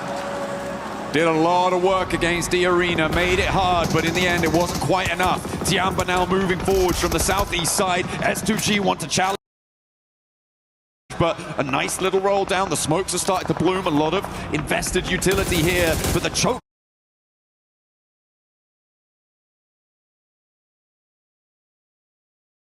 hold from S2G is potent, and the spray down connects with Milo on the back line. Lost looking to lay it down too. The nade doesn't quite go the distance from QZ, and it does not connect. So Tiamba playing on his 3, still looking to push over the top of that bubble position on the bottom of the tables. Ida sweeps over towards the arena as they try to make their way in here. But for Ida, it feels like a pretty easy cleanup should things start to go a little wrong here for S2G. I do like that S2G gave Kamikaze basically all the bells and whistles as he moved in towards there. Almost 400 ammo. They wanted him to be on a swivel the entire time. 4 nades as well, just in case people rocked up on this shack towards him. Good shots from QZ to start things off over towards GS. Once again, another circle shift here. I do think that S2G has played this game very damn well. It's just a question how well they can deal with Ida in the near future, and can they manage Tiamba on this eastern side without having to invest too much into it. Really difficult spot. QZ is burning there, down behind the tree. I think the healing is already coming through though, so will be okay for the time being. Hasn't come through yet. Maybe a little bit lacking on that front. As the nades continue to push forwards, Emre trying to make a break. You can see the smoke dropped out. 721 GS still a factor here on the north side for Tiamba. It is just about in nade range and they're taking damage. There it goes over the front bonnet, just keeping them safe, but there's a follow-up. There is still more pouring on down. That looks good. It's on target. They dash away, dart back in. They are back and forth, and S2G have taken casualties. Emre with a big nade over towards S2G on the center point. In the shack, they lose 2. Again, this is all about managing things, right? Is why I thought Ida would be a big problem in the near future. For Tiamba, an opportunity opens up here. S2G, they scatter to the wind. They look to try to bolster position alongside Wahamzi G now. But another nade goes in. Solke being very careful, looks to drop the smokes. These are long grenades to head on over, not quite reaching. Rita extremely low, but in his last moments will send a nade in. But the junkyard of vehicles making a nice safe position to play. Emre is down. Rita's going to try and send some Molotovs over the top, make it uncomfortable, make it hot over there for S2G. Tiamba are wasting so much time here, Blank. Sure, they find Lost on that off angle, and that is a great pickup for them, but it's taken them so long. They could have moved forwards, tried to dynamically take that position, sideswipe, and third-party S2G on this shack. They can do so now as it has unfolded for them, but I feel like they could have done it a little bit earlier. I want more dynamism from them, but they are still doing well here. I mean, Tiamba, they still got to deal with GS, right? And pushing down there almost might have been a death sentence for them. They've only got a few grenades left. Still nades sending out over towards Rita right now. He might be able to hit the God nade through the window, potentially. He will send it. Lands on top. But yeah, GS is a big problem. I don't think Tiamba had a lot of nades though. They didn't even have a lot of ammo either. They've been playing this game quiet. But the amount of sidesteps they've done on these nades has been quite miraculous. We've seen some acrobatics coming through from Tiamba so far. Rita moves up. Nade should do the trick though. Takes him down. Another team scratched off the card. S2G with a chance to jump up into top 5 off of this game as well. Blank with a chicken dinner. QZ spotted, and 721 GS are making themselves such a nuisance on the flank. Eagle finally able to do one, find the other as well. Potential for the res, but there's not a lot of time. The zone is already closing. I don't think you can commit to this one. It may just be a raw 2v2, and you know where both of them are. They're both inside. How do you navigate this? Eagle sending in. Moving up towards the tree side here, S2G getting ready for the double peek off the back of it. Nade over the top now, coming through from Aking. He moves up, that might do the trick. Bounces into the window, it's a lovely burst on it. Hamzi G last left alive. This nade has to be immaculate coming through from S2G. A chance, Aking on the back of the tree, gets pushed out wide, and there's the pick. Hamzi now in a 1 versus 1 for S2G to jump up to the top 5. A direct qualification spot is up for grabs. Tiamba looking to solidify themselves into the survival stage. It is a high-stakes 1v1, Blank.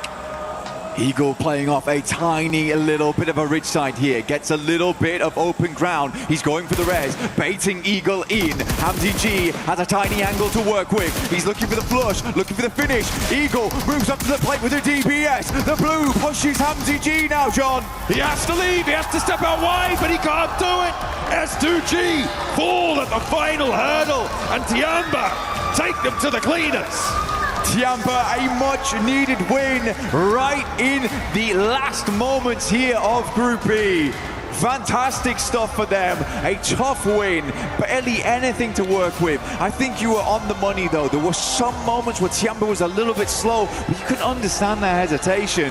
Throughout the entirety of these 2 days, they have been on the back foot, but it must feel very, very good right now to finally get a win underneath their belt. For S2G though, we expected this, right? We called it early on. S2G is a team that does well on these type of maps, but missing out on those points from the eliminations and the extra 4 for the chicken dinner, that might hurt them from getting into top 5 because it's very flexible between the top 7 at the moment. Yeah, it was very, very close towards the top side of the tables. There were teams that had gone down earlier that ended up on 90 points. I think at some point S2G were 11 points behind a little bit earlier on with the Elans that they've earned. They are going to be right in and amongst it, Blank. It is going to be a crucial final map moving forwards. Tiamba, I think with that match though, have accelerated themselves far enough away from that bubble to not be worried moving into this final Miramar. Yeah, will require some miracles to change things up, but for Tiamba, that is a much needed win.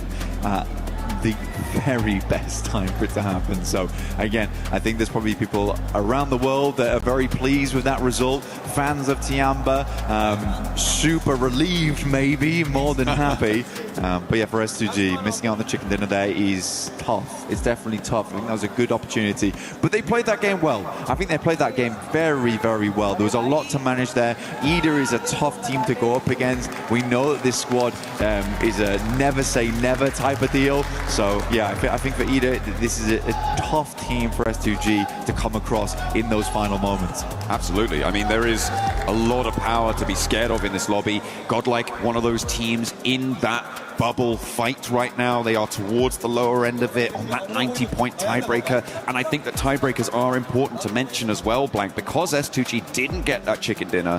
That could be a crucial factor for them if they end up drawing with a team that has more wins under their belt than they do. They don't win it on that tiebreaker. That first tiebreaker being the chicken dinner count could really be important for them. Well, they've got one more Miramar, so again, they could maybe get it done there. I think for S2G, they've proven that they are a good team on the desert. They got their desert boots on most of the time as well, so we'll see what S2G can get done. I think a lot of people will be quite happy to see S2G in the top side, but it's so nice to see it really, really open up. Flexibility in the top 7, so cool, even coming in to the final match today. But we'll be back very shortly for the big conclusion here of Group B.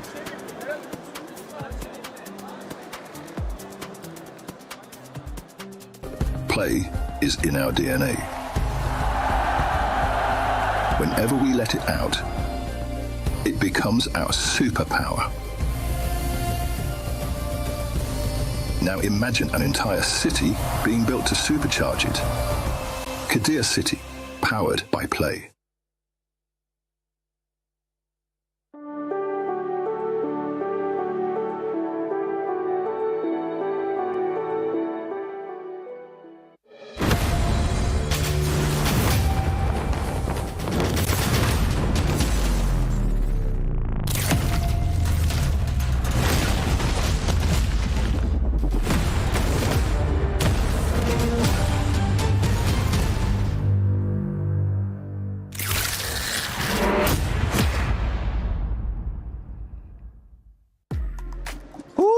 What a performance. Tiamba coming out on top in the last game. It's going to be helping them stay out of those bottom 3. But for everybody currently watching at home, don't forget that the fan experience is now open from August 11th through the 16th. You can join it. There's some giveaways, there's some challenges, and you can check out also the awesome collabs that we've been seeing around. Naruto, Spider-Man, like the brain rot. Still a brain rot?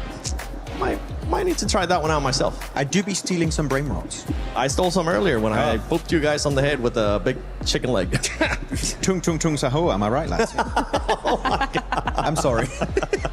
But S2G was able to get a second place finish there. And honestly, this is going to put him in great contention up to right because this squad is wanting to be in the top 5. They are, and they're really pushing for it. It's really, really nice to see that. Even coming into that Miramar, right, we were looking at a really big split across the north and the west eastern side of zone. Big split, 1-2-1. You had Kamikaze coming in, starting to spread out on P5, go into the middle of zone. The reason why they didn't end up winning the game, the reason why it didn't work, because it should have worked.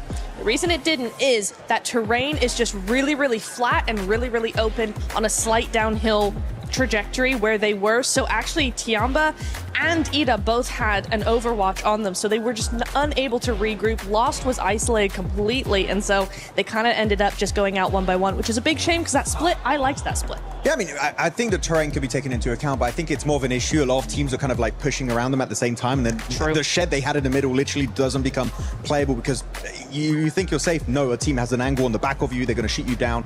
And I think it was quite impressive that Kamikaze was in the center and the only player in the zone for a good old 2 minutes or something, so very impressive. I had no idea how that worked out, but by the way, score for a second there. Eagle was your game MVP.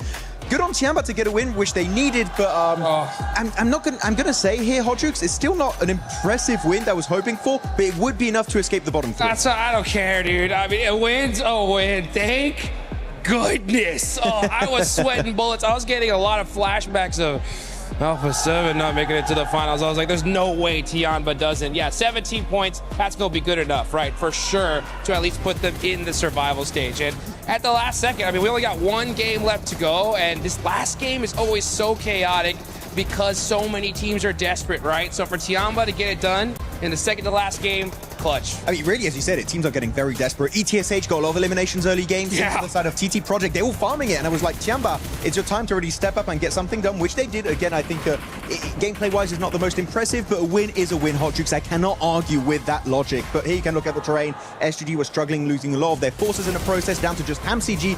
And he almost got it, right? That jump shot trying to escape from the blue zone, but unfortunately, Eagle went caca and got it done. I was waiting for that. There we go. But going back to Tiamba, I mean, yeah, a win's a win. The points, it's something that they definitely needed to stay off those bottom 3. And I can't wait to see what those bottom 3 are going to be looking like. If for some reason you have been missing out when we talked about the format, let me give you a quick little format reminder as we are going to be heading into the final game of Group B for PMWC at EWC 26. Top 5 will go directly to the finals. Bottom 3, Krish, Keith, Crush.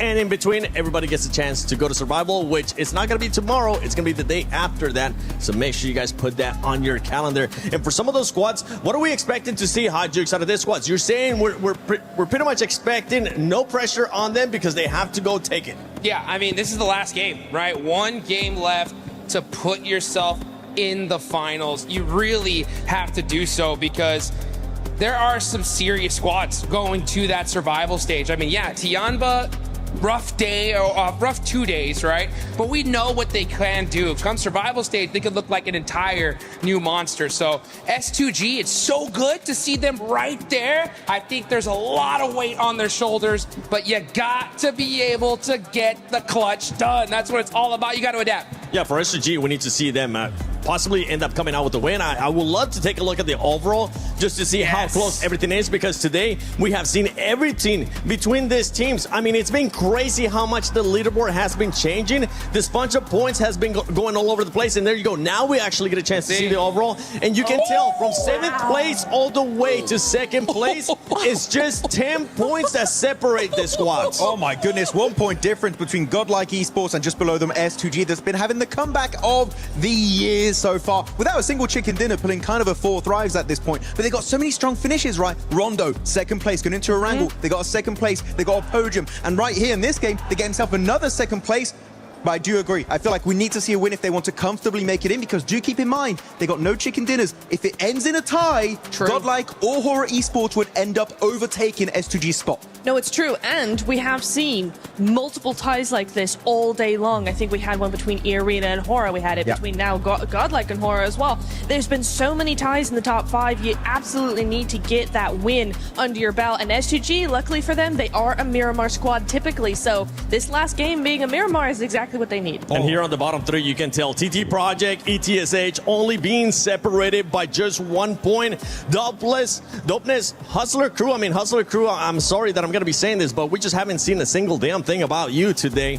I think they ended up maybe getting a total of 14 points, if I'm not mistaken, after this 4 matches. So I don't expect them to do much. But for Dopeness, for ETSH Esports, they are within that striking distance to TT Project Hot Jukes. Just 1 point can push them outside of just going home and staying a little bit longer here at PMWC at EWC 26. And that little bit longer is so critical, right? Because you're going to have a whole fresh start to just make it into that top 6. But right now, this is the time, guys. You got to be able to lock it down. The one thing I really worry about when it comes to these kind of situations is a lot of teams get into their own head. They're thinking, man, I just got to get 1 point. Maybe we just play super passive, do something different here. And that's not what got them here in the first place. So you have to just wipe off that anxiety, stay calm, stay collected, play the game you know that you could do, and make the best plays possible and make it to that next stage. And if any team's going to do it, honestly, talking about that mentality, talking about that pressure, it's going to be Nongshim. They're fallen out of the top 5. But I will tell you what, they are the one team in all of this lobby that I really feel will not crack under pressure. Hello. While you guys were talking, I had that graphic up. I was able to find none other than Killer Joe from Go Gaming, a team that was able to get 8th place in Group A. Killer Joe, you're currently getting a chance to watch all the teams here at Group B. You're going to be going to Survival. What has surprised you besides Vitality? Vitality, give him a trophy now. No, not yet. You still have a fighting chance. Come on. Last year at PMWC, we actually got a chance to see the winning team come out of Survival. It could end up happening again here. What are you guys going to be looking to change, if anything, going into Survival? Because it is going to be top 6. Moving on. We will change maybe more practice, more changing positions of the game. Obviously, we have big problems in the first group because we just no focus, but trying to fight to get consistent. See you guys at the finals, I hope. You got a chance to play Group A. You're getting a chance to see here Group B. There's been a lot of questions between everybody saying, which one is the group of death? Okay? I want you to look at that camera and tell me which one is the group of death. Group A and Group B, and why? Only Group A, because Vitality is crash everyone. Looks like they both won by 1 head of different team. I don't know, maybe it's I don't know how to explain this game. Maybe they play by fun. They're just playing on a completely different level. That's what's currently going on with Vitality. Even when they're slowing down here in the second day, they're still out fragging everybody else. Thank you, Killer Joe from GOAT Team. I can't wait to see what you guys are going to be doing in Survival. Hopefully there's going to be a lot of changes. Top 6, I think it's doable. But let's see what Barney and Luti are currently up to. So. This is the thing, right? For those of you at home who are watching this incredible event, you may not be feeling the atmosphere here at PMWC, but we do have quite a bit of crowd presence. And before we go into our final match of Group B, let's test it out, shall we? Alpha 7, Fasan Barulho!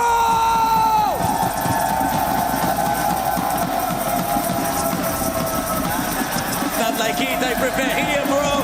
All right, sport. One more game. It's now for Nepal. It is now. We saved the best till last. Godlike, let me hear you roar!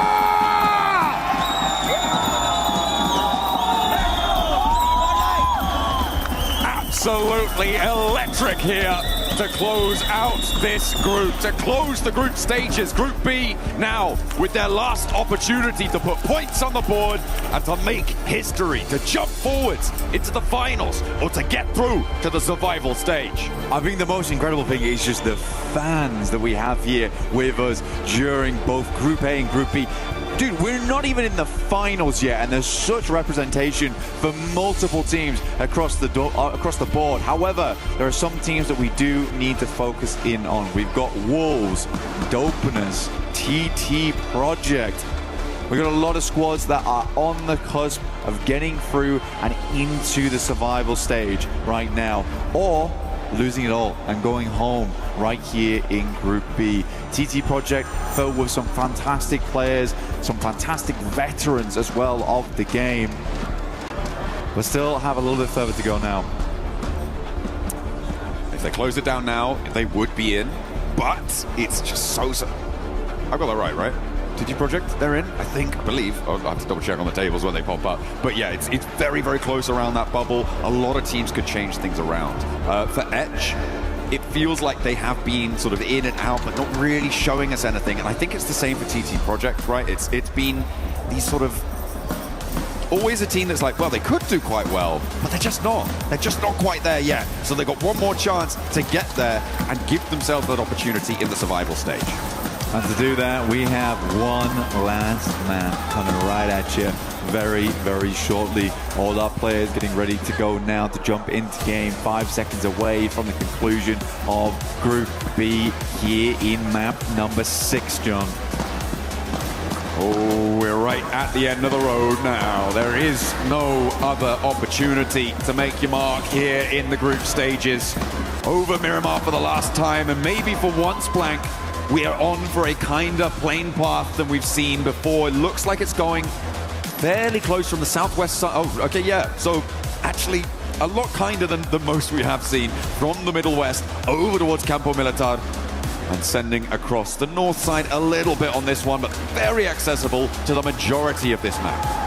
Yeah, it's actually quite a nice playing map here because you're going to be able to get over towards all the vehicles on the eastern coast here, wrap back down towards Impala Puerto Paraiso if you need to go that way. El Pozo's open immediately, as is Montenuevo, Power Grid, Picado, San Martin.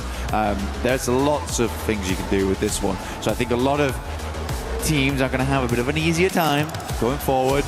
We still haven't changed our top players. They're all in Team Vitality. That's never going to change at all. Neither is the damage numbers. Okay. Well, it might go up. It might go up, but yeah, it's the players are not changing. Vitality has just had an absolute field day here in Group B, and we do have to congratulate them again. This has been a wonderful performance. We are going back to the past once again. BTR, when they were just so strong, but we're bringing the modern era of Indonesia. It's good to see, and that Indo pride is back in full force.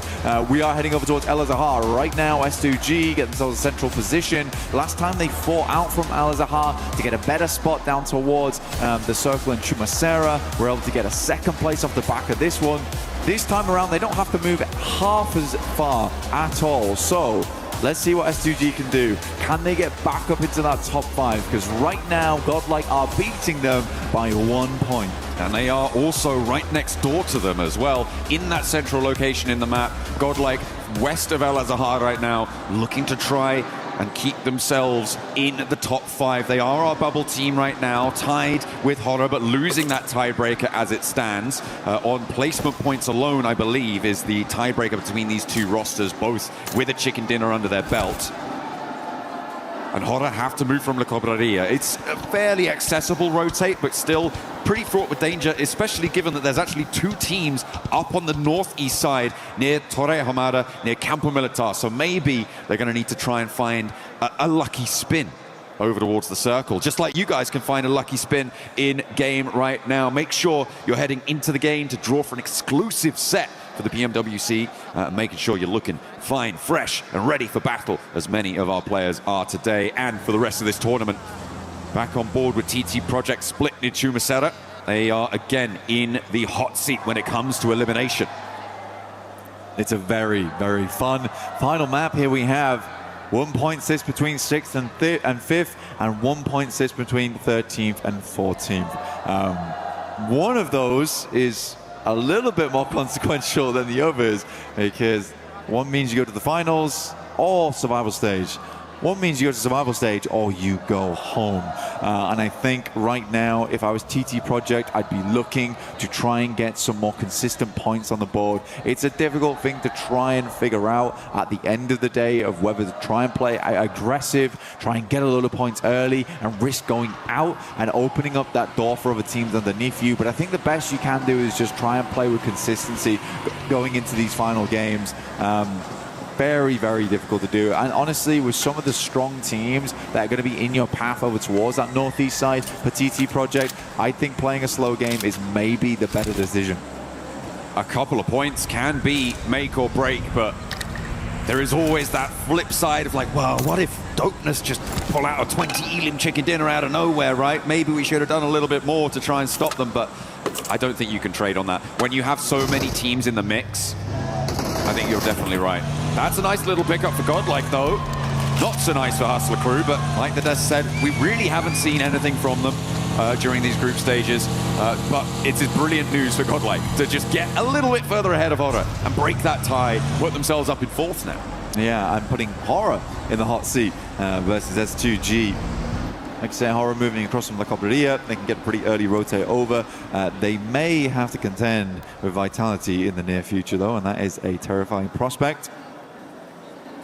But for Godlike, actually, I don't mind what they're going for. If they swung back in towards Impala and tried to finish off Hustler Crew, I mean, it's cheeky, but it does work. And it would be a way to guarantee some elimination points. I mean, like you say, Hustler Crew, since those finals, the first 2 days of finals of Western Europe, we just have not really seen anything else from this team. I mean, I'm just slightly perplexed as to why Godlike did leave right in the middle of the circle and go to Los Leones, given where the circle did pop. Because if you remember, they dropped next to S2G. So it is a big flex out. It's looting time, I guess, down in Los Leones, and that's where they want to go. That's where they are going to earn a point for it. You said you didn't mind if they were going to flex back to Impala. I feel like they could have committed to Impala potentially, but no. And now Los Leones looting up on the northern side. Horror are making their way in past water treatment. Well, forgot that they've already cleared out one player from Hustler Crew. They know the team they're going up against as well, so honestly, they could just swing back over towards the eastern coast, know that they might run back into Hustler Crew at some point in the future, feel fairly confident about winning that fight versus them, which is an extra 3 points in their bag, but also more space on the map. Tiamba getting very, very close to Dopeness here. This could be the end for one. Tiamba on top right now. Matika underneath. Speaker on his way. Spot one. QZ with the shots, but not quite connecting there. That high ground is available. He's got the Mini 14 as well. Tiamba, with the chicken dinner they were able to find in the match just previous, are now a lot safer ahead of that bubble. Currently 13 points ahead of 13th place. And for multiple teams to be able to jump that gap, it's going to take something quite big to make that one happen. So for Tiamba, I think they certainly are going to want to play this one slow. Terrible spot to play with right now. Eagle, oh, it's just too easy. A couple of shots could ring out. The M249 tears through Matika. For Tiamba, any extra points is nice, but already two of our teams at risk of going home right now have lost one player. We always say how hard Miramar gets when you lose players in those first 10 minutes of the game. A lot of times you can't take the same angles you wanted before. For Dopeness, they're sat out in the open. Even though going against Godlike, they lose one. A piece, really. Nobody is close enough to really go for this fight. Both teams now are going to have to send in, and TT Project are pushing in from the southwest side past Los Leones. An immediate response coming through, and Godlike will be first on the scene. That you can get the res here, and it looks like a no commitment from Ida. They're going to give up on that one. They know what is at stake, and another point for Godlike sees them one step closer, and taking a player away from Ida is a great result for them. It's a target team. They can push past very easily. You know what I do like? I like that we had the camera on S-Power. My guy is smiling. He's having a good time in these games. I mean, for God, like, they have a great opportunity right now to sit themselves up towards that top 5, go straight towards the finals. I mean, it is quite an awesome turnaround, seeing OG as well as Godlike up there representing. It took 1 year to do as well. It's kind of mind-boggling, honestly, but fair play. Fantastic stuff. It has just been clutch after clutch, play after play. I can't respect it enough. Anyway, we are moving down towards the south side. Ida, like you say, they just gave up on it in preference of a better spot inside the circle as a 3-man, which is tough. Wolves, they're not out of the woods just yet. They're on 41 points. But with both Dopeness and Hustler Crew going down to 3 players, I think Wolves are a little bit more set than we might expect. Etch, the most flexible team in terms of trying to get through. Unfortunately for Etch, they have all 4 of their players up on the north side behind Vitality, who, as we know, are really good at this video game and will make it very, very hard for them to push past on the northern edge. Pastel has a hard as well, which is a difficult area to navigate around. They might have to send through the town if they don't want to go straight past Vitality on that northern side. So a difficult approach for Etch to try and survive in this tournament blank, to get out of that zone where you get your key crushed at the end of the day. 7-2-1 trying to play center, and S2G can't quite keep them at bay. With more than a knock, not just yet. They haven't managed to get rid of them. S2G, suit and boot here. They've got a lot of supplies to work with, already opening up over towards GS now. Some good damage in. Malik will go down the back lines. Lost adds a point to the tally here. 7-2-1. GS is crumbling. Really providing too much resistance here. Kamikaze stepping forwards and S2G now drawing level. And remember, they lose that tiebreaker due to lack of chicken dinner, but they bring the firepower instead. They'll get another point to add to the tally, and they are now in the top 5 for the time being. Horror needing to try and catch up in the meantime. S2G want to add even more of a buffer. They have the potential here to jump up all the way to second with a clean fight. More util sent out. Solke spots the jump out, takes a little bit of damage, but there's 2 players now to contend against, but the smoke is making it difficult. Solke opts to pull the pin. Molotov over the top. He might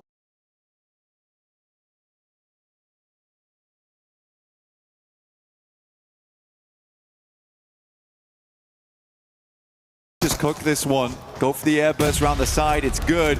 Great damage. Can't quite get his shoulder. The corner though.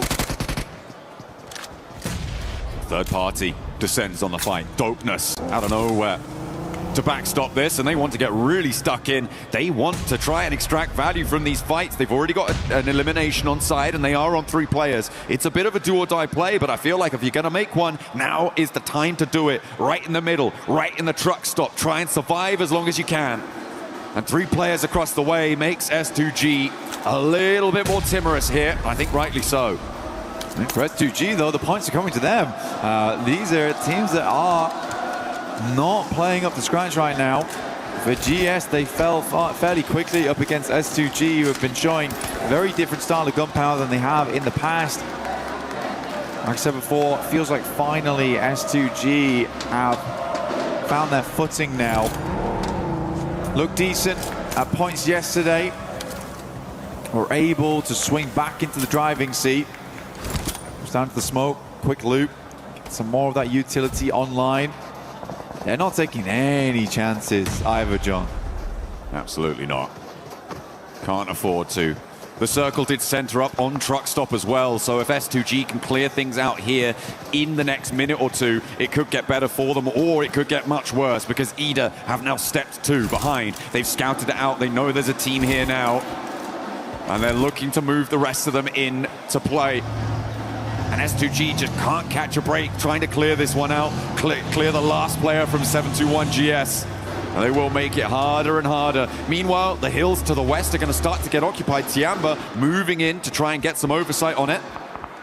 Try and make an impact. This is a bit more of a spread than we used to from Tiamba as well. They're looking for more and more value on the map.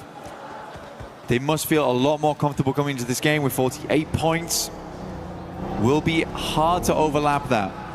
Definitely doable, but will take quite a few things to line up, if I'm quite honest. But once again, it's S2G here looking for Miramar miracles.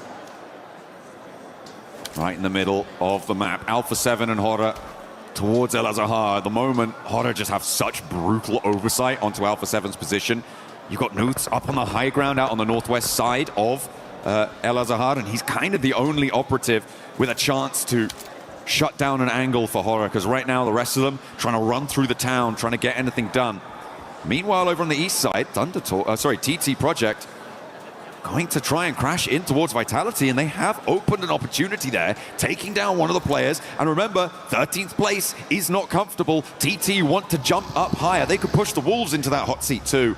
There is so much at stake here. I mean, for TT Project, to qualify by taking down the #1 squad would be quite an amusing feat. See if they can pull it off. Right now, Vitality do go down to 3 here. They have been playing all cylinders firing this entire time. At some point, they do have to start feeling that lactic acid. But again, it has just been marvelous. But TT Project, that initial pickoff does give them a little bit more space to work with on that northeast side. They can even pick up some of the high ground, start to swing their way through on that ridge. But it does open up to sightlines from Alpha 7, who do now need to move. There's so many teams who have been circling this circle for quite a while. Nongshim Red Force have been playing out all the way from the northwest side. They've been in the blue zone for ages, and they're just crashing into a fight potentially with Yangon Galacticos. Godlike as well, disengaged from the Wolves, and they've moved in behind Hustler Crew, who you said they know are diminished in power, and they could try and punch a hole through. With Vinny already down, there is a weakness. There's blood in the water for Godlike to try and strike. And Godlike move up, it's almost poetic how it's all happening as we expected it to. Vinny goes down to Manya, and again, perfect plans laid in motion by Godlike, now being executed on them. The blueprint being followed to a T. Beautiful stuff, but they still have to keep going a little bit more pacey. Yangon Galacticos reinforcing the south side against this Godlike push. Sure, Hustler Crew kind of not able to do too much here, but in this compound, Yangon Galacticos have a much stronger foothold. In the meantime, Nongshim Red Force looking to try and change the tune towards TT Project up on that northern side, a little bit closer to that fight. Tiamba looking to take on Arena, who as well are in danger. All of our linchpin teams on the tables blank are going hell for leather into the fight. S-Power finding another over towards Hustler Crew, leaving them with just 1 player left alive. Jameson will have to try and make this one work, but he is stuck between most of the players from Godlike, and they are not going to give him an inch. E-Arena over towards Tiamba, very, very important fight for them. E-Arena also, despite what was an insane start to their day on day 1, they have dropped down to 4th, and Hustler Crew will be the first team to leave us from Group B. No longer will they be here in Paris. They have been rebuffed. The rest of the lobby did not allow them access. Godlike, the ones to deal the final blow to them, and they want to try and earn those points even further, get higher and away from that bubble position. In Group A, we saw the bubble being 88 points, but now it is going to go even further beyond. Etch making a mad dash in, and this could be another team joining Hustler Crew on the northeast side. They crash, and they crash into Horror. Ida taking a chunk out of them, and it is just 1 player left now for Edge to try and cross the boundary. For Edge, I don't know what the move was. I don't know what the play was either. We've been out in the blue for the longest time, still trying to find a way in. They played this game a little bit too slow, in my opinion, leaving them only with speed remaining. For TT Project, they honestly do not need to do a lot here to stay ahead. It will require one hell of a game here for speed to get through in towards survival stage, leaving Dopeness as the last chance.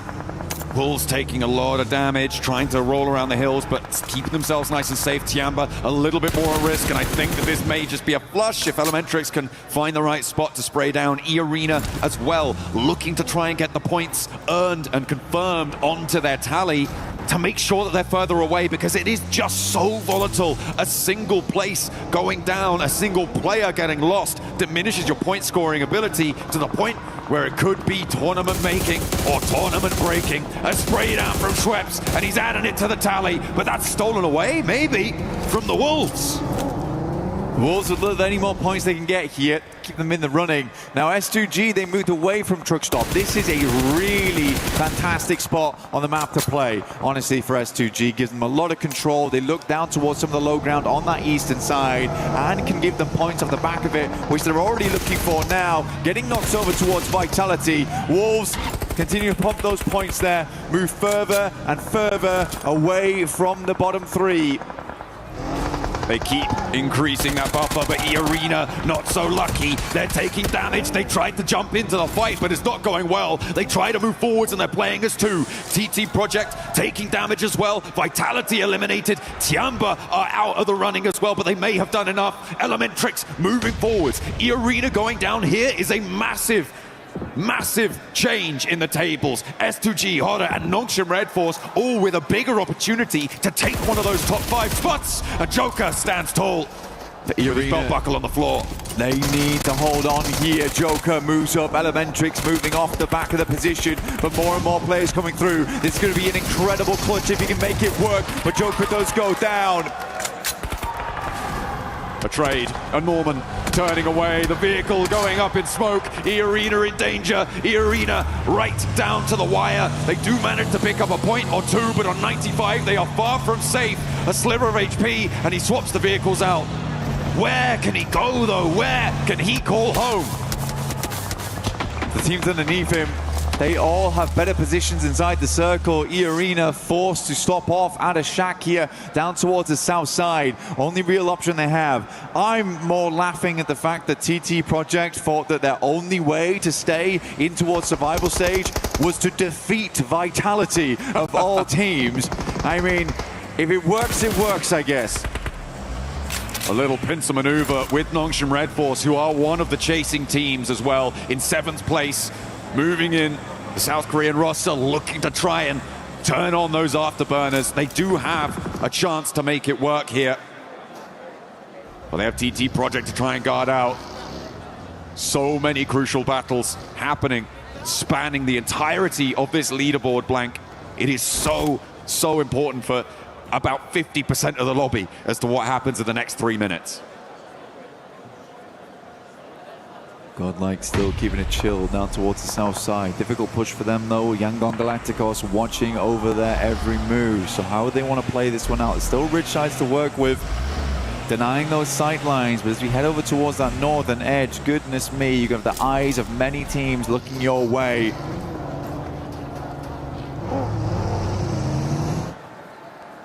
Alpha 7, I think, have done more than enough. However, it would require a gargantuan game to get into top 5, and I think they can be very pleased with their current position on the leaderboards. Wow. Circle centers up, and again, S2G, they just take the right maneuver at the right time. They knew they had the most control over truck stop when it happened, made an executive decision to move over towards this area of the map. Again, this is a winning spot. And as you say, the decision to leave truck stop itself really is going to play well for them. That northeast side can get rebuffed. That's the arena. That's the arena down, Blank. The last player spotted. Ida, the ones to deal the final blow there, picking up a point for themselves and taking E-Arena down. Now 95 points is a clear target for these teams behind them. And there is a tiebreaker between them and Godlike. There's Ida 1 point behind, 3 points behind for Aura and for S2G. And Nongshim Red Force with a chance to blow that one away as well here with a chunk of points and a big game for the South Koreans. It is just so deadly to be going down at a time like this. Nongshim Red Force moving up from this compound means they'll have to put themselves in the sightlines of TT Project, but it's Alpha 7 actually waiting on the exit here. TT Project look to make the quick maneuvers. They move out in the convoy. They're taking a ton of damage as they move on in over towards S2G, holding the line. And Nongshim Red Force chiming in as well. Another knock over towards Zerich, leaving two of TT Project alive on their bubble position. Dopeness wanting to stay alive in truck stop and try and surpass it. More damage is pouring on through. Alpha 7 looking to close the trap, and in comes the backup. There's Nongshim Red Force trying to wrap around behind, and the nades are brutal. TT Project on their last legs. Effect the last to stand. Now on a sliver of HP, the nades go long. He's just about able to dodge it, and with an S12K, he's got to open a dream. Effect staying quiet, hoping that Alpha 7 and Nongshim Red Force fight against one another first. Edge will have to move in across the road. The singular player still left alive here. Dopeness being the other problem, also having to leave soon too. Nongshim Red Force taking a little bit of damage, but it's S2G who bear the brunt of the pain. This is on a double split though, so there's two reses going off at the same time for S2G. They are so lucky that so many teams on the northern side are all fighting against one another. Gives them a brief opportunity of respite. And it means that the sightlines for S2G were distracted, not in operation, and that's going to allow a little bit more maneuverability. Those reses have come through, and S2G are back into the fight. Alpha 7 crashing in, trying to take down Nongshim Red Force. There goes Effect. TT Project losing out on the more point scoring opportunities here, and 36 points is the target for Dopeness, for maybe even Etch. So easy cruising around the sidelines, but Carrillo spots him underneath the vehicle, looks for the spray to confirm, but doesn't quite get enough damage. The nade over the top finds what they're looking for.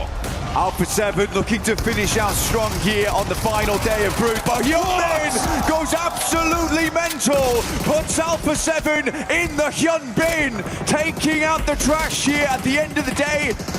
Nongshim Red Force, good to speak. Hyunbin's finally down, but Carrillo, he is still up, still kicking. Alpha 7 still have life, but finally will leave.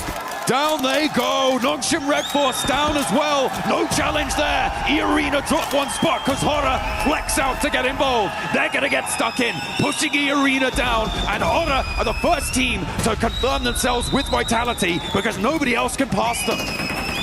Goodness me, what an insane fight that was there. Carrillo really hanging on to hope right at the end versus Hyunbin. Horror though, making this cross a massive opportunity versus S2G. They left Kamikaze as the anchor once again towards the center. Godlike watching from a distance, patience. And choosing their time to strike, Hamzy goes for face, but Sky rains down hell, and Hamzy hits the deck. A fall could be brutal for S2G's hold on a top 5 spot here. Horror looking to ruin the day. They're in right now, but Ida are across the way. They're a lot safer, and they have got more players alive and ready to take this fight.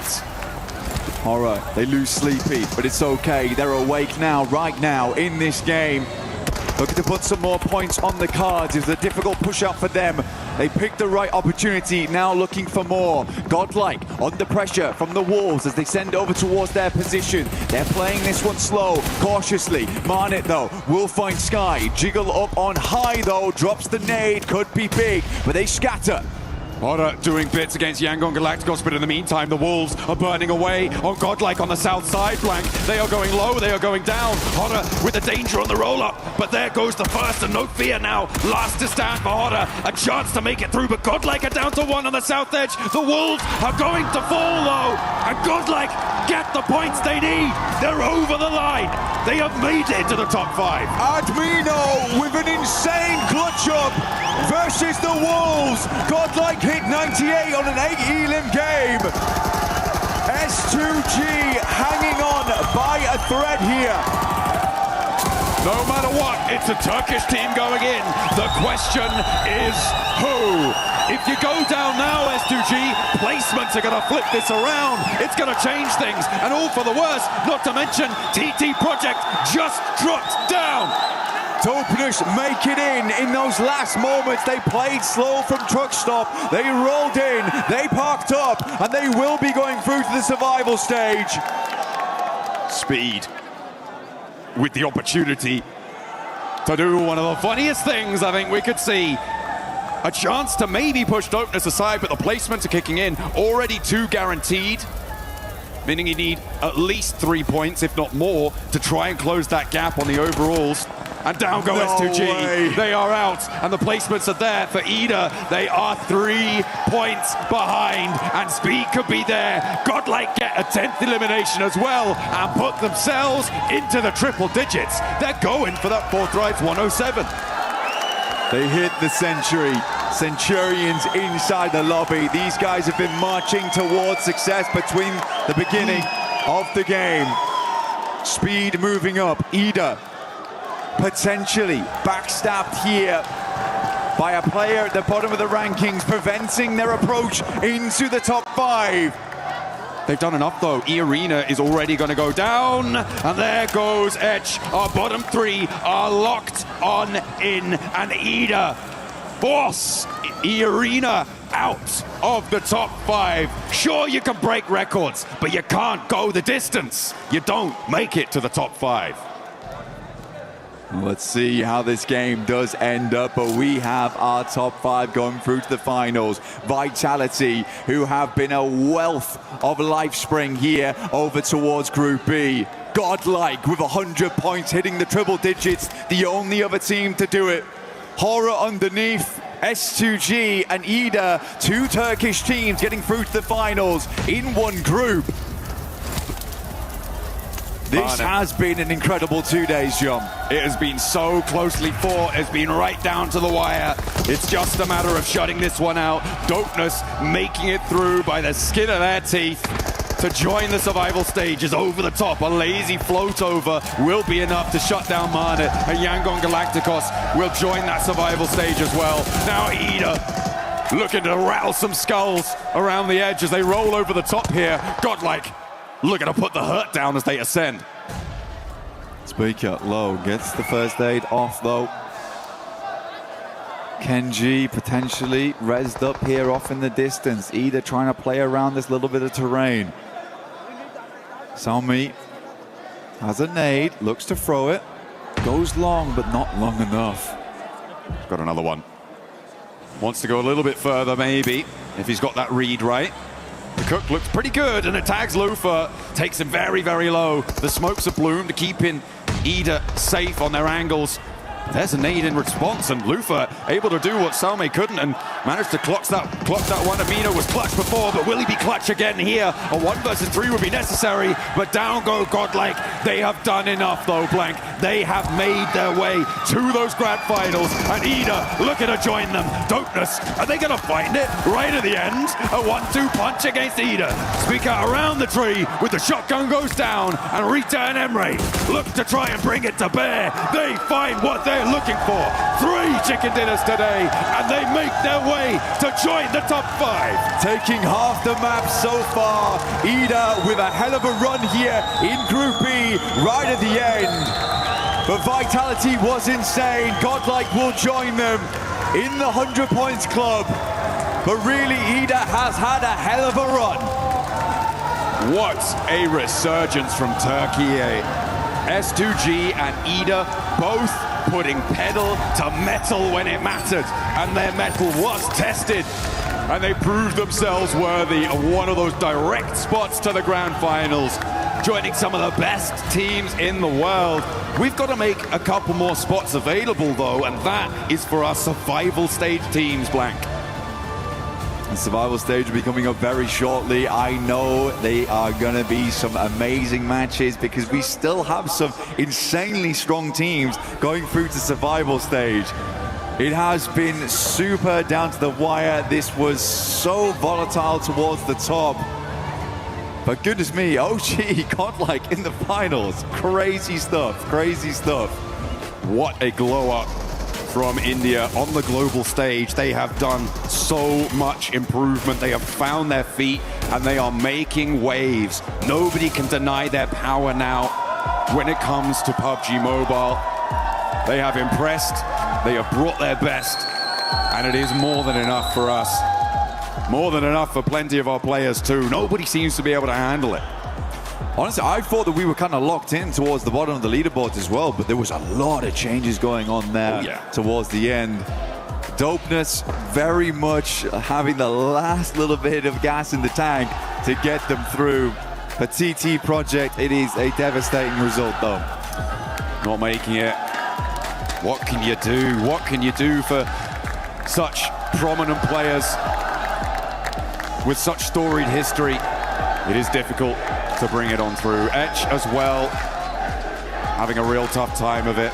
Speed trying to make the most of that final opportunity, but it just couldn't happen. That mad dash from the northeast ruining their chances. And they're going to join Hustler Crew, who, to be fair, look pretty devastated themselves. Yeah, not really able to get anything done during these matches, sadly. But again, that's how the cookie crumbles sometimes. We are just waiting to get on board with Barney shortly, but this is what everyone's excited to see. A Vitality to come out and crush some keys. Oh, you can see the names inscribed there. They will be taking a tumble into the crusher fairly soon. We're making sure that that one is done. I feel like, you know, the big storyline over the course of all of this has been, of course, Vitality. And we are going to tune in with them down on the stage. Barney, over to you. After an absolutely wild final map, watching Irina just slowly knock on down, that was absolutely insane. We obviously have our champions of the last 2 days of the group stage. Here in Group B, it is, of course, Team Vitality. Guys, what an impressive 2 days. Federales, let's have a chat, okay? Now, I wanted to ask, with yesterday being so impressive, such a great day for you guys, was today an opportunity to just try some new things and try out some new strats? Like, what was today like for you guys? Yeah, that's definitely what we do right now today. We try new rotation, we try new gameplay, the way we try to fight more. Yeah, that's it. That was it. Now, waiting for you guys in the finals next week, we obviously have some pretty heavy hitters, the likes of Four Thrives, Orangutan, Aurora Gaming. What are your thoughts going into next week? Who do you think is going to give you the toughest time? I think that question is for Axel Zargel. So, oh, okay.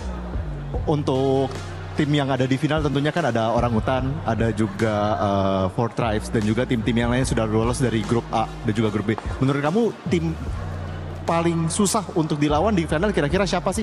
Apakah ada? Ngomong Indonesia. Ya. Sekarang kita masih belum kebayang sih kayak lobby yang ada di final nanti. Cuma pasti bakal lebih keras daripada grup stage ini karena tim-tim yang masuk kan tim-tim yang terbaik kan. For now, I have no idea because the final stage is not set yet. There's still like another teams that are gonna join them, but it's definitely gonna be harder for us to win because it's definitely gonna be the best of the best. Yeah. We'll be the best of the best in that lobby. Federales, good dodging for that question. That was good. Right, okay, gentlemen, it's time to do the fun bit, the bit that everyone loves. Let's walk to the crusher. And we've got a little bit of a ways to walk, so while we walk, let's have a quick chat. Federales, I'll continue to chat with you. Dude, earlier on today, while the desk were having a chat, some of the other pro players stopped by, namely Killer Joe from GOAT Team. He said, if they're going to play like this, Vitality may as well just be given the trophy at this point. How does it feel to hear something like that? it feels good, but I hope we can do it in the finals too, so yeah. Yeah, of course, you got to do it in the finals, guys. Right, I want you to go around to the back of this crusher. I want you guys to line up for me. So everyone step up onto the step, please. This is the fun bit. Right, now we got to do a little bit of explaining. Let's set the scene here. 3 teams are being eliminated from the entire of PMWC right here, right now, by you guys, okay? We've got Hustler Crew. We've got TT Project, and we've got ETSH Esports. Look, this is the nature of the competition, but, you know, is there anything that you would like to say to those eliminated teams before we have to send their keys down? Me? Yes, you. Nice try and better luck next time, I think. Nice try, better luck next time. Okay. would you like to press the button and open up the iris of the Crusher? 3, 2, 1. Nice and smooth, I like it. Okay, gentlemen, this is how the cookie crumbles. We're gonna pull on this lever and it's gonna crush the remaining keys. Would you like to give it a go? Who would like to do it? In 3, 2, 1, pull it! And there they go. Was that satisfying? Was that good? That was good. Satisfying? Yeah. Yeah, kind of. Okay, you gotta stop doing it, man. Come on.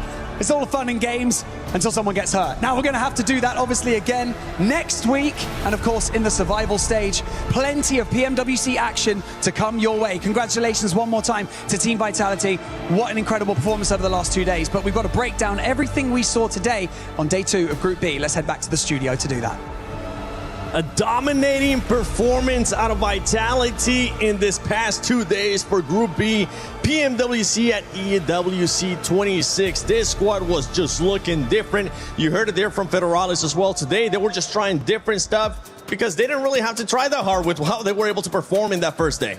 No, they weren't. They had nothing to worry about, nothing whatsoever. I mean, even after 6 matches of all these teams really giving it their all and getting all those points and making some upsets on the leaderboard, which we'll get to later, but there was nothing that anybody could do. They were just far and above beyond. So really nice to see them kind of work on a few other things and try and figure out what they want to do for those finals. Well, day 2 was just scrims, really. Exactly. That's exactly what it was. But something that we do need to note, as we were able to note it in the past, for India, step up, baby, because it's time for you to shine. You have 2 teams now in the grand finals and getting a chance to maybe, honestly, with the way they've been performing, to end up finishing in the top 5. They have Orangutan, they have Godlike, and boy, have these teams have performed well for India. There were so many haters, so many doubters, and you know what? Doubters, I was one of them just a few days ago, but we were proven wrong. Orangutan, Godlike, stepping up and making it right into your grand finals. What a step up for the entire country here. And you know what? After their dominating performance, getting 2nd place in their respective groups, they can do it again. Who knows? Maybe a podium is on the line for India. And there we have the teams that are already